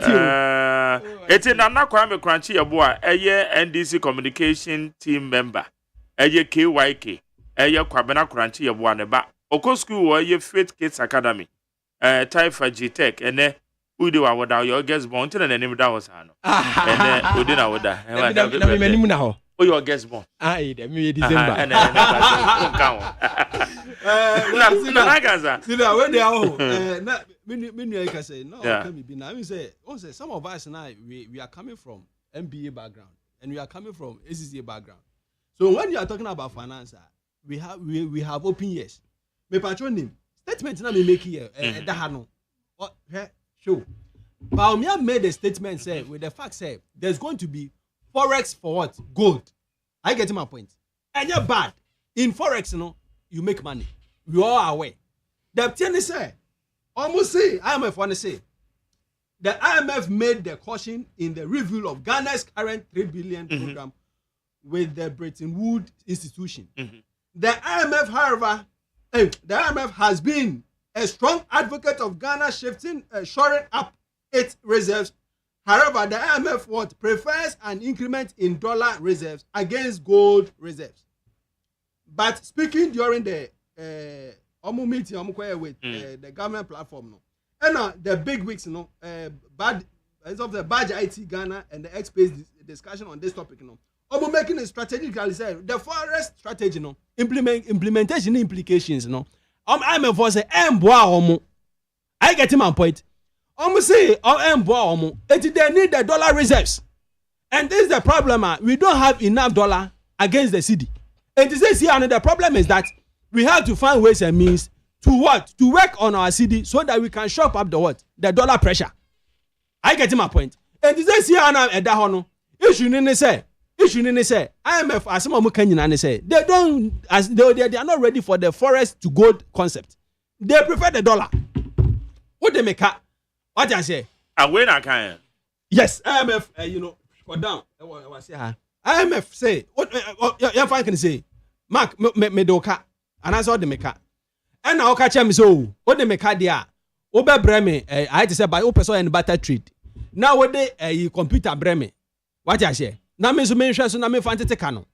And no maka just say me so me yes kai identity. I don't need a computer because computer me jef na me koto ansa na me dey aden. Me dey ateka no. Be say e waste me time. And story prayer. No say because the IMF can questionable because see IMF read the here. And so the forex for the gold is questionable. And na Jackson try make a comment no. And a statement now IMF on so what can they say? They also believe in the dollar reserve and yes gold no. It would about me the gold IMF Kano as a source of revenue target no. And yet bad. That IMF for how many time I'm got ton gold no because some gold reserve be breeder that. It how many time I'm beton gold be at the Kano. It's here for dollar mra. It will read it today so you understand what is happening. What I say? The forest deal is not a bad idea, but the point is that IMF so munjintum. E ko munjitum dey any problem. Oh, it's a problem down and answer now ba. You enti na papa lan say. E dwedie ni side ni yan hwe ho ni ama industries ni no so. Na your VAT system na ama lesia no ukoton san e VAT da so e chenkuri e chen lesia no say say ohwemu a INHF ne get fund levies na e da VAT so. Enti your papa lan say obeyi sanya money for na VAT na den aba form. Na nipa ho ato no because lesia ukoto ade keto bi a VAT da so okra no na ama abu abam. Eno dan chen a wo hwe the way a within ECOWAS trade tax out dida so o se ko fanya mafri Nigeria borders no nkra won tua taxes kra be 10 now ba on fa so be san de ato so ezi o balance is ade no so yen hwe na de twabu kra say papa ba mien se mo be kan nya oni timelines ba ko kra nti ho no kra to tell you say etiefo entronkwa no be o ka no o keka mo o the power man the power man wi a o no be kira say no any time. Okay. Because timelines back over anyhow. But we are serious with Ghanaians. You should give us time. Ejide papa my time.